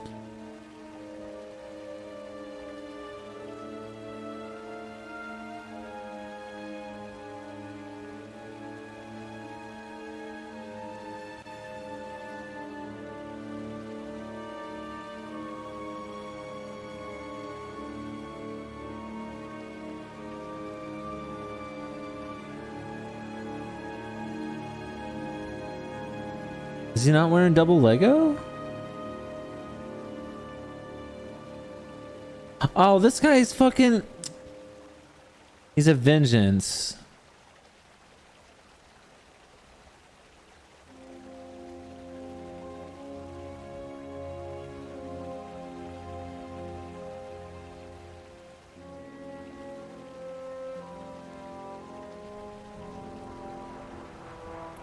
Welcome back, everyone. If you're just now tuning in, we just finished up an upper bracket round. Team Liquid versus Golden Guardians. Team Liquid did take that victory, but it's upper bracket, so we're going to see Golden Guardians fight another day, and that's going to be later today against 3.5 Men. But we have one more upper bracket series before the day ends, and it's going to be Power Men versus Novus.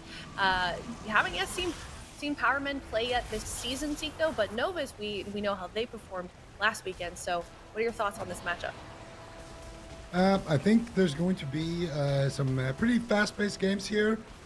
Power Man, this is a team, you love to see these guys. There's a lot of experience on this team. Thugonomics, one of the longest-standing competitors in the game. He's been, we like to call him, the OG Destro Warlock. He's been here at this point for decades. And of course, the rest of his team, we've seen Aang kind of jumping in for Charlotte Phoenix at the end of last year. Had a nice run. And Daze and Tuna, I don't think we've seen them too much here in the AWC. And of course, we did see Novos. They're kind of the newcomers. coming in that last week and playing that RMP. So I think we're going to see either a Rogue Mage mirror, or we might see a Destrolock Mage versus Rogue Mage, or actually maybe I think we're going to see a Warlock Rogue versus Rogue Mage. That's what I would have to guess, but anything is possible with the ergonomics and the Power Man, and it is going to be a Warlock Rogue versus Rogue Mage. So a lot of points there. Did you cheat? I did not cheat, Super T's, okay? This is, cheated many times in the past. So I'm just making sure. You guys are just jealous because I got this one right. Maybe. I'm jealous. I don't cheat. Right. Just making sure, you know, it's all You're legit. not. Stickers are on the line. So make sure everything is in order. Yeah, Thugonomic's gonna be playing Necro Lord. Correct me if I'm wrong, but I feel like a lot of the European Warlocks were playing Night Fae, weren't they? Depends on the matchup. I think most of them are playing Necro into RMP, but they're playing like Night Fae with double caster as well. You're just getting like a little bit of an extra stat boost, as Decimating Bolt is just going to be an extra threat, so, and an extra thing you can cast when you're interrupted. Looks like they're setting up early crowd control though, with Whaler and a Chastise. Triple Shadow Fury out from Thugonomics. Incinerate's already getting blasted in. Dopamine under fire. Double Mortal Coil. Domination so far from the Power Men in these initial stages. They're just unrelentless. Pressure coming out right now. Thugonomics Good. Kill these in the fucks. backline. Dazed finally. Oh no, that Inferno around the corner. Oh my goodness, the rate of fire cleaving the whole team. Whaler's desperate. They're trying to line of sight. They're trying to figure out what they want to do. They've probably never seen this composition. The Rogue Destruction Warlock. It is very uncommon, but it is definitely on the rise. We've seen Nazarens perform on Casual Dads in EU. Power Men taking it here in North America. They need to recover, but they just can't. They're getting no opportunities to breathe. They're desperate. They chastise Thugonomics. They fear Thugonomics. They're just trying to get the Warlock out of the game, trying to turn it around with the mind games here onto Dazed, the Rogue, but he pre-feints the kidney shot. He's going to pop the Cloak of Shadows, continue after Dopamine. Mortal Coil, Fear Spam out from Thugonomics, trying to get crowd control, not finding it on the healer. Tuna sitting through a big chain. Dazed can't connect. Vendetta coming up soon. Blind is available. That's going to be a big power moment here for the Power Men. Yeah, let's see if they can do it. I mean, Thugonomics right now still trying to just get an angle. I think Novus at this point is, they're afraid. Like, let's be honest, they're hiding, they're running. But I feel like this is their moment to maybe get aggressive. Dark doesn't have his Infernals and he doesn't have the Dark Soul. However, let's see what Palomar can do. He's currently caught into a Dismantle. Hasn't really been able to get a setup for quite some time. Now gets Chastise. So still just getting crowd control. Really unfortunate. Now getting a Dispel. Still trying to find his target, but just can't. Now Kidney Shot on Dazed. Big potential swap, but Tuna is there. Carmen looking good. Big Chaos Bolts on Dopamine once again. He gets swapped too on his Combustion, big Kidney Shot, but that gets shut down. Beautiful grip coming in from Whaler to save Dopamine. Thugonomics definitely punishing him. If you were on the open, Thugonomics is going to punish you and force you to run away and hide. There's so much pressure coming out from the Power Men at this point. You know, even like when you're a mage and you're popping your Combustion and you're trying to get aggressive and you get gripped back to the pillar, that's one of the worst feelings that can happen to you, or that you can have in a match. But it was necessary, and Dopamine will at least survive. Nice preemptive alter time here from Dopamine. And did they purge it though? It looks like they did. Vendetta gets popped out here onto Dopamine. Big damage coming out with Thugonomics as well. On the flip side, taking a decent amount of damage here as well from Palomar. But it looks like Palomar is running out of steam, going back to his team here on the pillar. RMP, just waiting for those DRs to come back, just waiting to reset a little bit. Palomar doesn't want to stay on the same pillar as the rest of his team, so he can get that restuff potentially. Dazed already getting that restuff on the other side of the map, and potentially going to go after Palomar here, waiting for Palomar to strike, and then Dazed is going to strike onto him. Shadowy Duel, it looks like, was committed there with that Shadow Blades from Palomar. Big damage coming in onto Thug, but doesn't look like they actually forced anything onto Thug. Dopamine now going to be the target. Chaos Bolt from Thugonomics. Big hit coming in onto Dopamine. And once again, he's going to get that Ray of Hope with that Guardian Spirit. Should bring him back. Kill these full fucks. HP there from Whaler. Oh, They swap wow. over to Palomar. Infernals are out as well. Blind onto Tuna. No trinket onto Whaler, though he's getting swapped to as well. Thugonomics right now is having a field day, and Whaler could potentially just go down here. If Thug can get anything, he's stuck in a Kidney Shot, however. Full sap onto Ring of Frost. Chaos Thug Bolt. loading up the Chaos Balls. Here we go. Oh, Who's going to my. be the target? Dopamine takes a big hit right there, but he will duck, recover behind the pillar, and survive for now. All right, they're just pinned at the pillar right now. Full control to the side of the power men. Can Novus turn this around? Decimating bolt. These incinerates are going to be massive. 1 incinerate, 2 incinerates. Dopamine blinks out of line of sight. Ducks for cover. Dazed is stunned up in a smoke bomb, trying to go for a kill here. But Tuna ducks into the bomb, clutches out a heal here. Is it going to be enough? They soak the resonators. They might proc the Guardian Spirit. So much damage coming out of Novus here with that Shadow Blades. Did they proc the Guardian Spirit is what I want to see here. Chaos Bolt's lobbed out on the Whaler by Thugonomics. They didn't proc it. Fortunately here for Tuna, he's going to have that up in a minute, but nothing for a few more seconds. They're setting up on Palomar. They grip Palomar back behind the pillar, trying to recover. Chaos Bolt's flying through, stun over onto Daze. He pre-Aegis this stun. Dopamine's in a fear. There's no way Daze should be going down in this position with that nicely timed Aegis. He's still just keeping up his poisons, keeping up his bleeds on multiple targets, trying to keep the pressure going for the team. I like that he's playing a Necro Lord assassination rogue, getting that bone spike spread pressure rather than focusing on a single target. It's overwhelming them at the moment. Infernals are coming in hot. Dopamine down to 10%, almost going down. Palomar is disarmed as they're moving forward, trying to proc more Infernals with those rain of fires. Thugonomics going to find a target. Tuna, I think, wants to try and drink in the backline. Palomar's chasing them. Could get a snap here if they're not careful. He's going to cheap shot. Tuna pre-Holy Ward spears Palomar away. Dopamine gets spell locked on a Palomar. He's trying to get back to the pillar. Caught in midfield by a double Mortal Coil. Thugonomics setting up for a fear. Gets stepped kidney by Palomar. Shut down on it. Whaler's trying to turn it around, but he can't. He needs to heal Dopamine. Dopamine under fire by Daze. Thugonomics tearing in as well. Has to blink back behind the pillar. Tuna could get a drink here in this position. Maybe just win the game. They're going to get an ice block from Dopamine. The only thing that's not in the Powerman's favor right now is their mana. It's pretty even. I mean, Tuna's a little bit behind, but still, I mean, Whaler's not doing so hot himself. One is actually going to regen Tuna a little bit ahead, but Daze same time forces Tuna to blink it and pull the shadows. Daze canvas there by Novus. Beautiful setup, and now Daze is going to be vulnerable. However, he's playing that cheap death, so a little bit of a lifeline from that Necrolord as well. Daze has the full blind available, but not really too many openings. Might be able to get the free get from Whaler if he decides to commit that. Dark Soul available for Thugonomics.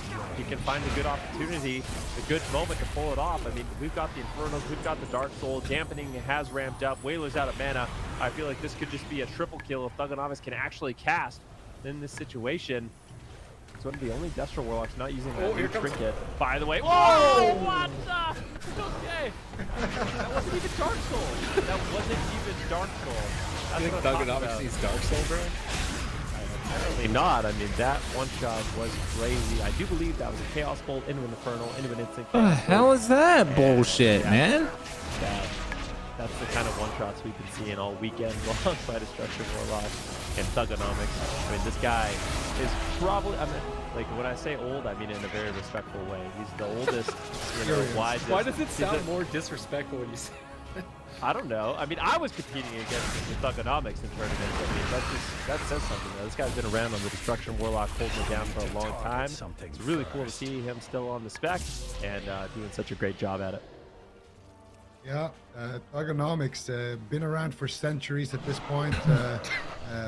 Centuries. No, I'm just kidding. Thugonomics, though, for real, has a lot of experience. And, you know, the cool thing about Thug as well is that he's typically been that guy who plays Destro, even when it's not that great. So he's definitely going to be happy to see, you know, Destro right now performing so well in EU and as well here in North America. We've seen a lot of Destruction Warlocks coming out. And, of course, the first game here by the Powerman in the upper bracket is gonna be won at the back of one of those big Chaos Bolts, and that's exactly how he set those up here.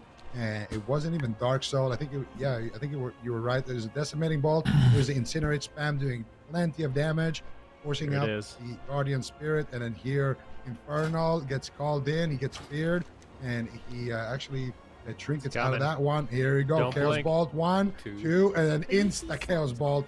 Yeah. What is that damage? I want to like watch that again. Can we watch that in slow motion the last like 10 seconds? He actually had Dark Soul and didn't even use it. I didn't even see the Chaos Bolt that was in the air though. He was just 2 casted Chaos Bolts. I swear he died to the second one. He died to the second one. It was a double. Yeah, it was a Chaos Bolt cast. I think he casted one on the mage and then he swapped one to the rogue and double bolted the rogue. Yeah. So he cast one on the mage, cast one on the rogue, and then Infernal insta Chaos Bolt, one shot. Goodbye, Palomar. And yeah, let's see it again. See it again. Nice. Staring at Palomar. We have the technology. Like, just look at Palomar. just stare at his character. Stare at his health bar. Because, like, I'm trying to do the quick math on this because I can't believe he's dead right now. If he had Dark Souls, I'd believe it, but he didn't Dark Souls, so I'm still just like in disbelief that he killed him here. So Thuganomics is just fishing for his Decimating Bolt here. Wants to get those Incinerates to soften up Polymorph for some Chaos Splits later on. Like, his Infernal's coming up. He really wants to line up that Infernal, and that's actually what secures the kill, is that Infernal stun, I'm pretty sure. That's coming up in 6 seconds, so it's like T-minus 5 seconds till blast off, and Thuganomics lets it rip. All right, Thuganomics, I'm watching this. This is in slow motion. He stuns him at like 80%. He gets behind the pillar, and he's like, oh, I'm fine now. I can play the game, right? And then he's going to run out here. Chaos Bolt, straight to the face. And it's on the mage. And then the second one is on Palomar. He's 50%. Like, what? I think that had to be an instant Chaos Bolt. I mean, he's just too close to the target. You don't even see the travel time on it. Yeah. There's no way. Like, that was way too. That was no Dark Soul. Yeah, all right. He procced an Inferno there at the end as well, just for good measure. Yeah, there wasn't enough damn. We're going to Hook Point, small map. I don't even know if I necessarily think this is better for Novos. I wonder if they switch it up. They go. They weren't playing Assassination last game, so maybe they play Assassination this game instead. Try to punish Thuganomics a little bit more with a really scary Vendetta and Kidneys, and I mean their setups are getting disrupted quite a bit. And it seems, pardon me, it seems like if their only option is to kind of go after the Assassination rogue. Was he playing Sephuz as well? Like, I'm really curious to see if Dave was playing Sephuz to just be all-out tanky. Yeah, he was. So if you're a sub-rogue and your only option is to kind of go after the Sephuz, Necro Assassination rogue, and you have a Warlock backing you up and a Holy Priest backing you up, it's a rough place to be, but they're going to try it again. So Polymorph going to be locking in the sub. Let's see if they can get different results here on this point. Also, Doug was playing a good old-fashioned medallion. Yeah, that's what I was gonna say. Echoing resolve, yeah. He doesn't like those 8-second kidneys, and what allowed him to get the kill at the end, drink it out of a fear, and ship Chaos Bolts. So definitely something that I personally like to see when you are playing that solo wizard warlock and we're playing with another melee. I just think the RMP just gets so much luck down, and on this map, Subrogue has an easy time to get the setups, but I think this map actually favors Powerman. This is the map where we saw Ryker get blasted yesterday in the same matchup, and it was at the back of Nazrin's Chaos Bolt in the start. They did their setup, it looked good, and then they went back to Killer, boom, auto-rise. Then at the end, they went for their setup, boom, dead without Ice Bomb. So I think the upside for Novos is, yes, the rogue will be able to stun and cheat the whole team much easier. But anytime you're waiting for those stun gears behind the pillar, there's going to be Rain of Fire coming down, Infernos proccing, Thuganomics looking for the angle to snipe the Chaos Bolts and the Incinerates. And I feel like it's, if you have a big map, it's a little bit safer for the RMP. And the RMP, you just need a couple of good setups to force out the trinkets and then get one good clean go with Combust to actually take somebody down. So if you're a Warlock, I think you don't mind this too much, unless it's an Assassination rogue, but that's not the case yet. There it is. At 0.1 seconds. It had no travel time. He was in melee range of him. Just like literally summoned the bolt inside of his skull. And didn't even have to go into the air at all. Oh my god. I want to see the percentages of health as well on that. Yeah. What percentage he would have. Okay.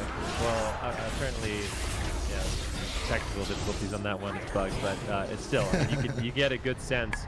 I do believe yesterday with Nazarens, with Dark Soul. Well, you keep in mind, ladies and gentlemen, this is not Dark Soul, so that's not even its true power. I mean, we saw Nazarens yesterday. I think he topped out at like a 38,000 Chaos Bolt into a 42,000. So not bad. Not bad. For some surprise. Dark Soul those days. Check. He sent me a screenshot of that. But yeah, I think it was something like that. He just after the game, he just whispered me. He's like, "Oh, this was yeah, it was a 38 plus a 42. Yeah, there it is." Yeah, bad. The technology. You got to give it up to production here, guys. Look at that. We're just talking about it. We've got the evidence. Yeah, we got the photo evidence is here, and I mean now would be a good time while we're getting into these games to support the production, support the program here, guys. Hit the subscribe button and look at the production once again, guys. Look at that. insta with it. Just sub, hit the bell, and tomorrow's Championship Sunday, and have that notification letting you know when the games are live. And we still got plenty more games to go today as well. And of course, we got this game here between Power Man versus Noble posted matchup, Rogue versus Rogue Mage here. Upper bracket game. Loser goes out to face Hawaii in that lower bracket. Definitely not the team you want to be facing, considering their history. Though. I was gonna say I like the Powerman logo. I just imagine that's what Thugonomics looks like in his house on his computer. Absolute, just insane destruction warlock here. Thugonomics with his beautiful transmog as well. I have to say, one of my favorites of the day. So we can look at that a little bit later on, but. Palamore is going to try to make something happen. We get a cheap shot right now on a Tuna going after Thugonomics, but he gets dismantled. Great kills there by Dazed, completely shut down. Here comes the Infernal. Thugonomics going for a coil as well into a double ring of frost. Let's see what they can do. Dazed now getting swapped too. Keep in mind, he's taking a lot of damage. He's going to have to try to trick it at his cloak. Might just die through it. Now Thugonomics getting a little bit of counter pressure here. Big damage. Forcing Dopamine to run away and hide. Thugonomics wants to get aggressive, using these cooldowns. I would say mostly defensive, but might just one-shot. Palamore, Shadow Fury on the Vanish. Beautifully done. Exactly the counter pressure you want to see if you are a Disruption Warlock. Guardian Spirit and block. Palomar still at 10%. They're trying to recover. Absolutely insane pressure, and that's exactly what we were talking about in the pregame. You're going to have an easier time landing the setup. You're going to get a good go there on Dazed, but when you're retreating, that's when Thug is going to be able to find a lot of pressure as well on this map, and right now able to force out the overlap Spirit and Ice Block from Dopamine, and also a big chunk of damage there on Palamore and forcing out that Vanish set. Yeah, we have to wait and see if they can close it out here. Thugonomics stunned up, Dark Pact on the bomb, absorbing a huge amount of damage. The Resonators are going to go off. Thugonomics doesn't seem to care. He's just going to shake that off. Port back on top of Dopamine. Chaos Bolt getting lined up onto him. Decimating Bolt gets interrupted, but now Thugonomics can free cast on fire, reloading those immolates, going for another Chaos Bolt. Whaler trying to find a Mind Games with a blind on Tuna. Looks like Tuna might have deathed the blind there. Nice play, and without blind, like it's so far behind, it may have just broke 100%, but Palamore now into the stun lock, gets gripped to the pillar. Thugonomics just laying out those Incinerates with the Decimating Bolt buff. Daze is trying to charge in on the Dopamine, gets Polymorph back. Whaler, Dopamine, Palamore just trying to recover, figure out where they want to go from here. Right now, it seems like Daze would be a good target, but that Necro Rogue with Sephuz, the stuns are going to be so short, it might be tough to pull it off. Looks like they want Tuna. They're setting up Dragon's Breath. Are they going to get a nice can of Tuna? No, they're going for a Polymorph instead, going after Daze, stun locking him down. Tuna has to trinket into another Sheep, just completely contained at the moment. Daze has to trade evasion, and that's a big overlap between personal cooldowns of the Rogue as well as the Priest. Now Thugonomics is entering the fight. He's going to force Cloak of Shadows from Palamore as well as Guardian Spirit to wrap around the corner, trying to line of sight, but Dopamine's left out in midfield. He's in the kidney shot. They're going to grip him. They're going to Shadow Step in. Shadowy duel on the Thugonomics, trying to line of sight him from Dopamine here. Thugonomics is going to fear Palamore in that shadowy duel and lob some Chaos Bolts back at him. Down to half health as he's trying to chase down Tuna. Dopamine is still just taking so much damage. It's just going to go down. He has no block, no Guardian Spirit. The damage is endless here from Thugonomics and Daze. Tuna into a full Sheep, though. They could turn it around. Kidney shot onto Daze. They need a good connect here. Can they finish Daze? He Trinket Cloak of Shadows. He's likely to not go down with those cooldowns active. Now he's being aggressive, getting those bleeds up, getting the bone spikes, trying to ramp up for Thugonomics. Thugonomics ramping as well. Infernal is almost off cooldown. That's when we saw him win game number 1. Let's see what he can get done with it in the second round here in game 2. And we'll have to see. I mean, he has all of his cooldowns available. Dopamine, still no Ice Block for another 47 seconds. Here comes a coil. Here comes the Dark Soul. Gets chastised on it. They really want to slow Thugonomics down. I mean, this is the scariest moment in the game. Palamore actually turning around on Daze with a beautiful double fear. Daze could get dropped. He's low. Can he stay alive? Still has death full blind. Trades out. Palamore actually just trinkets out of it immediately. But Whaler's mana not looking good. Powerman way ahead in that regard. Thugonomics unfortunately not able to capitalize on too much damage. But Powerman hold on. The teams keep up this pressure. Rotate cooldowns. Tuna needs basically the scary. It's really scary right now for Powerman because there's about a 15-second window where Tuna has no trinket, Daze has no trinket, but they're just getting aggressive on Palamore. Free Fleshcraft from Daze. They need to hold on just a little bit longer. There's a full Polymorph. Daze, if he gets stunned, he could have it at the same time. Palamore so incredibly low. Beautiful coil. Thugonomics using Crouch Control. running now and trying to just get out a big Chaos Bolt. Can he do it? One Chaos Bolt lands. Palomar so incredibly low, but Dazed is the one that could fall. Doesn't look like it's actually going to happen. Tuna has a healer to keep him alive, and now Novos, I fear, is just going to be on the back foot for the rest of this game. Oh, but they had a counterspell. Palomar, though, what are you going to do? They have nothing. Palomar running for his life. Thugonomics offensively porting in here to the back line, looking for the kill. Oh, that is Infernos gets called in. That's the big Shadow Fury coming out as well. Palomar with a defensive Shadowy duel here, just trying to escape, trying to survive. Wailor has no mana left. Tuna has his trinket back up. Double fear onto Wailor and Palomar. Thugonomics on one side, Dazed on the other. He's looking to sap out of the fear potentially onto Wailor. Not able to find it. Thugonomics loading up a big Chaos Bolt. Not able to find that. Gets kicked on it. Dazed gets peeled here by the Dragon's Breath into the Ring of Frostbite. One Chaos Bolt will connect. That's a fear onto Dopamine. Decimating Bolt into the Incinerate spam potentially. Gets sheeped on it. And that's a fear onto Tuna. They might be swapping over to Tuna here, but doesn't look like it. They're just going to go back here, try to recover here for the RMP. And this is the situation where it can be really hard to actually recover. Wailor teleporting back. Look at the symbol of hope. He's going to get a full channel, get a little bit of mana left in the tank. Cheap shot onto Tuna. Cheap shot onto Thug into the mind control. This is a clean setup. They get the trinket. They stun him with the trinket. That's the combustion there from Dazed. And he will hold on here. But for how long is the question? How long can Wailor keep his team in the fight as well? Thugonomics has his Dark Soul, and he's ready to strike soon, Sid. Yeah, let's see if he can connect it here. Infernal's coming up in about 40 seconds as well. Vendetta's rolling for Dazed. He's not getting too much pressure out with it, unfortunately. Chaos Bolt, two of them on Palomar. Tuna looking back to Thugonomics. Thugonomics gates in aggressively, using that Warlock mobility to stay on top of the Rogue Mage, trying to KO them here. They've had Wailor out of mana for like 2 minutes now, and just unable to secure a kill. Targeting down Dopamine in midfield. Palomar is looking for a reset behind the pillar. Thugonomics moves over, can't stop him. He gets a reset. Tuna looks like he wants to drink. Wailor's trying to stop him. He's in a pre-Holy Ward as Wailor rolls up on Tuna. Is he going to find him? Tuna pre-fades. Nothing to pre-faded the fear just yet. Dopamine getting blasted though. He's out in midfield tanking Thugonomics. Is this the right move? This is where you want to be right now with the Destro Warlock. Infernal's coming up in 3 seconds. They're setting up on Dazed, trying to take him out here. Pre-fades the stun. Tuna trinkets and saves him. Is it going to be enough? Guardian Spirit, but here comes Infernal's around the corner. If Thugonomics gets some Chaos Bolts here, he is going to be a menace, but he's polymorphed. Doesn't look like Tuna's able to get it. He's not finding the master spell on it either. Thugonomics just sits a full polymorph during his Infernals. When is he going to be able to connect here? Rain of Fire's coming down. Instant Chaos Bolts. Big damage. Dopamine procs. He almost gets taken out. Decimating Bolt in the sky. Shadow Fury on the whole team. Thugonomics raining down fire and brimstone to finish game number 2. Chaos Bolts are incoming. Palomar's the target. Gets counterspelled on the second follow-up. Thugonomics fishing for another one. Not able to find it. They are getting just ravaged and destroyed right now. Dazed is rolling up and Stealth has Blind, has Vendetta. Dazed is a serious threat right now. Chaos Bolt on Dopamine. He gets gripped. A life-saving grip there by Wailor to keep him alive, but really scary situation. Dopamine, no ice block, no cauterize. Could just get dropped. Beautiful damage. Thugonomics now He's going potted for the kill. Can he get the Incinerate? And it looks like that egg will get scrambled. Powerman up 2-0. Good. Beautiful game. Looks like Wailor will get dropped too.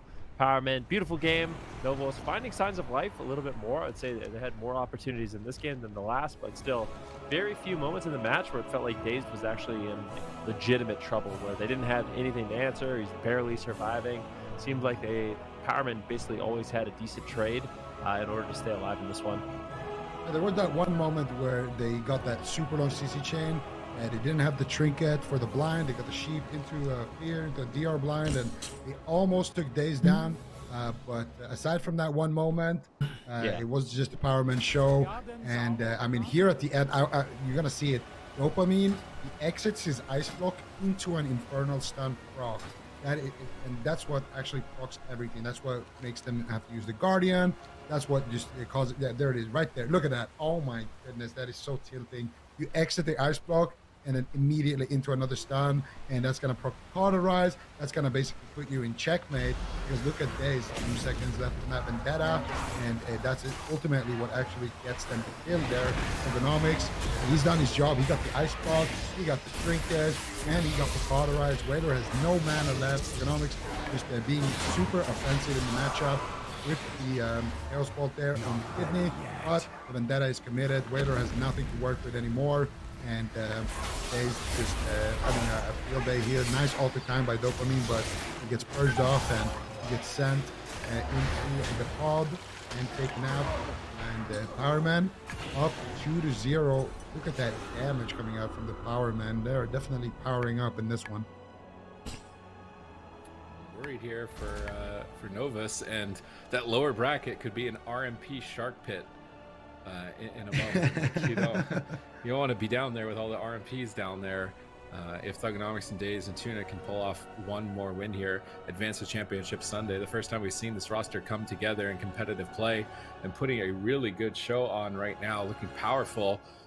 Do wonder how if they did win this, how they'd fare into Liquid, as we've seen some cleave comps coming out, which can typically be challenging for the Warlocks. That's what we've yet to see, is like these melee cleaves, especially when you're not playing with a mage. If you're playing like Warlock melee, they BPS, have a mage. True. Okay, so yeah, actually Power Men might be the new kryptonite for Liquid. They might be like the replacement Cloud9 here if their mage lock. If their mage lock is strong enough, if they made it through to tomorrow, maybe I'm getting a bit worried here for Liquid. This team is looking very scary right now. I like that Thugonomics has just got the confidence to like pour it on top of them, gate on top of them. It's something that you might be worried about doing. It's like, it's Rogue Mage, I don't want to do it. But if you don't do it, you'll just never get the cast on them. They'll always be behind a pillar. So using that mobility aggressively, I think, is important in the matchup as a Warlock.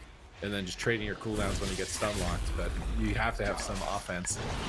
We're going to Blackrook Cold, so I feel like this doesn't typically get picked as the Rogue Mage. I think this might be a bad pick.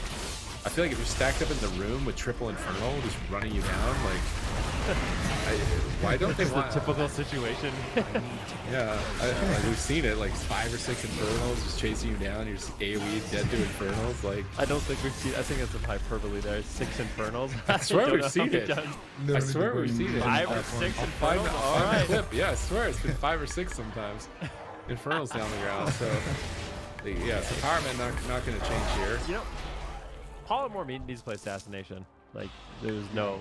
At this point, there's no doubt in my mind. If you're a Subtlety rogue going after only an Assassination rogue with Sephuz, it's not a winning combination.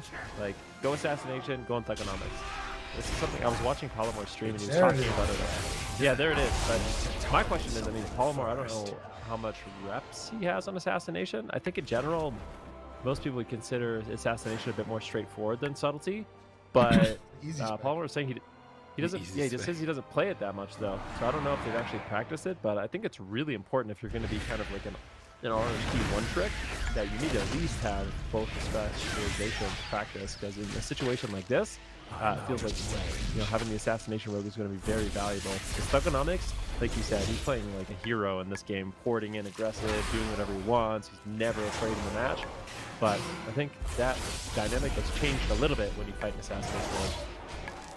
Absolutely, and I think Thugonomics is, instead of running in, he's going to be running away a lot more if he's dealing with that Assassination rogue. So I'm happy to see them make the swap. And I want to quickly shout out Dopamine as well. He actually made some really dope plays in that last game, getting some nice pink sheeps. And a lot of the time, actually, we even saw it on the first kill replay. That fear that Thug trinketed was a Nether Ward reflector. So a lot of the time, Thug is using his Nether Ward to cast a fear on the mage. And at the last second of the cast, he just spell skills it. Fears Thugonomics can happen. At one point in the match, he actually got a sheep with a double blink. And then Thug tried to fear him because he was going to blink. And then he just reflected the fear as well and basically solo cross CC'd the entire team. So he definitely made some big plays there for his team. Hopefully he can keep that up, keep his head in the game, because he's going to need to do it now. Unless he wants to go down to that lower bracket, he already knows what's waiting down there. So definitely not the team that you want to be facing.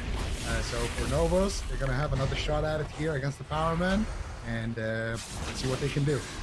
I have to hope Assassination is enough to take down Thugonomics back on the Destruction Warlock throne, looking to assert dominance. They do start the fight immediately on Thugonomics. Going to trade that Dark Pact, portal out of line of sight of the Combustion, and escape to safety. But the downside of the Assassination means that Dazed will have more uptime. It's hard to cross crowd control, so Dazed can be the power play of the team now. as he pops Vendetta on the Palomar. Immediate trinket evasion on that exchange. Just pair that out 1-for-1. Infernal's called in on Wailor into a full fear here as Thugonomics begins to ramp up some damage. He gets caught in a kidney shot, but Tuna's in a good position far away. Grips Thugonomics to safety.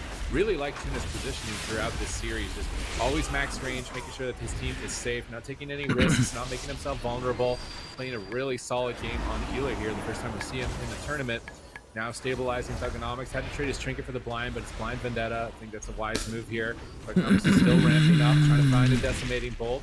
Not sure if that one actually managed to connect here. Bonzo fell on the pillar, trying to prevent their retreat, get a little bit of extra damage. Umin, Wailor running him out of mana is definitely, I think, the main strategy for Thugonomics' team. Dark Pact trading on another kidney shot, rotating between Dark Pact and Guardian Spirit. Good defensive rotation from the Power Men. Now setting up aggressively. No trinket on Palomar. Wailor has a trinket, trinkets into a cheap shot. Manages to get the Guardian Spirit up, though, on the Palomar, which should be enough to keep him going here as Tuna looks to reposition far from Dopamine. Wailor's pushing in, wants to go in for a Chastise, I would imagine. Is Tuna going to pre-fade it? Doesn't have a pre-fade right now, it looks like.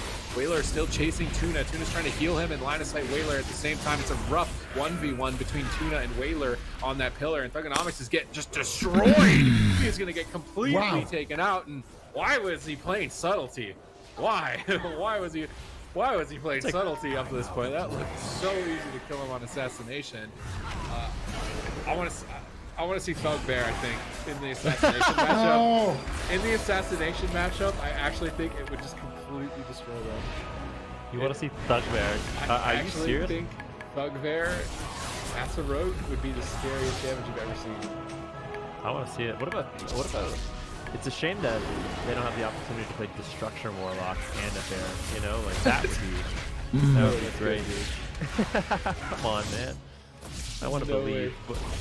But yeah, this is what I was talking about. I mean, Thugonomics against the subtlety rogue, he's not afraid at all. But now going up against an assassination rogue, if Palomar could just connect a kidney shot and a shiv, it's basically the scariest thing ever for Thugonomics. So consistently, you know, every 25 seconds, the kidney shot with the shiv is going to put out massive amounts of pressure on the Thugonomics. It's going to reduce the incoming healing quite a bit from Tuna in the match. Get the unending resolve, or they get the Dark Pact in this situation, and then kind of just abandon ship with Thugonomics, realizing, you know what, that's the major absorb. The next kidney shot is where we can really commit our damage. And that's exactly what they do. So they get the kidney shot into the shiv, and I think where Dopamine actually just pulls out the bust. Thugonomics decides to portal immediately out of the kidney shot. The trinkets and portals, but the damage is kind of done. He's taking a ton of damage, and just gets dropped really, really quickly. He has an answer to keep him alive. I think he actually did have the Ray of Hope. I'm not sure if he was locked out or something like that, or that damage was just like kind of unexpected, but it did seem like Tuna had some answers there at the end to stay alive a little longer. Was feared, but I think he wielded it a little too late there, and yeah, I'm pretty sure he did have the Ray of Hope. So Armin maybe, nerds. didn't you just comment how Guy has no gear? I said, I think you actually did. Curse. Yeah, I think you actually just cursed him like a few seconds before that happened. So unfortunate there, Tuna looking like a fish out of water. What the hell? Like I had no gear. And it's gonna be 2-1 still though. All right. In favor of Powerman. He's gonna have to be swimming upstream for the rest of the series. With the assassination rogue, it's going to be a lot of damage here for Thugonomics, and this is why I think it's time to make a change. I actually just want to see one game of it, you know, just get a taste of the Thugbear. You know what they should do? They really want to win? Just play Mage Lock. Play Mage Lock into Asa, into Asa, like decimation. You have one of the best Destro Warlocks. Big map. Just do it. I mean, I think it's a really, really awkward situation.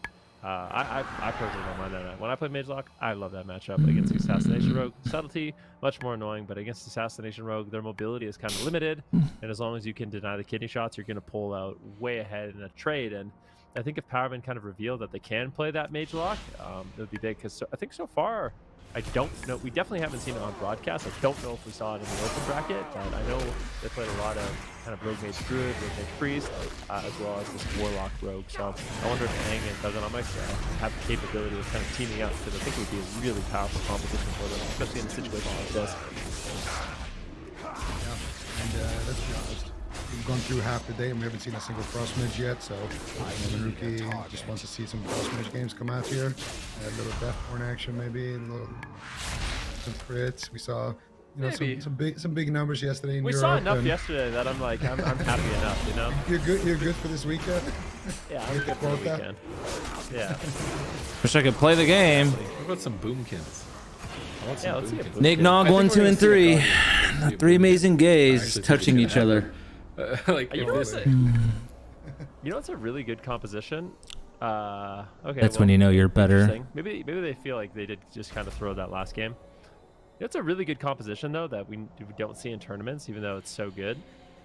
Is Boomkin DH? I feel like that's a good comp. There's but we only don't ever one see it. team that Have we seen a single DH yet? I don't think we have. I don't no think Demon so. Hunters, no boomkins.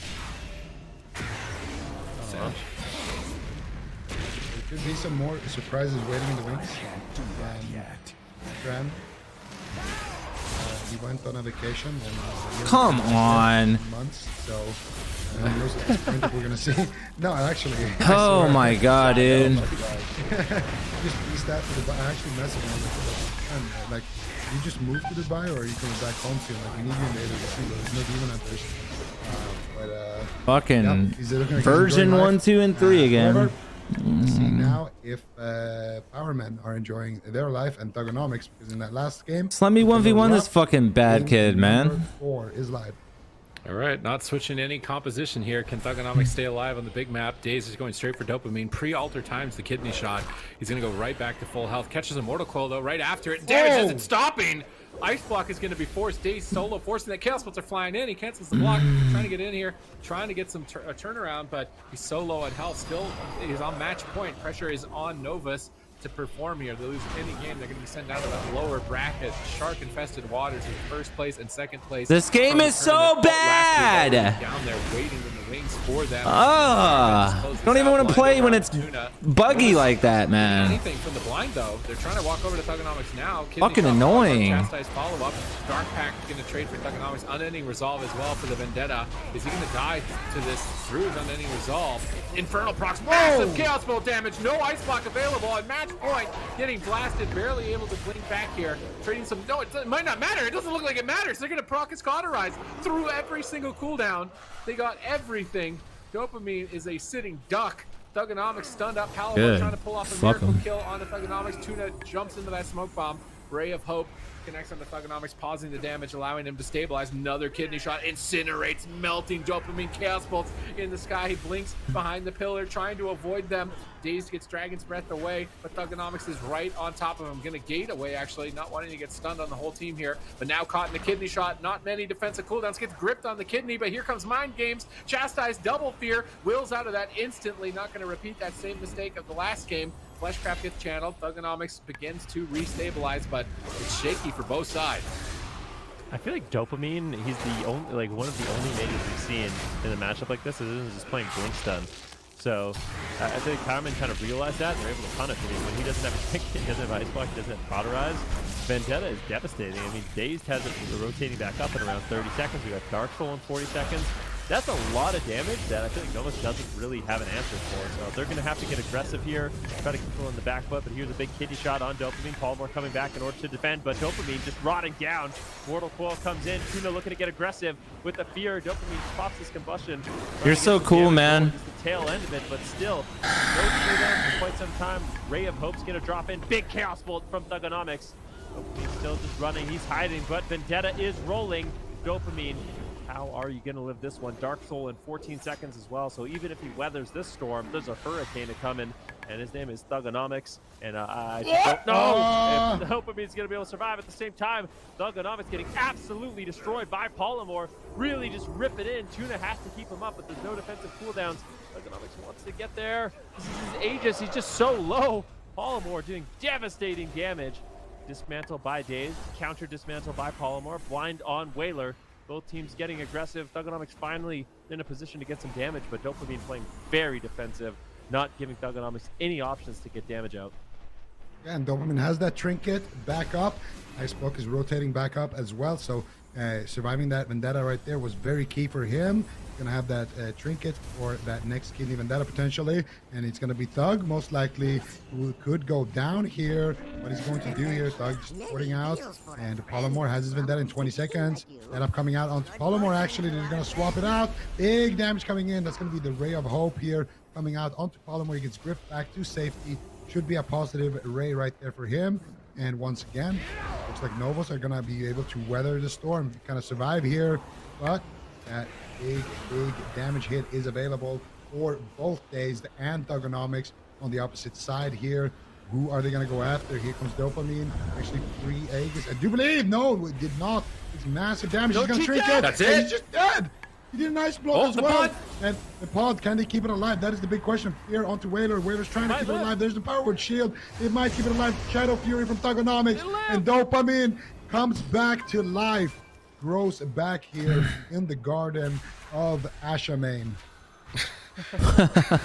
Fitting here for the Night Fae Fire Mage, but now Thugonomics is on the back foot, could be going down. I can't believe they managed to keep that pod alive. Mind Games incoming on Thugonomics. Did he nether ward it successfully? Doesn't look like it. Mind Games is up. Tuna gets a big heal. Swap over to Daze. Daze has to cloak the shadows that combust, trying to recover. Tuna's doing a great job having to heal both members when they spike down to 10%. Chaos Bolt's wrapping around the corner onto Palomore. Daze looking like he might want to poke for a re-stealth. Gets dismantled here. Vendetta is available. Dark Soul's already active. If Dazed can connect here on Dopamine, he could easily force this ice block, maybe even get a kill if Dopamine's not careful. He's invising away from the fight. Dopamine does not want to be a target. He's invisible currently, waiting to get some crowd control, going for a Ring of Fire. Polymorph off the blind, chasing down Thugonomics. Thugonomics running in for his life right now, trying to stay in it. Double Mortal Quill, denying the follow-up. Fear spam here for Thugonomics, getting Tuna out of crowd control. Decimating Bolt attempt, gets counterspelled, not going to find it. Daze still has blind, still has Vendetta in his back pocket. Infernal procs coming in here from Thugonomics, burning down Dopamine and Palomar. Dopamine's going to frost over those Infernals, try and hold them back. Buy time for Whaler to recover behind the pillar.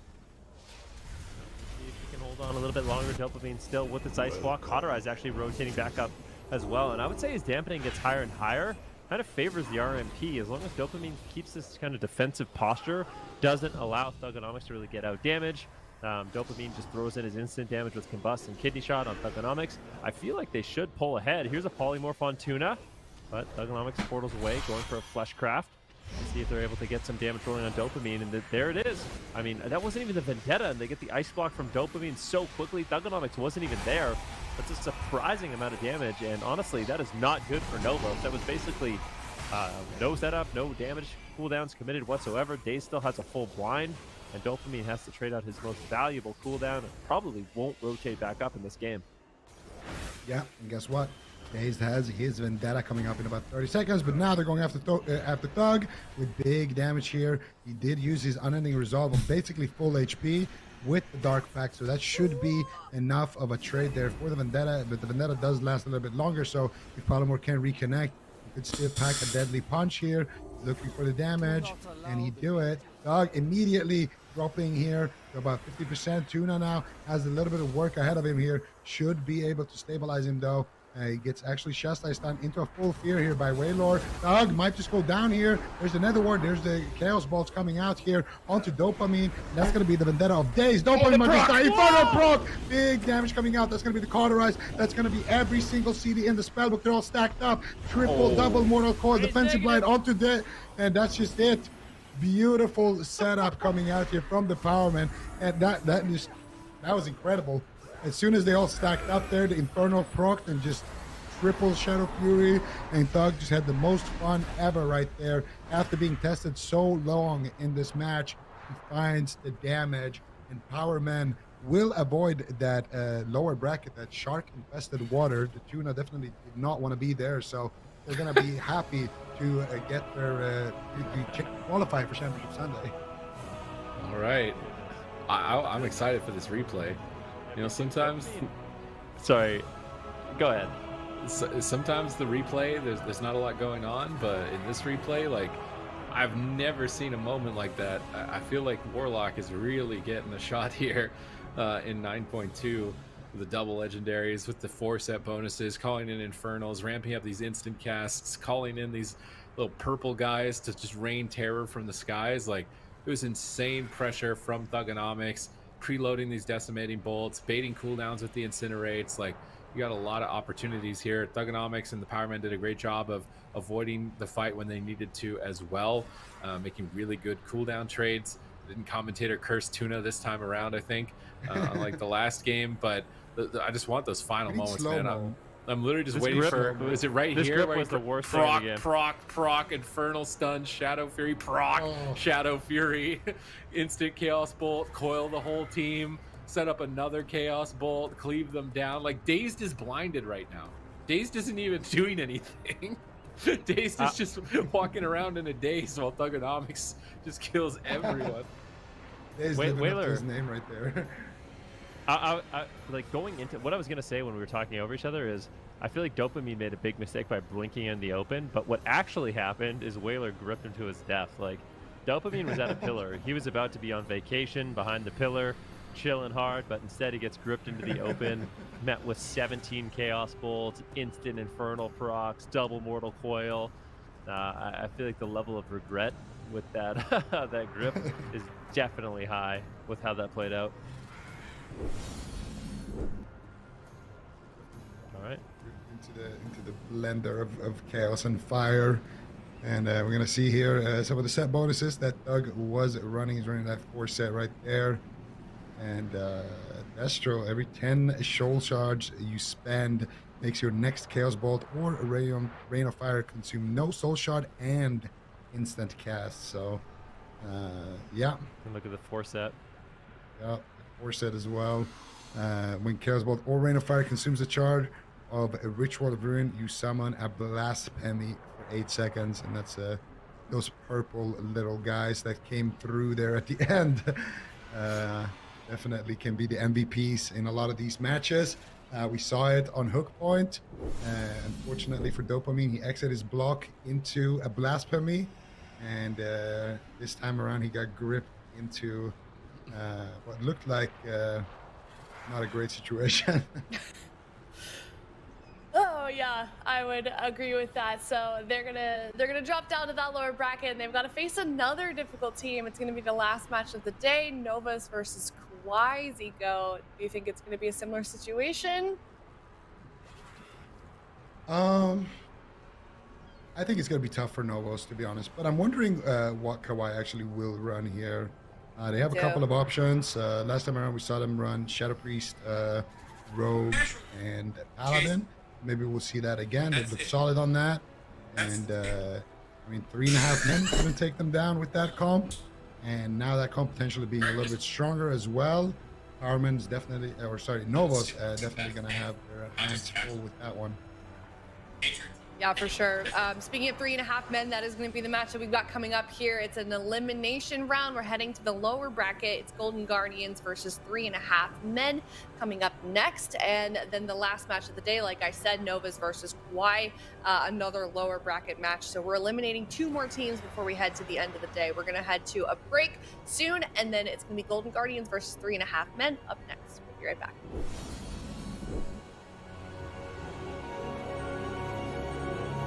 All right.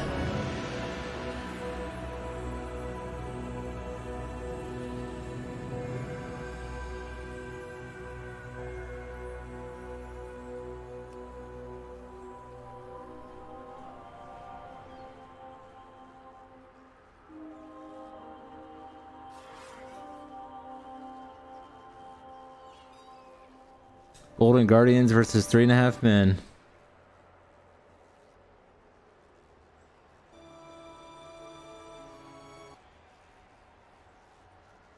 Down in the lower bracket, we're going to be eliminating a team at the end of the series. It's Golden Guardians versus 3.5 men. We saw 3.5 men win their series earlier today against Unitas. They got knocked out, and Golden Guardians dropped down here to the lower bracket on behalf of Team Liquid. Now they're facing off against each other in an elimination round.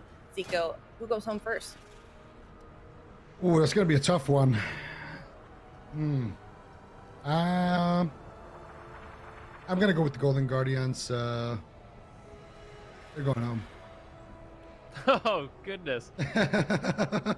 Any particular reason why? Yeah. 3.5 men, they look solid on the RMP, and RMP in general just seems very solid into what. Actually, no, I changed my prediction.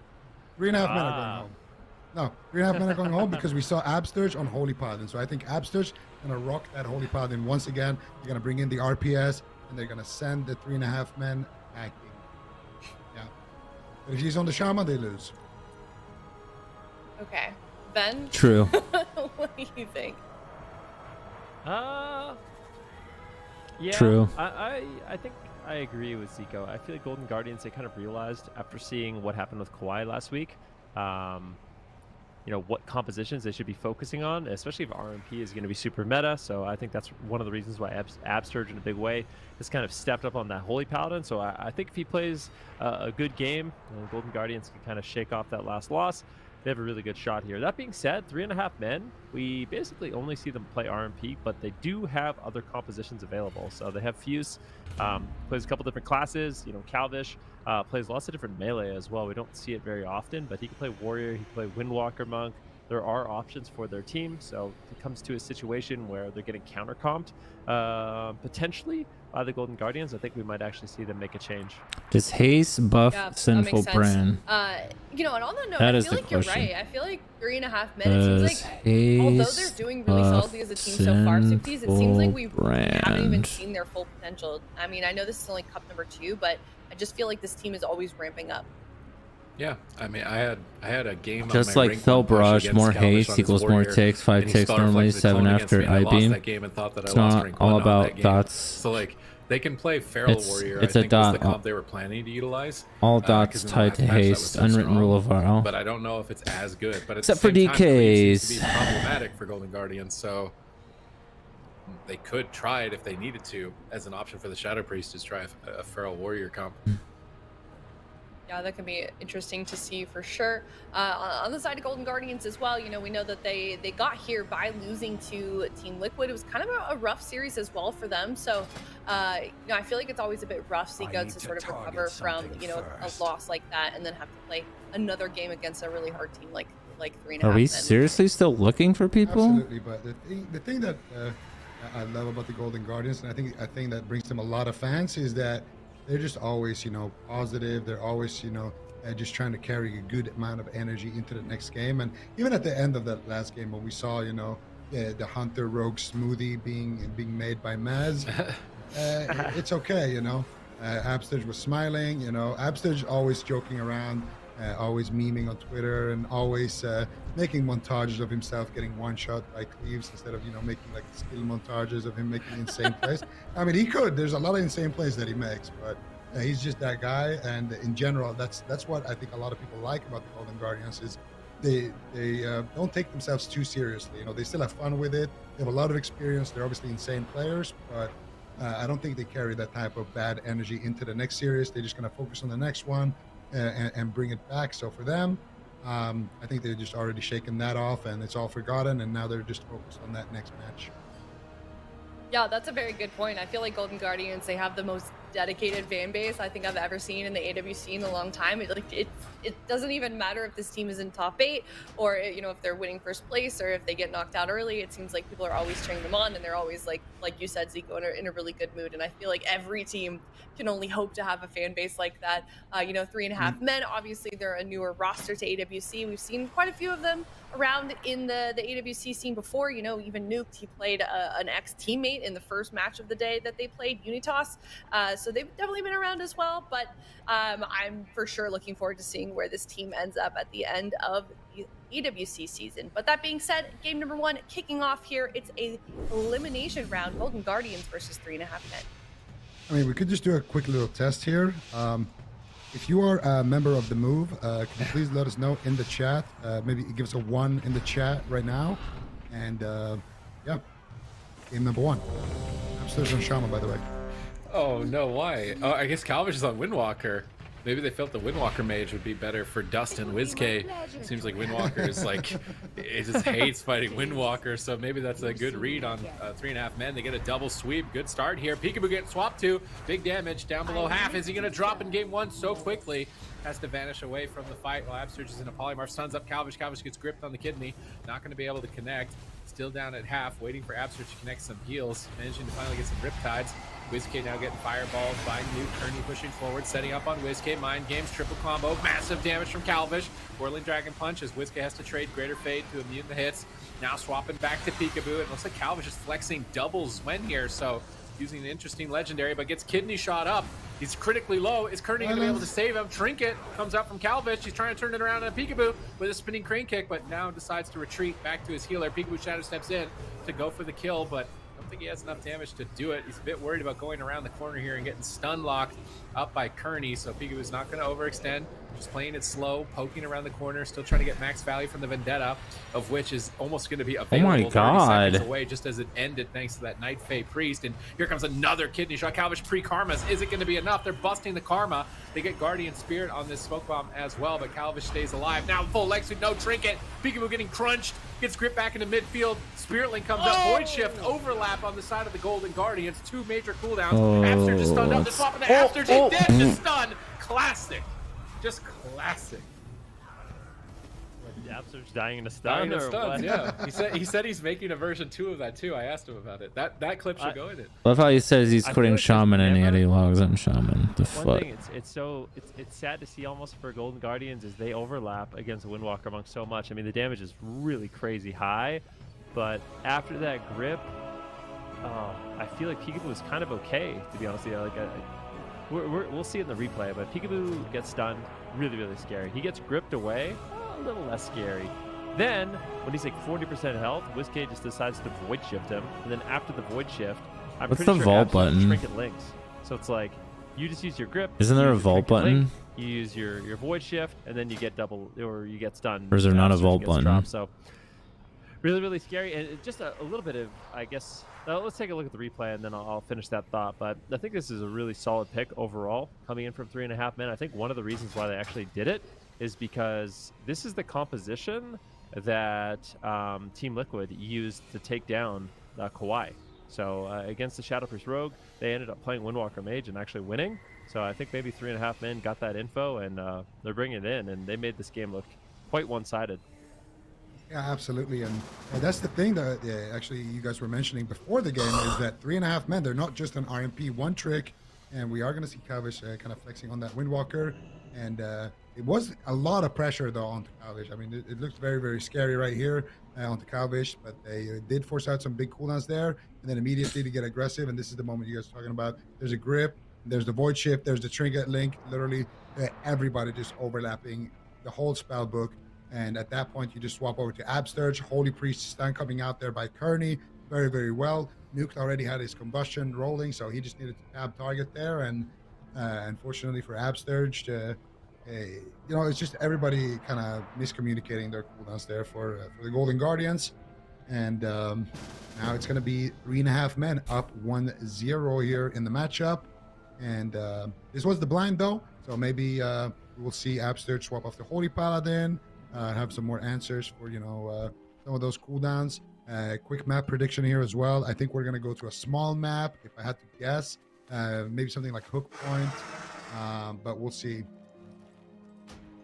Small map Hook Point definitely could be the answer. Normally, when we go to a map like Hook Point, it does kind of indicate a Windwalker rush down, but I don't know if it's easy to rush them down. The Kyrian Windwalker Monk is interesting. This is both Trill played it. It's something I've liked for a long time, but it just feels like it kind of got overshadowed by the Bone Dust Brew and Necrolord in general. But the one nice thing is, if you're being trained down, I'm curious to see what soul binds he's going to be playing. So he's not playing the auto stun. The auto stun can be really nice if you're being trained, but even just the Kyrian file. So you get that potion and remove bleeds from really strong against assassination rogues. It's kind of like if you get under the stun, you're ultimately going to survive. But yeah, if anyone is interested in the builds that these players are using, definitely check out the website awc.gcd.tv for the AWC companion. You know, there's a lot of new legendaries, covenants, trinkets, And you can see exactly what these players are utilizing there going into game number 2 on hook point between Golden Guardians and 3.5 men. Can Golden Guardians strike back? Or 3.5 men going to walk away with the clean series? Let's see. Right now it's a clean setup on Calvish. He's going to trade out the Eternal Aegis there immediately. And it's going to be Peekaboo now in a paralyze into a leg sweep here. Whiskey Shadow Depths. Paulie tries to grip Peekaboo there. Peekaboo actually using his trinket there as well. So a little bit of an overlap, but it's not that big of a deal. And so far, Peekaboo is going to come out of stealth now. He uses Vendetta, but he's playing that short Vendetta. He gets grapple weapon. He's not going to be able to really use anything at this point. And Hex coming up from Absturge, but avoided there by 3.5 men. And Peekaboo still going to be the target here for 3.5 men.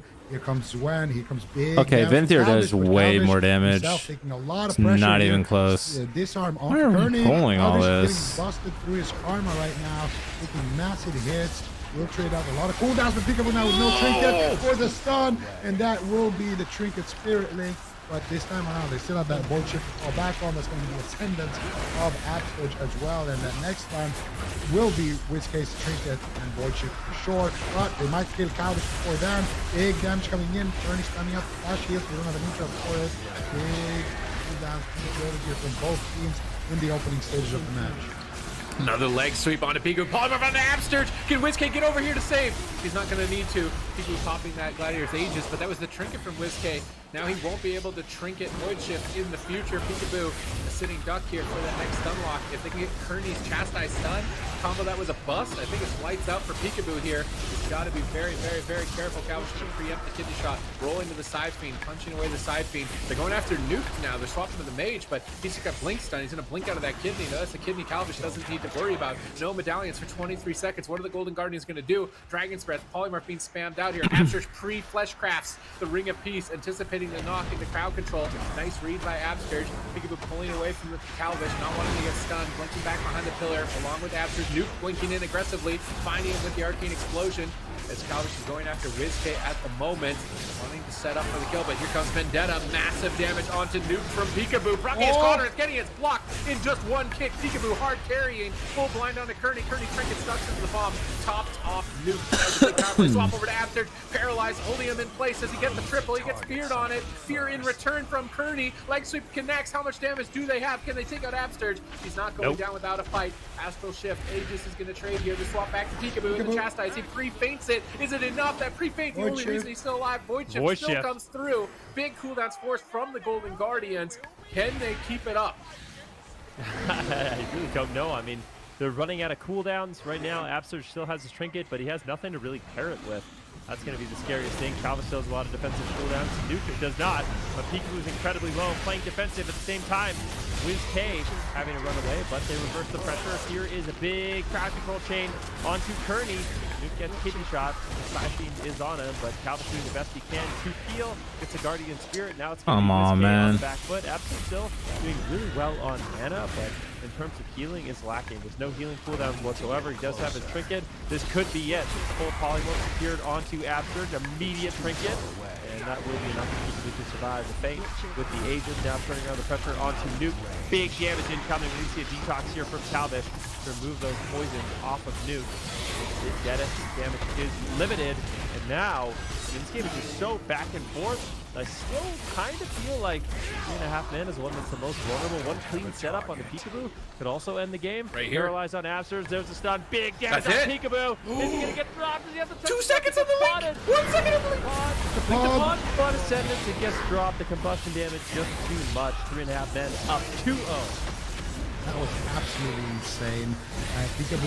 Absturge had his screen on screen like just like 5 seconds, 2 seconds or something. When Peekaboo went down there, he was so close to being able to use that Spirit Link totem, but unfortunately for him, can't Spirit Link pod, not that I know of at least. I've never really seen it at least. He tries to Ascendance and save it, but unfortunately there's not enough healing there, and the Golden Guardians will fall again here. 3.5 men, just packing a lot of pressure here with that Windwalker Mage, showing that they are definitely a versatile team here. They got that Rogue Mage and they got that Windwalker Mage down for sure. And now just one more game here potentially, and the Golden Guardians will be eliminated. It's going to be match points for them. Shit is so broken. that game, honestly, they didn't really overlap that much. I mean, there was some overlaps, but you have to overlap sometimes. Against RMP, it's just sometimes it's not enough to use one cooldown, you know. In an ideal world, maybe you trade 1-for-1, but when the RMP is covering everything, you kind of have to trade out more than one defensive, and that's the problem. Look at the overlap in this moment. So Whiskey's Trinket's coming up, Absurge has Trinket, and Peekaboo uses Aegis. So it's an Aegis and 2 Trinkets. So I think it's the overlap right here, like who should have been the one that Trinketed, who shouldn't. Right here, Whiskey Trinket grips Peekaboo, but it's not enough. So Absurge Trinkets and then Peekaboo Aegis. Yeah, so it's like 2 Trinkets and an Aegis on the Rogue. So I feel like Whiskey's Trinket, like it was clutch, but I don't think it was enough at that moment in time. So I don't know if it should have been Absurge Trinket, not Whiskey, but even if Whiskey doesn't Trinket, what's he going to do to save him even later? Does he get crowd control? Was Absurge in CC when he died? I don't even think he was. So it's just a stun leg sweep. This polymorph is Aura Mastery from the Trinket from Resolve, so we'll have to wait and see if they did actually get CC. Is it Paralyzed? Calvish is like looking at Absurge. Yeah, Paralyzed, Stun, DB, Sheep. So no Trinkets. Does Peekaboo live the stun lock? He doesn't, right? He doesn't even get a global out of the stun, I think, so not like he could have Aegised. He doesn't have Link. Like, the Trinkets are weird because like they didn't have a cooldown to Trinket with anyways.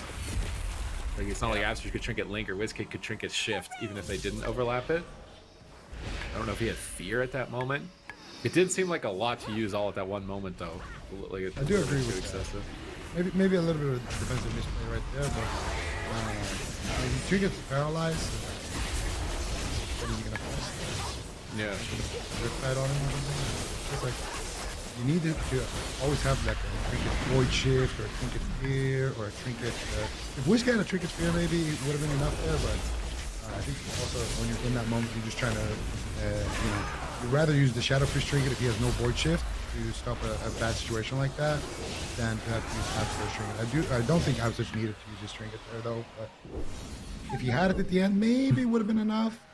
But it would have been a close one for sure. Maybe would have bought him an extra global to get that Spirit Link off, and maybe that actually would have gotten him back in the game already. He would have just trinketed and got a re-CC'd on him. Okay. Really difficult spot for Golden Guardians to be in right now. I mean, we're going to Afterbane, so they're picking a large map. But what compositions do they have? I mean, it seems like... I'm trying to think, is there any way that like WizK and Guardians could play together here? It kind of seems like they're limited to the Shadow Priest Rogue.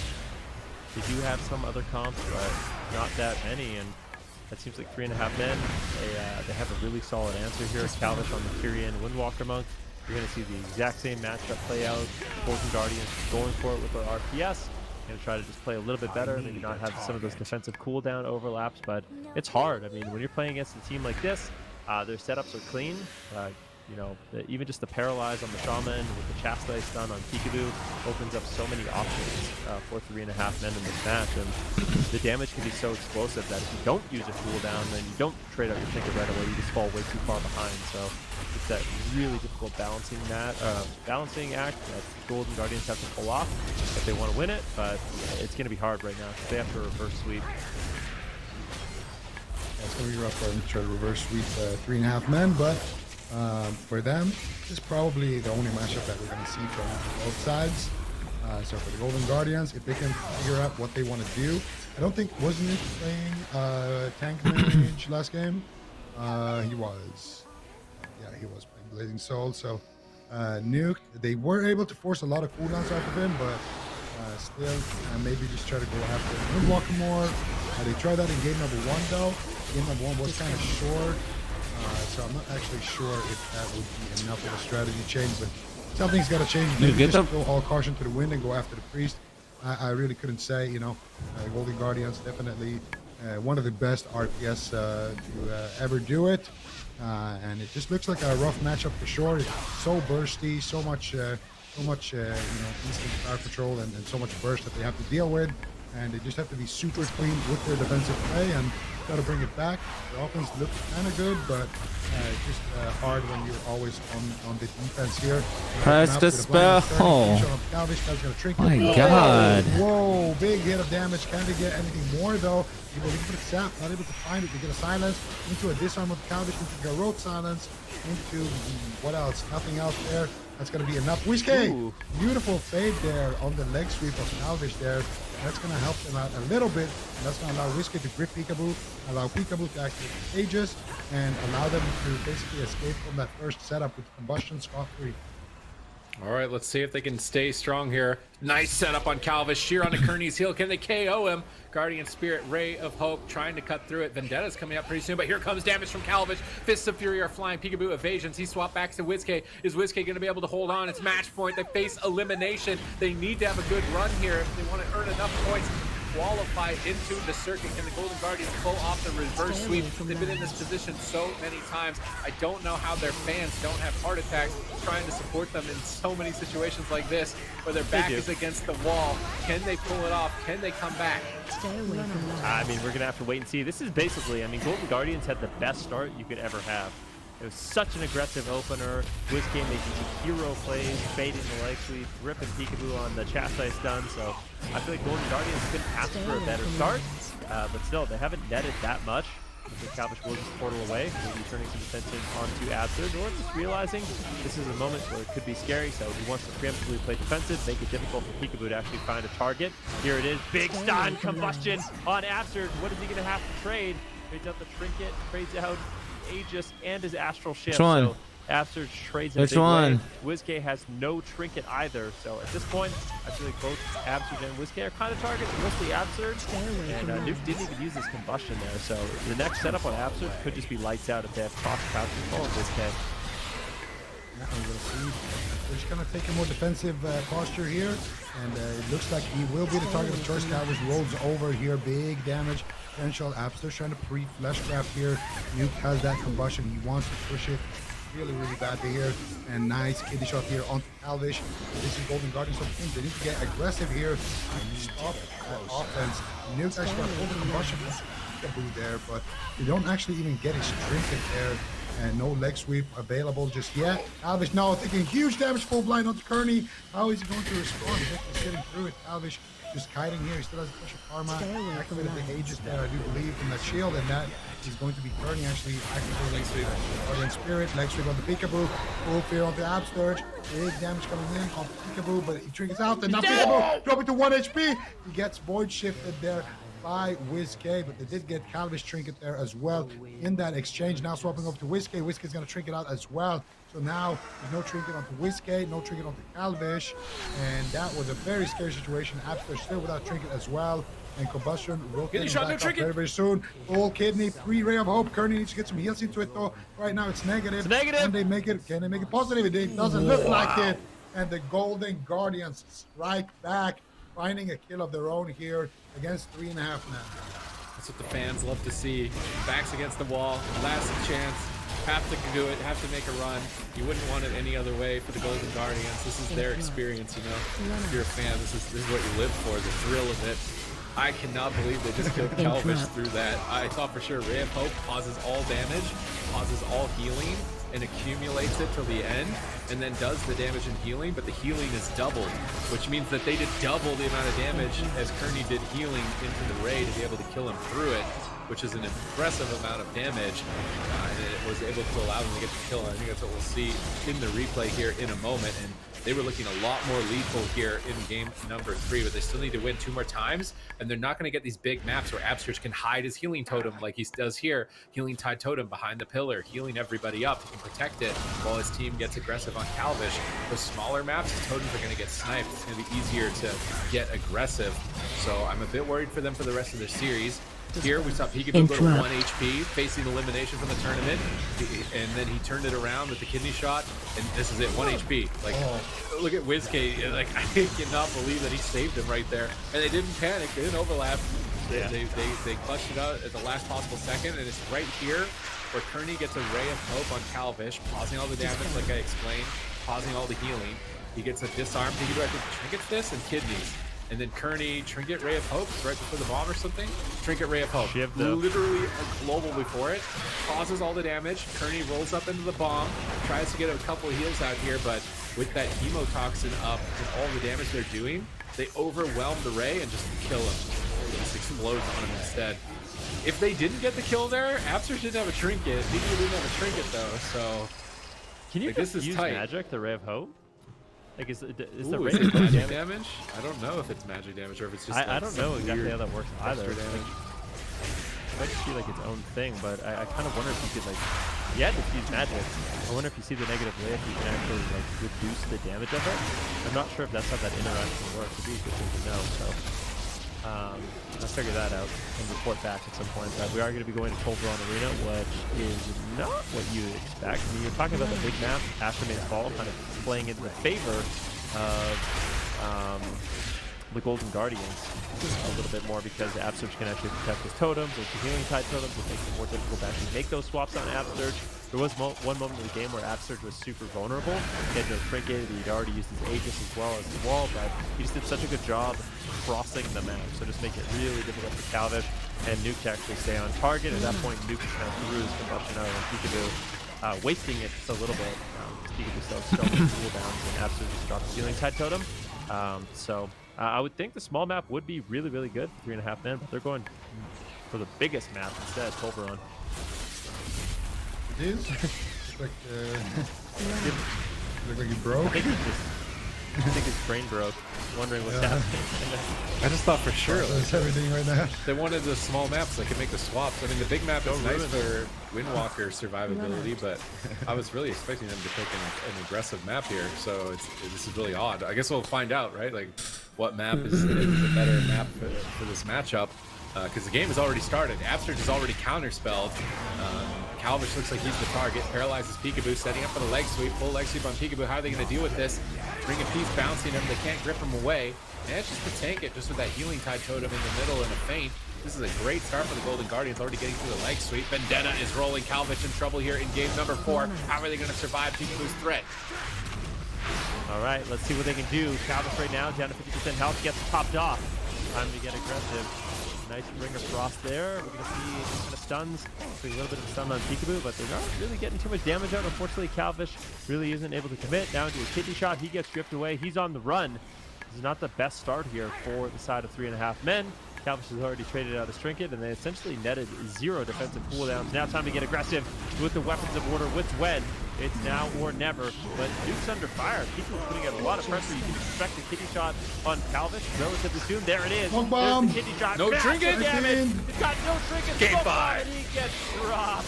We're going to a game 5. Calvish is absolutely destroyed.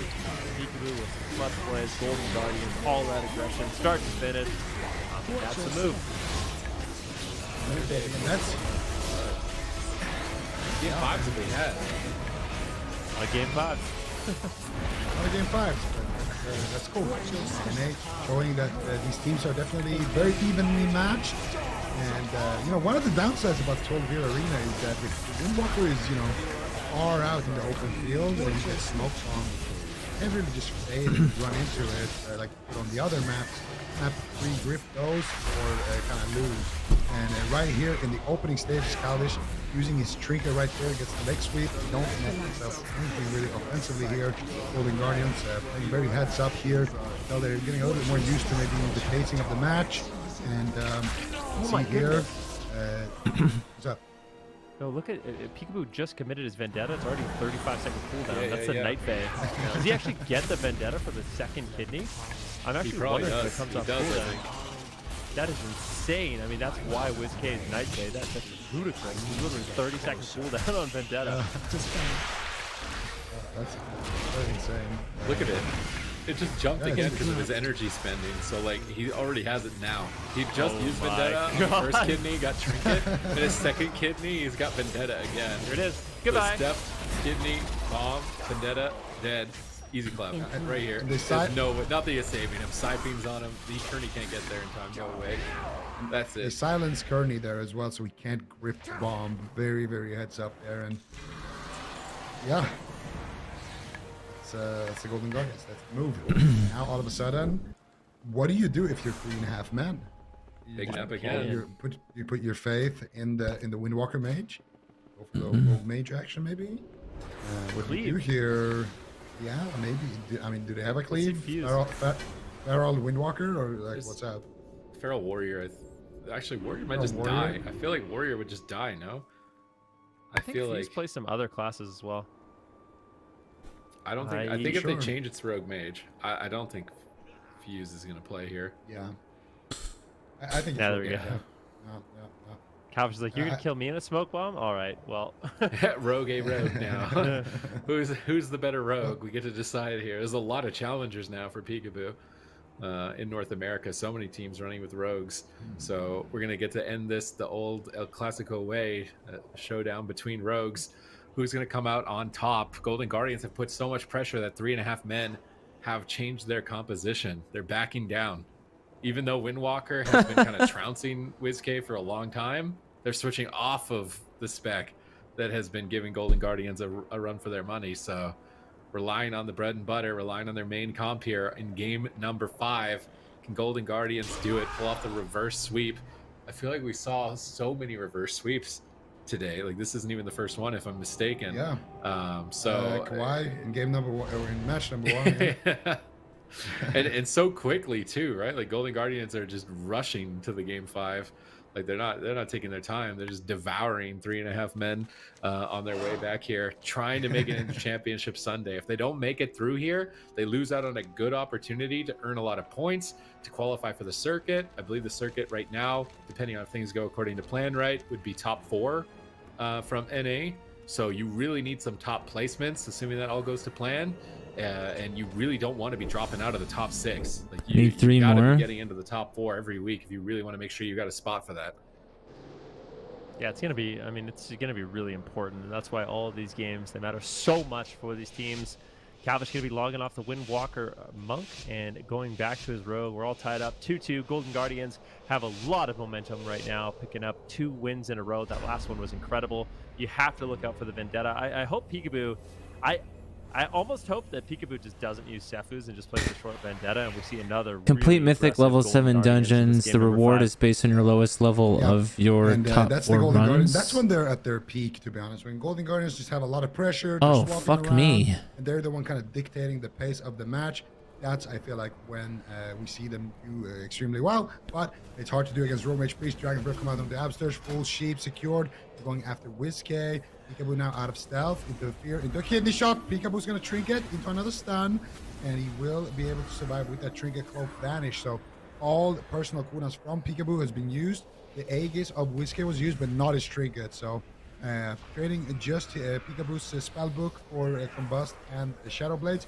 Not the worst situation here if you're GG, but now they need to get something going here. They got a fear onto Kearney. Another kidney shot now onto Peekaboo. What are they going to do here? WizK is in a sheep to get the Earthen Wall Totem to deflect it. Abster's now in a sheep, but it looks like they will be able to survive that one. Calvish already piecing out here to the other side of the map, but that means Nuke is by himself, and Nuke taking huge amounts of damage. Silence, and that will proc the Cauterize and the Ice Block here for Nuke. And that is going to be GG striking back, finding a big cooldown. So they baited WizK to use Life Grip there with a Resonator. They don't want him to be able to Life Grip a Smoke Bomb from Calvish. So I'm curious to see if they can get this on Peekaboo, if they can bait him off the pillar away from his team. Nuke just blinking in with no caught, no block on game 5 match point. This is risky, but he's got to do it. Crowd controls the whole team. Can they stabilize? WizK void shifts Peekaboo's health back to himself and keeps Peekaboo alive during this crowd control chain. Now Calvish is shadow stepping away from the fight. Still has that smoke bomb threat. Still has combustion. If Peekaboo or Abster go into a bad position here, could be game over. Peekaboo's going to re-stealth. Calvish in stealth with Holy Ward getting ready for the setup. They could go after Abster. He's just out in the open right now if they want to stun lock bust him. Peekaboo's going to open up on Nuked in the back line. Calvish gets rooted by Abster's totem. Abster's pre-flesh crafting immunity to go, but here's the smoke bomb. Oh, that was game over if he didn't get gripped right there.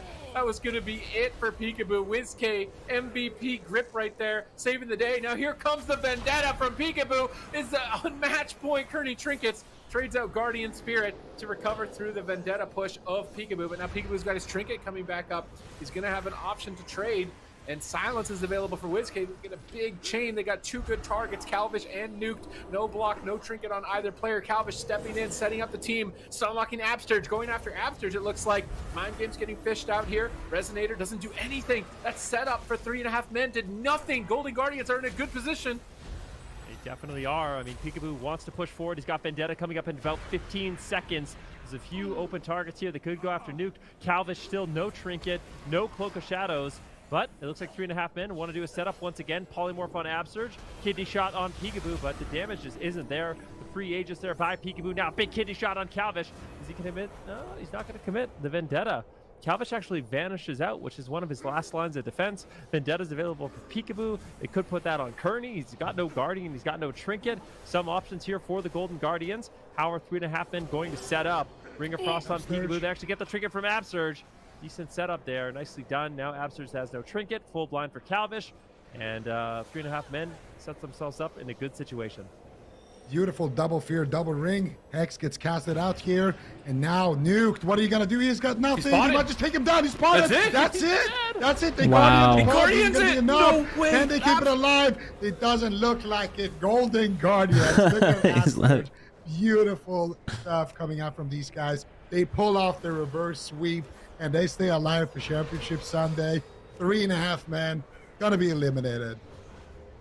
Really, I mean, this is just a beautiful series all around. Kind of just the evolution of it. Golden Guardians going down 0-2 really quick to the Windwalker Fire Mage Priest, but kind of battle it back, really testing Calvish on that monk. Fortunately for them, they had to switch over to the Rogue. Golden Guardians, they play it cool. WizK with some really beautiful moves. I mean, he saved the day multiple times in this last game, kind of coming in as an MVP, I would say, with that smoke bomb drip, you know, being in position for the life swap so he doesn't get cross CC'd, and he keeps them alive. Peekaboo with his massive Vendetta damage, and yeah, Golden Guardians will live to fight another day. This is insane. Just look at the end of the game here. Like, WizK carries the game by saving Peekaboo, gets his team in a position where they have all their medallions, puts them in a strong position, locks down, cauterizes down. They sit through another stun lock here. Like, Golden Guardians are just popping off here in this game. And they know they want to go after the mage with no block. They can get crowd control on Kearney. I think Absurge sneaks behind the pillar here and starts fishing for hexes. I think the plan was to stun Nuked and hex Kearney at the same time at that moment. But they swapped to Absurge. He's like, I'm not going down. There's no way. I'm trinket walling this. Even though it wasn't a bust, they actually had a good setup later on. Potentially, if they didn't die here. But this is This where the guy plan is was, I think. so fucking Stop Polymorph geared. and CC the mage, and then get a hex here on Kearney. So they kick Nuke, they get a hex, and they lob out tons of damage. They silence over top of the dispel, and just all three of them. Just lava bursts, void eruption. These guys are and all Vendetta. so All three players, geared. the Golden Guardians just synergize right at that moment. Good for the and warrior. KO Nuked. Wow. I mean, you really have to give it up to 3.5 men as well, though. I mean, I feel like they played this last game really well. Their setups were really clean. It just goes to show you. Right, so I just got to beat this warrior. Key defense, WizK especially. Absurge on the Shaman. Just He's an arms warrior. It's great to see. And unfortunately for 3.5 men, they will be eliminated. Damn, look at but Peekaboo's another good damage. showing by them, being very consistent in this top 8. Absolutely, very consistent indeed, but just wasn't quite enough today for cup number 2. So we'll see if they come back for cup number 3, and we can see, you know, maybe they get a little bit of a rematch somewhere down the line against Golden Guardians. But like Ben said, they're going to be moving on tomorrow to the lower semifinals, and we don't quite yet have an opponent for them, but we'll keep you guys updated along the way. But now we've got the last match of the day coming up here. It is another elimination round, and it's Novus versus Kauai. Kauai, kind of weird that they started the day in the lower bracket. Definitely not a place that we're used to seeing these guys. And then Novus, a bit of a newer team. They, of course, got knocked down here by Power Men. What's your take on this series? Well, I mean, it's going to be Rogue Mage, and I think we're going to see that Shadow Priest Rogue Paladin coming out from the side of Kauai that won them the tournament. They got a clean sweep in the finals against 3.5 men. And I think we're all kind of agreeing 3.5 men a little bit ahead in the Rogue Mage race in terms of competence, I think, here in the tournament. So I imagine that's their plan. And it's going to be, can they overcome that? Can they overcome the Shadow Priest Rogue Paladin that Kauai have just been dominating with in that most recent cup? Yeah, and 3 more. So we are going to go to a break, of course, before we see that last match of the day. But maybe we can take just a little bit of a look at the bracket and how we got here today. This is, of course, North American games, and then tomorrow it's going to be Championship Sunday for both Europe and North America. But of course, super odd that Kauai, like, once again, I just want to stress, like, it's just, what was the stat that you had earlier today, Ben, about Kauai's lowest placement? Now, the lowest placement is second. So. Yeah. They literally have not done worse than second in years. So Yeah, it's really weird for sure. So I don't know, maybe that's gonna be their motivating factor here as they head into this, but I know that Novus is really motivated as well. You know, I was talking with him just a little bit behind the scenes. Dopamine, he said they've spent countless hours wargaming Kauai over the last couple of weeks, so they think they understood their comps and win conditions, but they're going to try their absolute hardest to pull it through. So we will have to see if they can pull that off. But like I said, we're going to go to a break. Novus versus Kauai, an elimination round coming up next right now.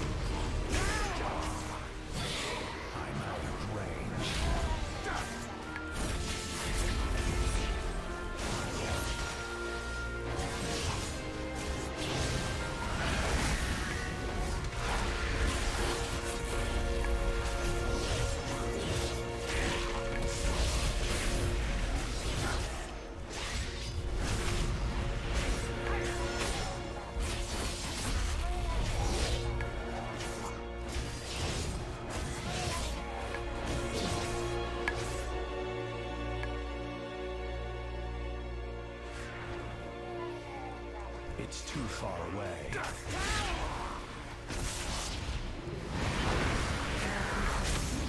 Attack totem. Attack totem.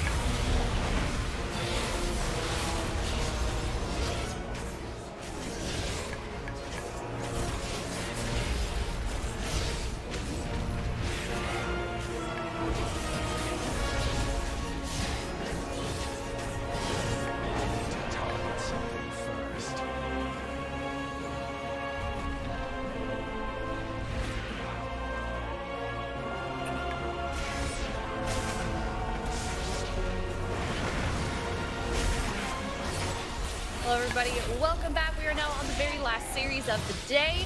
If you're just not tuning in, Novus versus Kauai, two very strong teams that we've seen play pretty consistently. Novus a little bit newer to AWC. Kauai, we know how strong these guys are as a team. So it sounds like talking to Novus behind the scenes, they're just a little bit nervous. You know, Kauai is that team that kind of has a comp and has a solution to every problem that they put in front of them, but Novus obviously going to be looking to get a win here, not get knocked out just yet. What do you think, Fen, moving forward? Who are we going to see in the blind game one? What are we going to see in the blind pick? I mean, for Novus, it's no secret, to be honest. There are three people on their team. They play one composition. Are we going to see sub? Are we going to see assassination? That's the only real question. I think it will probably end up being I don't see Rogue. I think it's a little bit more of a comfort pick for Polymore. And then on the flip side, you have Kawhi and lots of different compositions at their disposal. I mean, they could basically pick whatever they want to run at this point. They could play Windwalker Mage if they really wanted to. They could play Windwalker Mage. They could play the Shadow Priest, Assassination Rogue Paladin, something we saw them run last week and actually win the tournament with. But yeah, I feel like this is going to be a really rough series for Novos. Kawhi just has so much experience, there's so much momentum. I mean, we talked about how literally the worst placing in a tournament has been second. Like 90% of their games or their tournaments are first place. So definitely a difficult team to take down. This is kind of what I expected with Blind Pick Palmer. Actually going to be locking the Assassination Rogue. Then we'll have to see how this works out. Drake really durable on that Assassination Rogue. And Kawhi overall, I think it actually got a little bit more powerful with Brain on that Necro Rogue Paladin. Absolutely, and Polymore maybe feeling that Assassination Rogue after that last series. He did almost bring it back there for a second against the Power Man. See what they end up doing. They're going after Preb with an Assassination Rogue, so that's the new strategy adaptation. Let's see what they can get done here. Big damage coming out. Aegis gets rocked here, or gets used rather by Preb. And it doesn't look like they're going to get anything out of that. He doesn't even use his Greater Fade. That is not an ideal open here for Novos. Are they going to swap for Drake or just going to keep going after Preb right now? Full sap onto Whaler. And Polymore right now taking massive damage. He'll be super low. He might just go down. He's a pod. He's a seed. And that's just going to be it immediately right off the bat. Smoke bomb coming in from Drake. And Novos did one setup, forced nothing, and then died, basically. That is not how you want to start off the series. You got wrecked. That's a hard L here in the first game of this series. I'm trying to think if we've seen a more dominant performance than that. Specifically, Kawhi definitely not holding any punches here.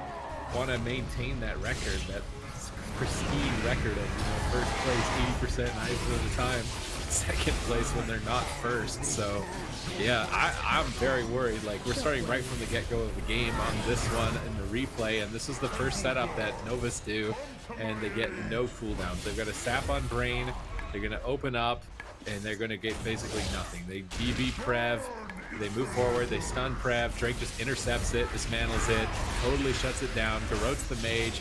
No damage going to be found there. Gets totally owned. And then just Palomar, just endless damage on Palomar for the first, like, the next 30 seconds. He's got evasion up. But this is before Vendetta. And I think Drake pops Vendetta and somehow gets behind him here on a lot of this damage. Prev's tearing in. Cloak of Shadows goes down. Evasion goes down. And he's just dying to dots. Oh. He's legit just dying to dots. Like, I feel like he doesn't even get stunned. Like, he doesn't, actually. I'm kind of blown away he died like that, in all honesty. That was remarkable. Whaler got Hammer of Justice into Blinding Light, into full sap, into Fear, then he willed the Fear and got silenced on his trinket instantly before he could press anything. So Whaler basically just wasn't at his keyboard pretty much the whole game. The only thing he did was just try to catch the mind games in the opener. So he didn't really get any heals out. So only defense they had was that Cloak of Shadows. Yeah, it's just Kawhi looking hungry. They almost got eliminated in the first match of the day. They had to reverse sweep, come back from that one. And they just want to be making it Championship Sunday right now. And actually, is this our last RMP? Yeah, this is the final RMP of the tournament. After that, every single one has been eliminated. 3.5 men just got sent home. Unitas got sent home. And now they're looking to send home the final team here, Novos. And then it's going to be just, Shadow Priest Rogue. This cup is looking like Liquid's cup, man. Yeah. If the RMP gets eliminated here, Liquid is just RMP? like perfect. They're just going to be cleaning some Shadow Priest Rogue teams and walking home with it. So. Oh, don't forget about the power. Hey, Power Man. We got Thugonomics on the Jester Warlock. Oh no, Shadow Priest Rogue. It's not Rogue. Yeah, that's true. There's a Mage Lock potentially as well, actually. Mage Lock. So, yeah. The Power Man could just come in out of nowhere as well. This is very interesting. And of course, Kawhi, you can never count them out either. So a lot of great teams going to be remaining, but no RMPs though. What needs to happen for the Power Man to win this, because I actually think they'll have rough matchups against the Kawhi, and Golden Guardians is Power Man need to win in the upper bracket and send Team Liquid to just go leave everybody, take them down, chop them up, and they got a rematch in the finals. That's what needs to happen for Power Man. That's their path to victory. Just send CD and the gang down there to clean up and get rid of all the Shadow Priest Rogue gamers, and then just beat them again in the grand finals. So yeah, that could be. We're getting a little bit ahead of ourselves though. Novos still could be bringing this one back. It's only 1-0. They're going to go to Bolivia Arena, the sunniest map that we have actually. If you didn't know, also happens to be the largest one. And they're going to stick with the Assassination Rogue here. See what they can do. I'm excited to see. But the big map looking for resets is Assassination. Is it really that big of a deal? Trying to looking for these resets. Was Prev playing Night Fae also? I feel like Prev was playing Necrolord last week, but that was prior to the double Lego. I think the double legendary has kind of changed Shadow Priest a bit here, to where now they're going for Night Fae. I don't remember what he was playing in game 1, but we'll see in game number 2. The short cooldown Vendetta seems so deadly. He wasn't playing Night Fae? We can't tell, I don't think. Yeah, he's playing Night Fae, you can tell. He's playing Night Fae and he's playing Sephuz. Yeah, Sephuz plus cooldown reduction. So that seems like the really good combo right now that players are experimenting with. The double Lego is like Holy Priest Fury Warrior for cooldown reduction and enrage regen. This cooldown reduction on Vendetta seems nasty. If you can get Vendetta like, seems like a better cooldown than yeah. It reminds me of like Symbiosis when you would get like Divine Shield from a Feral Druid or something from a Feral on a Paladin, but then you get like Ice Block. Yeah, you get Ice Block, but then some classes would get like Battle Res, which I mean maybe that was good in PvE, but like in PvP was pretty impressive. It's kind of the same thing here with like Night Fae Priest synergies with some specs. You get a 20-second cooldown Vendetta, or you get like Disengage or something random. Actually, Hunter gets True Shot. Hunter's pretty good. I'm trying to think of the worst one for a Priest. I can't think off the top of my head. It might be Boomkin, might be the worst one, because I don't even know what it is. Whaler in a sap right now. You haven't seen them find a target just yet. They're all in stealth at the moment. They're waiting for the push. Palomar, Dopamine. Whaler's mounted up, rolling up, getting close to Brain, chasing down the starting room as well, fishing to find Drake in stealth. No one getting found. Combat's been engaged, so Sap's not going to be an option here unless they get a reset. Mind play through the pillar, holding combat. Whaler dispelling dots, trying to drop combat potentially, but they're starting to push on top of Whaler here. And remember how much crowd control they got onto him last game. He was the CC'd forever, so I am curious to see if they can get that same chain as they got last time. Fear on the prep, stun on the Brain, going after the Holy Paladin this time around, which can be really difficult to deal with as Necrolord. Recovering yourself if you're getting tunneled down without that Divine Toll from Kyrian can be a bit of a struggle, but Brain's just going to walk it off easily. Palomar and Whaler are trying to evacuate, but they're going to get intercepted. Here comes massive damage from Drake on the Palomar. Can they kill through the Ray of Hope and Guardian Spirit? They're trying to. They actually just evened it out. They're getting Cloak of Shadows. Palomar getting overwhelmed, getting bullied again by Kawhi. Whaler managing to finally get out of crowd control, now turning it around with a kidney shot onto Prev, blasting some damage, but not even getting any cooldowns. This is now 2 setups by Novus, 3 setups if you include last game, where they're just getting nothing done. Drake has a full blind. So there's literally a full blind in store for Whaler. He's got no trinket, no guardian. Palomar's going to have to keep himself alive, but he does have Cloak of Shadows, so I don't know how easy that's going to be. There's the silence. Do they have a blind out? Looks like Drake's trying to find it. Psychic Horror. More crowd control incoming. The fuck? This is just a never-ending crowd control chain. Whaler still in CC. Palomar trying to stay alive. Kidney shot on Drake defensively. Whaler is any way to get out of crowd control. Blinding light. It frees the dots though from Palomar. Bit of a misplay there by Brain potentially. I feel like that was a waste of blinding light, and it allowed Palomar to easily survive. Maybe they should have just waited with that blind trigger until they actually had the Vendetta to go with it there. They didn't get Palomar's Trinket, and I mean, it's a long time until he has that Cloak of Shadows. He already popped the Eternal Aegis as well very early on, so potentially a little bit of a misplay there, but still in a good spot here if you are Kawhi. Brain in a stun, Palomar in a stun, Drake offensive pressing up protection. Silence onto Wailor. What else can he get? Disarm. Palomar. He gets procced there on the Guardian Spirit. Do we have any more practical there? He eats up that flash shield. It can look like the brain still in the full sheet. Drake's all over him. We got the Scythe Fiend rolling as well. Now finally, Kidney Shot, Smoke Bomb here onto Drake, but they won't get too much with it. Mind Games connect. Brain still sitting through Fire Patrol. Doesn't want to use any of his breakers right there. Still has that blind shield to work with. And Drake will get popped off there. Now, Palomar going for that restep, using that big map here to get away. And they're going to swap their attention over to Dopamine here. Big damage potentially here onto Dopamine. Wailor has his job cut out for him. What are they going to get? Cheap shot onto Brain, cheap shot onto Fred, cheap shot onto Drake, deep onto Fred. Roll Mind Control into Ring of Frost. Clean setup. Ring of Fire coming out as well here. Dopamine and the company doing a great job here to get to Eternal Aegis as well for that setup. And now Drake is going to go after Wailor here, who has no trinket. Actually does have his trinket back, but no Guardian Spirit. Full silence. He might need to trinket. He's trinketing the Hammer of Justice on 1 HP. And he gets the fade. Survives. But that was so greedy. He could have easily just gotten stunned on his trinket and just died right there. That was incredible. Here comes Combust. Prev makes a trade. Palomar low, trying to go after Drake. Pops the Aegis. Drake gets bopped. And who's going to go down first? Palomar's chasing Drake at 30%. Wailor's like, no, get out of there. What are you doing, man?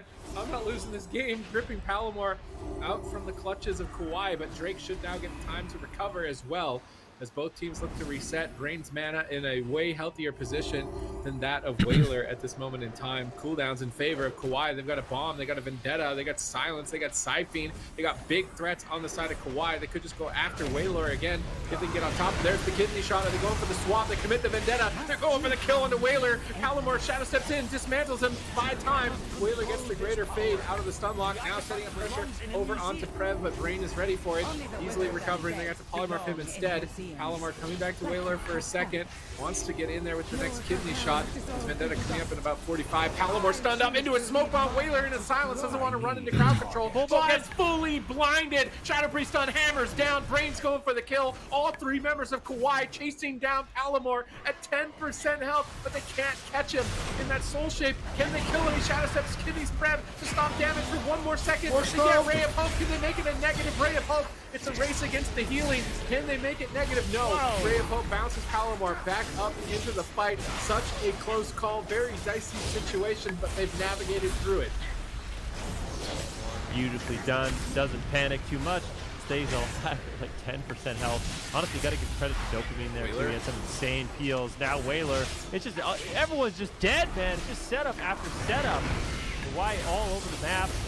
Devastating setup. These consistent Vendettas. I mean, Vendettas up in 8 seconds. Yeah, 8 seconds. Palomar's in danger. At the same time, Prev though getting low. He's got fade. He's got dispersion. Here comes the silence on Wailor. I can't help but feel like they might make a swap here on Palomar. No, they're just going for it on Wailor. Still not committed to Vendetta though. Oh, they get Wailor's trinket, and that wasn't Vendetta. Now Palomar, no trinket. Wailor, no trinket. There's no Guardian. I fear Palomar is going to be the one that ultimately dies here, but a big setup here onto Drake. Can he live? He managed to get away. So right now, it's huge amounts of damage, but this Kidney Shot, any CC on Wailor, Hammer of Justice, anything, Blinding Light, and a Kidney Shot on Palomar with Vendetta, and I think that's the game. They realize that there's a Hammer of Justice, beautiful peels, Cloak of Shadows, all in here from Kawhi, and that is an overkill. That's it. Ray of Hope on the seed. No way. Keep it alive. Actually gonna Flash shield coming out. There's no way they're gonna keep the seed alive. Yep. They will. Unbelievable. You get a full size Unbelievable. To him. It looks like he's completely tapped on mana. Goes for Symbols of Hope. 1 tick. Drake making his way back over. And they keep the seed alive. They stay in the match here. Palomar has his trinket and his Vendetta still available here. Prev dropping dangerously low. Reading that dispersion. Going to use the Eternal Aegis again. The Wailor now in a Kidney Shot. There's no way he survived this one. 3 seconds. There 3 seconds. 2 seconds. 1 second left on that Guardian Spirit. And he gets it off and they proc it. Doesn't even look like they will be able to proc it. The Wailor has no mana left here. How is he going to stay alive? How is he going to keep his team in the fight? Full Vendetta rolling off the Prev. This might be his dispersion. Brain going to trade out the sacrifice here with the whips, with the blind, and the blinding light there coming out. They're going after Palomar. He's dangerously low. He trades out the Cloak of Shadows. Palomar running, trying to stay alive. He's healer in crowd control for just a second more. Full silence. Palomar, how are you going to stay alive? He shadow steps back to his team, but this time around, there is no nice play. growing in the sands with that seed, and it is going to be Kawhi taking another win. I have seen these games. The Night Phase Shadow Priest with the Assassination Rogue, that is a devastating combo. Right now, with 4 sets, double legendary, playing Night Phase yourself as the Assassination Rogue, your vendettas are an absolute nightmare to deal with. I think it's one of the highest burst damage cooldowns in the game, and getting that back up after just like 30 seconds, 45 seconds, just gives you so much consistent pressure. I mean, Kawhi in this map, they're just all over the place. They're going after the priest, causing devastation. They're going after the rogue. The way they get their extended crowd control change, I feel like at no point in that game was someone like Kawhi actually in danger. I mean, Prev's low here, but oh, he's got the Aegis. Oh, there's Vampiric Embrace. I could fade, I could Void Shift, you know, I could disperse. We could Ultimate Sacrifice. They have every single defensive cooldown. Kawhi just in the driver's seat from start to finish, and I don't know. This is a really scary composition. How did he get this heal? Drake has a kick. I'm really surprised he didn't just kick that and kill Whaler in that position right there. Like, I thought it was over for him, but they ended up blinding him instead. And Palomar's like, pre-evasion, all right, pre-cloak, all right, I'm 30%, killed the Siphene. On the run, they polymorph Drake, and he tries to like shadow step behind his healer in line when he gets death once here. He feints that damage, shadow steps in, tries to line it. He's just dotted, there's no way he's gonna get there. Ray of Hope comes out, but oh, just 1 second too late. If he had actually managed to get that Ray of Hope, I feel like it's them just pulling off these like miracle, like we're alive, we're alive, we're alive. They're like floundering on the surface of the water, like just trying to keep their heads above the water. Meanwhile, Kawhi are just on a cruise ship, just sailing through the ocean while they're just struggling to keep their heads above the water. Like, it looks rough for them, I think. Definitely. Night Phase scary. I mean, it's such a hard. Vendetta is such a hard cooldown to deal with, and when it's up so consistently, with the amount of crowd control they have available, it's scary. So, I mean, Kawhi playing this one insane.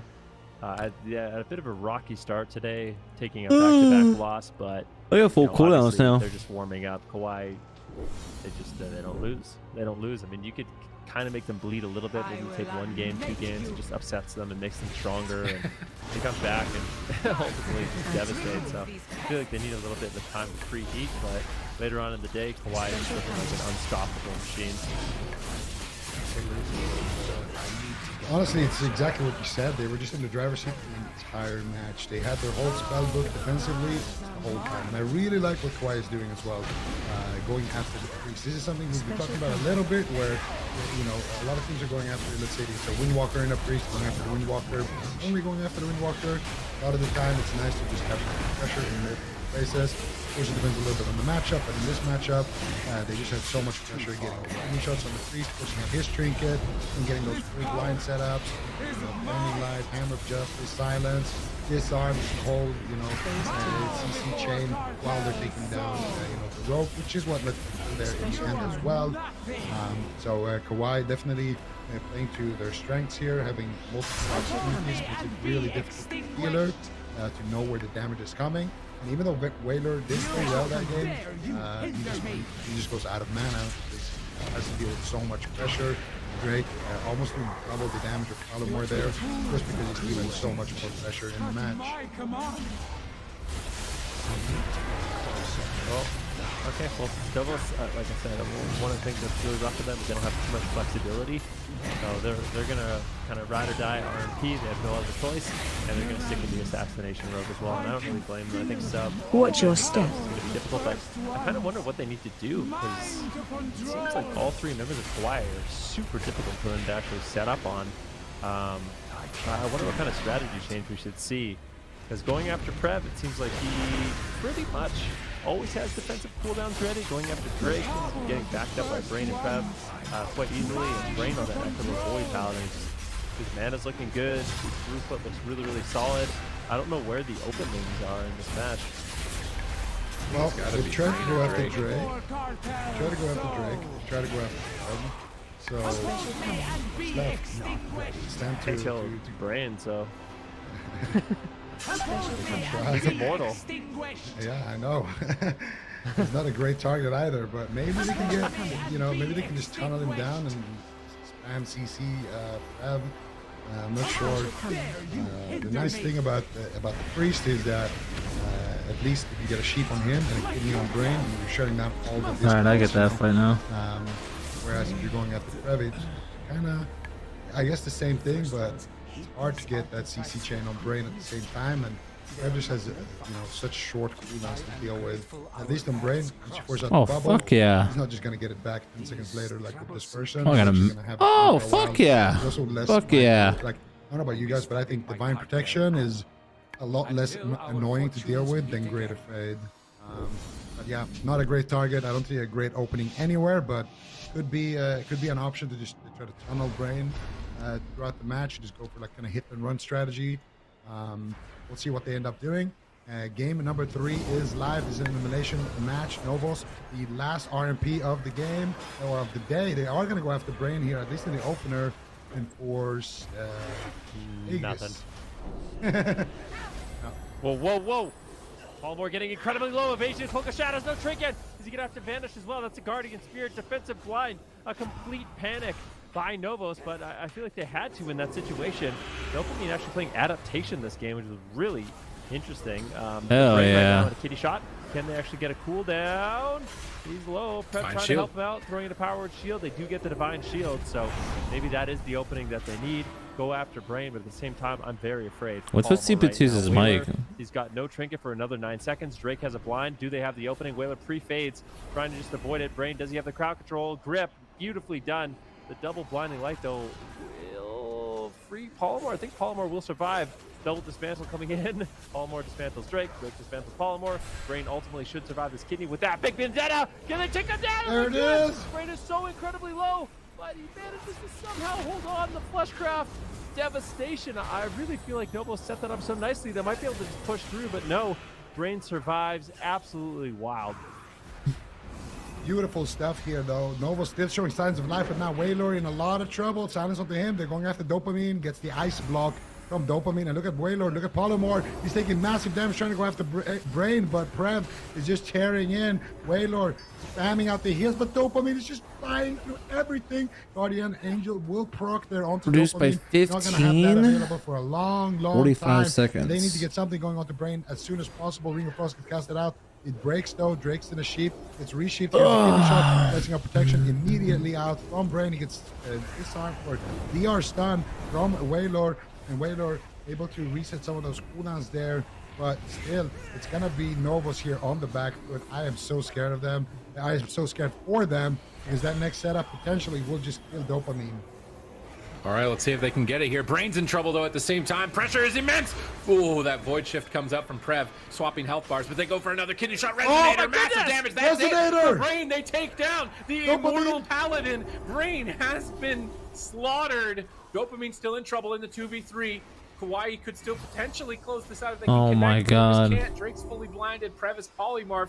I think Novus have done it. They've finally found a target. Let's go, Novos. The Polymore's so excited. Look at You know what I Polymore. love about Polymore, I have to say, is Polymore, even when he gets owned, is smiling and happy. Like, it just doesn't matter. Like, you know, when he wins, he's really excited. Even when he gets owned, if he gets, like, caught in a smoke bomb and he's going to get one shot instead of, like, throwing his mouse, he's just, like, laughing about the situation. It's really, really great to see. I'm glad they found an opening here. We have a series on our hands. now, but I have a funny feeling How many more do I need to do? game 2 more, right? are that Brain might switch it up. What do you think about Kyrian Paladin, Sid? I actually think it's better in the Rogue Mage, especially if Brain's going to be the target. I don't think the throughput is like 100% necessary for Necro in this matchup. Rogue Mage isn't doing consistent damage. You just need a top off every time you come out of a stun. I actually think Kyrian would be better, and the low HP stun for an emergency as well in this specific matchup. I actually would like to see Brain make a change over to Kyrian. Have to wait and see. It was really well done from Novus throughout this, just getting cooldown after cooldown. Was he on for Barons here? I think does he bop it? Yeah, he instantly bops it. He just gets purged on it. Chastise stunned after the purge. Look at Polymore, he's having He's so just much laughing. fun. Yeah, he's just Look at him. laughing the whole replay. He's down 2-0, about to get eliminated. Look at him. Look at him. He's actually just laughing the whole time, having so much fun. You What can are they tell talking these about? guys, I don't know. It sounds like somebody's telling a funny story or something on their team. Because Doesn't even seem like they're talking about The item end. level of They're this just like, reward "Oh, yeah, would be let's go." based on the They're like, lowest "Oh, of your cool, shop cool, league cool, runs cool." this week. Current mythic level 2. That's amazing. You know, Novus. I've never you seen can anyone tell- have this much fun. And, like, The thing about Novus is you can tell all of these players, they're just new to the AWC, and you can tell they're just happy to be making kind of the gods bleed right now. They're just happy to be taking some games and just, you know, doing it into the best. And yeah, that's great. It's great. And, you know, it just shows as well how much the attitude can matter. Even when you're down 2-0, just try to keep having fun, try to keep looking for openings, try a new strategy that you haven't tried before. Like, what do you have to lose, right? If you lose, you go out against Kauai. Great. So did the rest of the region, you know, for the last how many years. So just try to take it one game at a time, and they're gonna find the win here. I have to Now, do all of a 2 more sudden, 8s. The ball is kind of in Kauai's court. What are they gonna do? Because this is their answer against Rogue Mage. I don't think we're gonna see a comp swap. It's gonna be maybe like what you guys are talking about, a Covenant swap here. You know, maybe gear changing, things like that. And Brain actually was playing the Aegis as well, so he was respecting the possibility of getting absolutely blasted like that. yeah. Still got blasted either way.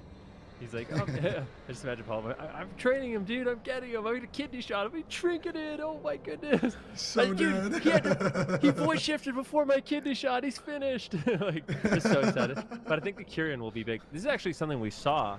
I do believe, correct me if I'm wrong, but Brain last week was actually switching between Necrolord and Kyrian. And any matchups where it felt like he could actually get trained, he was switching. So I think ultimately we are going to see the Covenant change in this game number 4. Kind of thinking about the map. Like, do we want to go to a big map? Do we want to go to a small map?